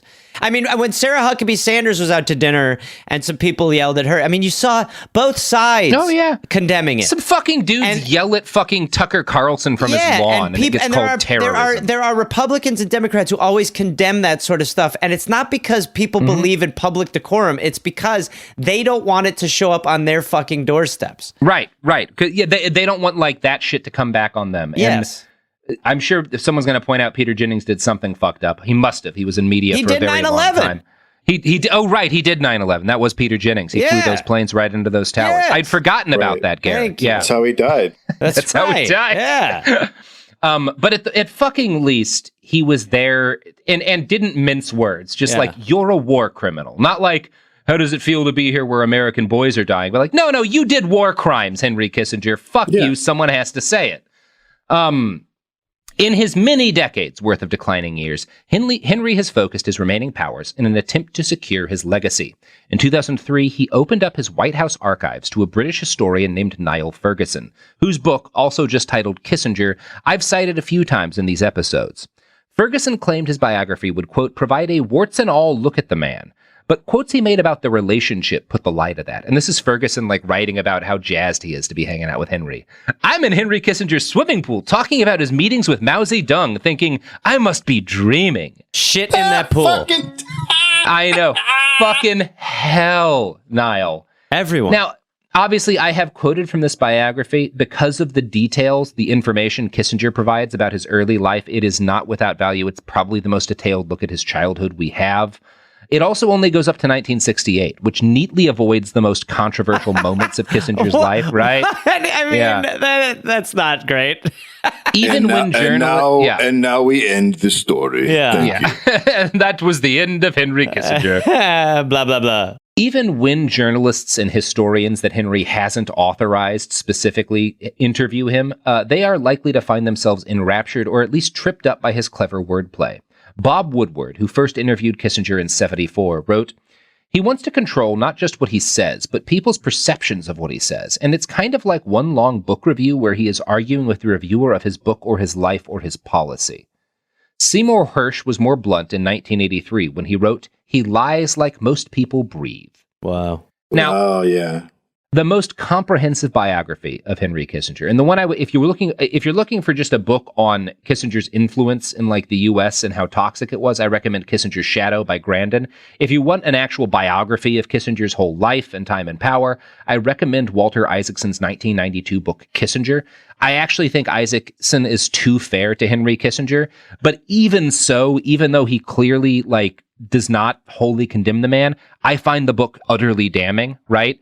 The book condemns him even if Isaacson doesn't entirely do so. Even when you're not trying to fully condemn such a piece of shit, you have no choice. It's just impossible not to if you're accurate. Right. And I think Isaacson is pretty accurate. If you lay out the facts, that's it. Yeah. Now, the best thing I can say about Isaacson's book, Kissinger, is that Henry Kissinger himself complained endlessly about it. He whined to Isaacson's boss, Henry Grunwald, who defended Isaacson and said he felt the book was balanced and down the middle. Kissinger responded, what right does that young man have to be balanced and down the middle about me? Wow. Wow. It just shows you, he should never be in the position where he should be pointing out that other people are crazy. No. Fuck, you don't get to say that, Henry. Yeah. No, ever. As New York Magazine notes, Kissinger denies that exchange ever happened. I believe Henry. The guy doesn't lie. He seems like an honest man. Yeah. I bet Nixon still had him wiretapped. And here's a quote from that article that's very funny. I've never read the Isaacson book, he says, then quickly clarifies. I've read a few parts of the Isaacson book, which I didn't like, but I understand that there are many parts of the book that are very positive. I missed those, he says with a sly smile. That is so Trumpy. I know, it really is, right? Yeah. I didn't read it. I read parts 1 through 510. Yeah. Isaacson says Kissinger wrote him a series of letters contesting numerous passages. My view, and this is Isaacson, my view is that if Kissinger reread his own memoirs, he would be outraged that they did not treat him favorably enough. Wow. Kissinger... Who wrote this? You did. Oh, fuck. That son of a bitch. I'm gonna get me. Kissinger claims to be unconcerned about his place in history. I cannot affect my legacy, he says. And what does he think his legacy is? I have no view, he says. I can't control it by what I say. I tell him I don't believe him. You're not in your 80s yet, he replies. Now, a lot has been made about Kissinger's purported role in the invasion of Iraq. He did apparently urge Bush and Cheney to go through with it.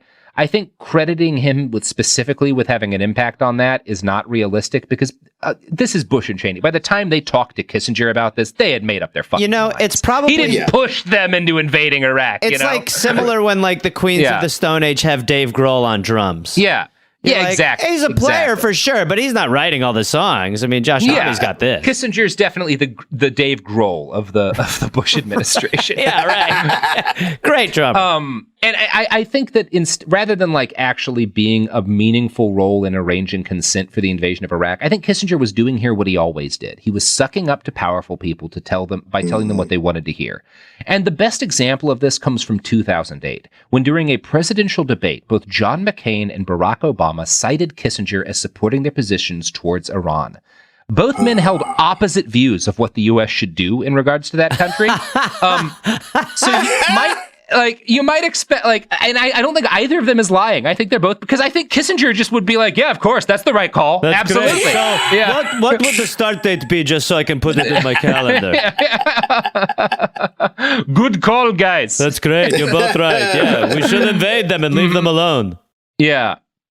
So, as a young law student at Yale, Hillary Clinton had taken part in outraged protests against Kissinger's bombing of Cambodia.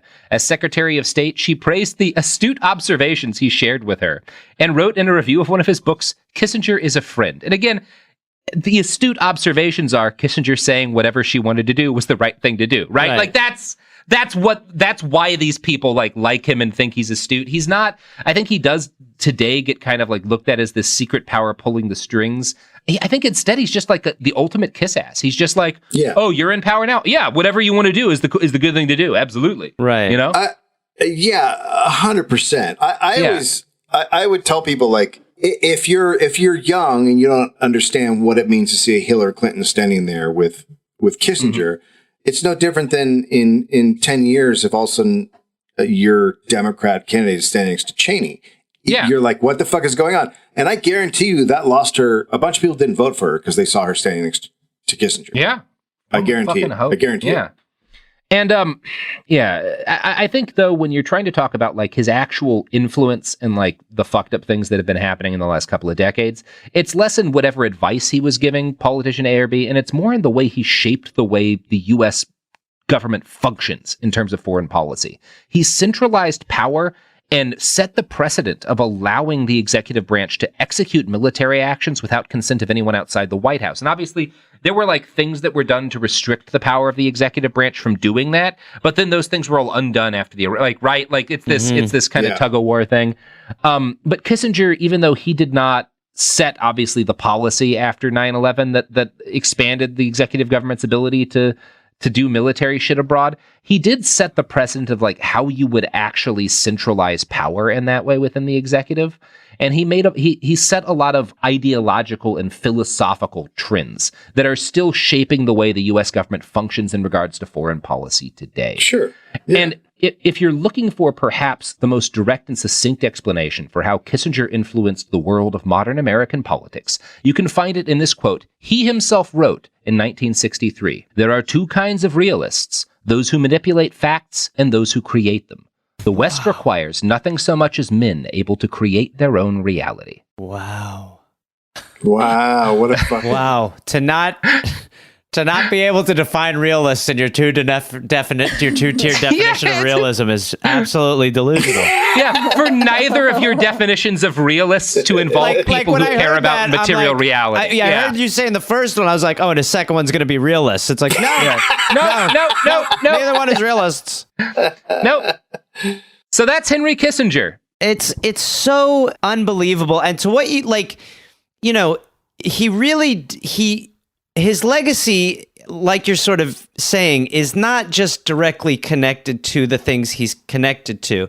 Because there was no prosecution for what Nixon did. No. And there's no prosecution for what Reagan did. And there's no prosecution because we never prosecute and we never actually hold any of these people accountable.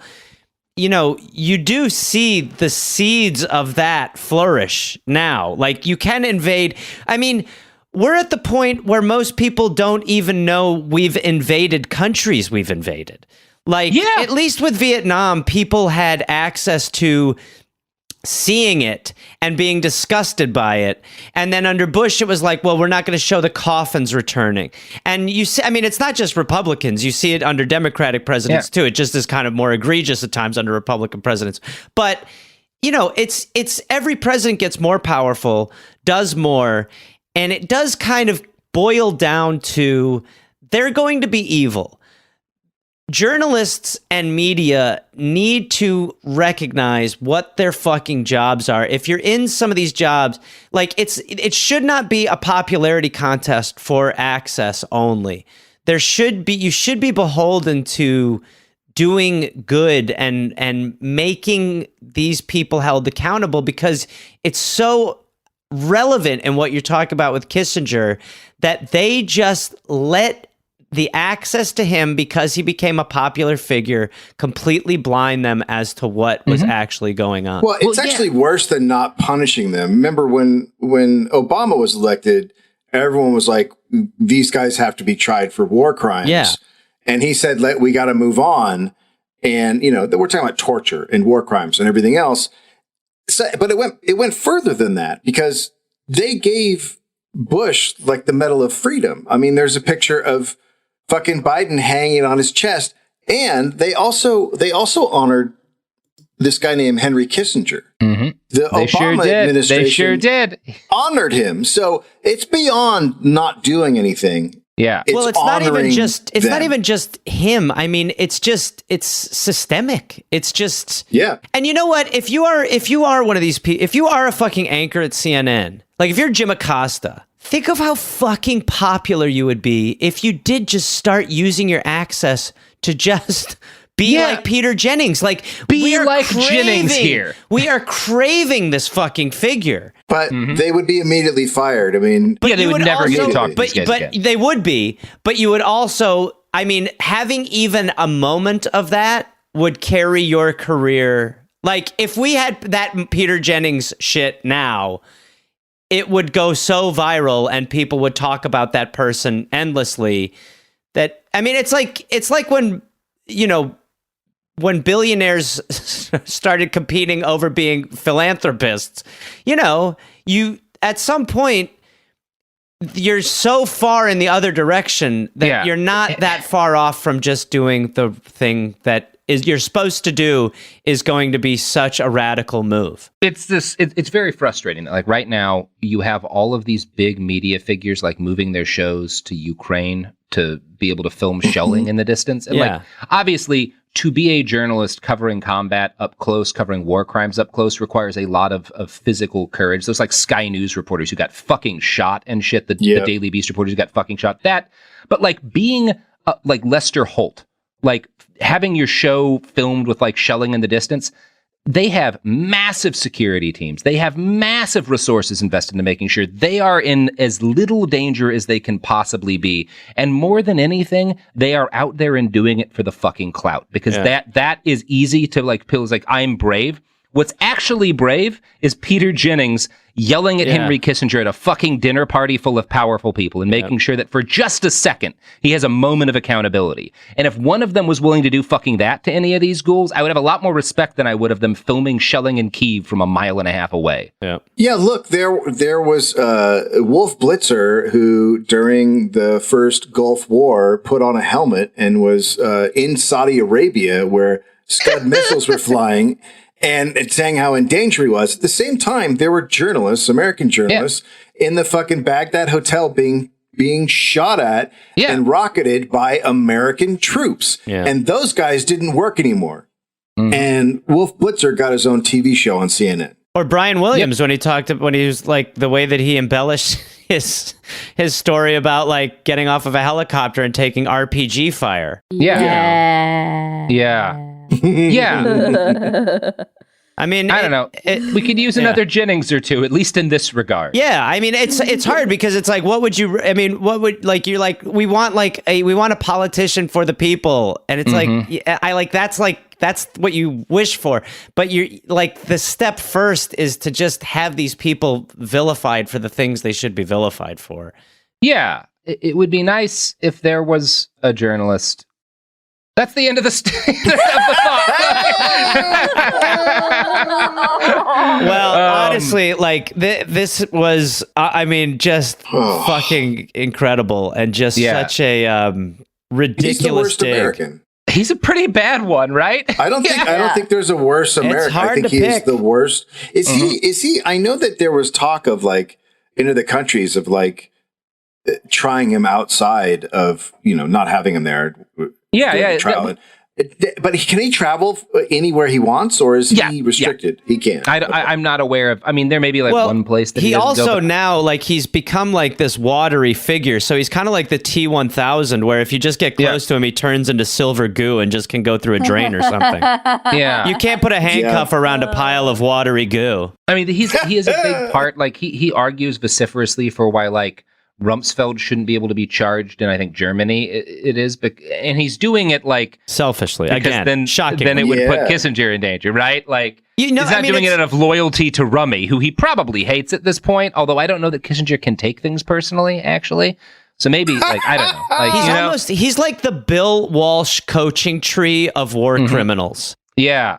I don't know what that means. Well, Bill Walsh coached the 49ers and invented the West Coast offense, and you just see the ripple effect through the NFL for generations and decades. Yeah, it changed football. It just changed everything. And it's like, that's what he did. He just was the guy who's like, I came up with a new offense. And it's like, everyone's just reading off of that playbook and tweaking it. Yeah. That's a sports reference, Robert, FYI. Robert, football is when...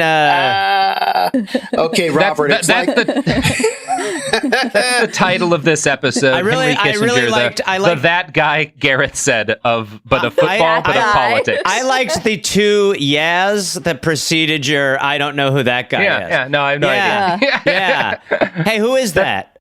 Yeah. It's like it's like in basketball when Phil Jackson made the triangle offense. Bingo. That's somebody. Yeah, triangle diplomacy. It's like the triangle thing. Yeah, yes, absolutely. There we go. Yeah. Robert's like, all right, a triangle. Yeah, okay. And offense is the opposite of defense, right? That's right. That's what everyone says. That's what everyone says. Yeah. In my opinion, it definitely is. You know, the team with the most points wins.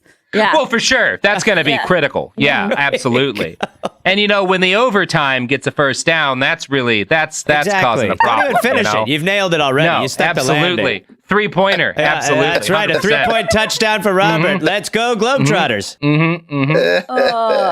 Well, honestly, thank you for allowing us to enter your dojo and mess around for a little while. I don't know if thank you is the right... I thank you. Probably. I thank you for listening to me read 31,000 words about Henry Kissinger. Because we talked about it, and I was like, I can't do it because it's not one episode. It's so many episodes. Yeah. This is like the minimum I think you can responsibly cover Henry Kissinger. Like, we could have done another couple episodes. Hey, let's do it. You know what? Do it. Gareth, yes. Let's just riff a couple. Yeah. We'll get a couple of photos of him hanging out with Jill St. John, joke about his hog. Yeah. Let's take it on the road. We can get another 40 minutes of content out of that. Honestly, we could just keep redoing parts of this on the road for a year and a half. The Dollop and Behind the Bastards present 3 guys going through shots of Henry Kissinger at fancy parties and talking about the shape of his dick under his pants. Honestly, it should work. Looks like he was having a chub day today. What do you think, Dave? Well, I'll tell you what, the walnuts on the table aren't the only one I'm focused on. Look at those tennis shorts. This is how we make our millions. Well, genuinely, thank you for this. I am generally super scared. Having watched how Colin Powell was treated. Oh, yes. When he died, be scared of how people are going to react to Kissinger's death. Because you're going to watch liberals be like, he was fucking awesome. And you're just like, everything about him was bad. Yeah. W. It'll be fun. Any pluggables at the end here? Sure, yeah. Listen, absolutely. Well, first of all, we've got the Kissinger. We should do Kissinger live, and we should use the Kiss font. And we should also wear like the Kiss makeup, and we should just do Kissinger. Yeah. We will be in Australia and America, the best country on earth. We'll be in Australia in the middle of April to May. You can go to dolloppodcast.com for all that information. We're all over the place. And then I am doing stand-up in Australia and also over the summer. So you can go to GarethReynolds.com for all that information. And you can follow us on social medias with our I'm at Reynolds Gareth. Dave's at Dave_Anthony on Instagram. I'm at Reynolds Gareth on Twitter. Dave's at Dave Anthony on Twitter. And woo! All right. Thank you for having us again, motherfuckers. Sophie and Robert. Yeah. Everyone go pray for Henry Kissinger's painful demise. Yes. Yeah, let's all hope that Tim Allen takes him out somehow. He smuggles coke into a party Kissinger's at, and it just blows out the old man's heart. Or he just starts doing War Improvement with Kissinger as his character. Oh, amazing. Yeah, Kissinger would be the owl. He's the owl. Right. No, you gotta bomb Cambodia, Tim. All right. That's a note there. Behind the Bastards is a production of Cool Zone Media. For more from Cool Zone Media, visit our website, coolzonemedia.com, or check us out on the iHeartRadio app, Apple Podcasts, or wherever you get your podcasts. This is Bethany Frankel from Just Be with Bethany Frankel. Let me be blunt. Most dog food is junk. It just is. And I'm not feeding junk to Biggie and Smalls. That is why they eat Just Food for Dogs. It's real, 100% human-grade food with ingredients I actually recognize, not mystery pellets pretending to be healthy. And once I switched, the difference was obvious. Better digestion, better skin, more energy, dogs who actually feel good instead of just surviving dinner. Here's the thing. You care about quality. You make an intentional choice to be healthy. So why are you gambling with your dog's health? So let's think about our furry babies. Go to justfoodfordogs.com right now and get 50% off your first box.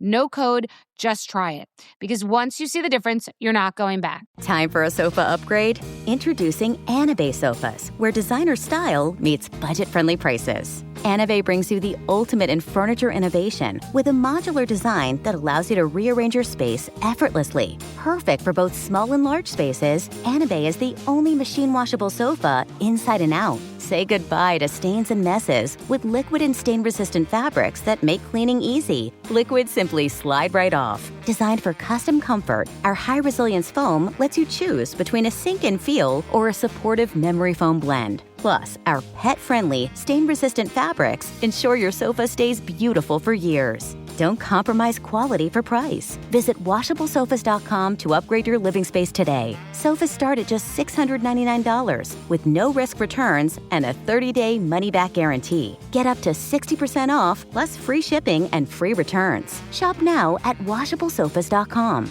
Offers are subject to change and certain restrictions may apply. Wasn't that delicious? So good. Your bill, ladies. I got it. No, I got it.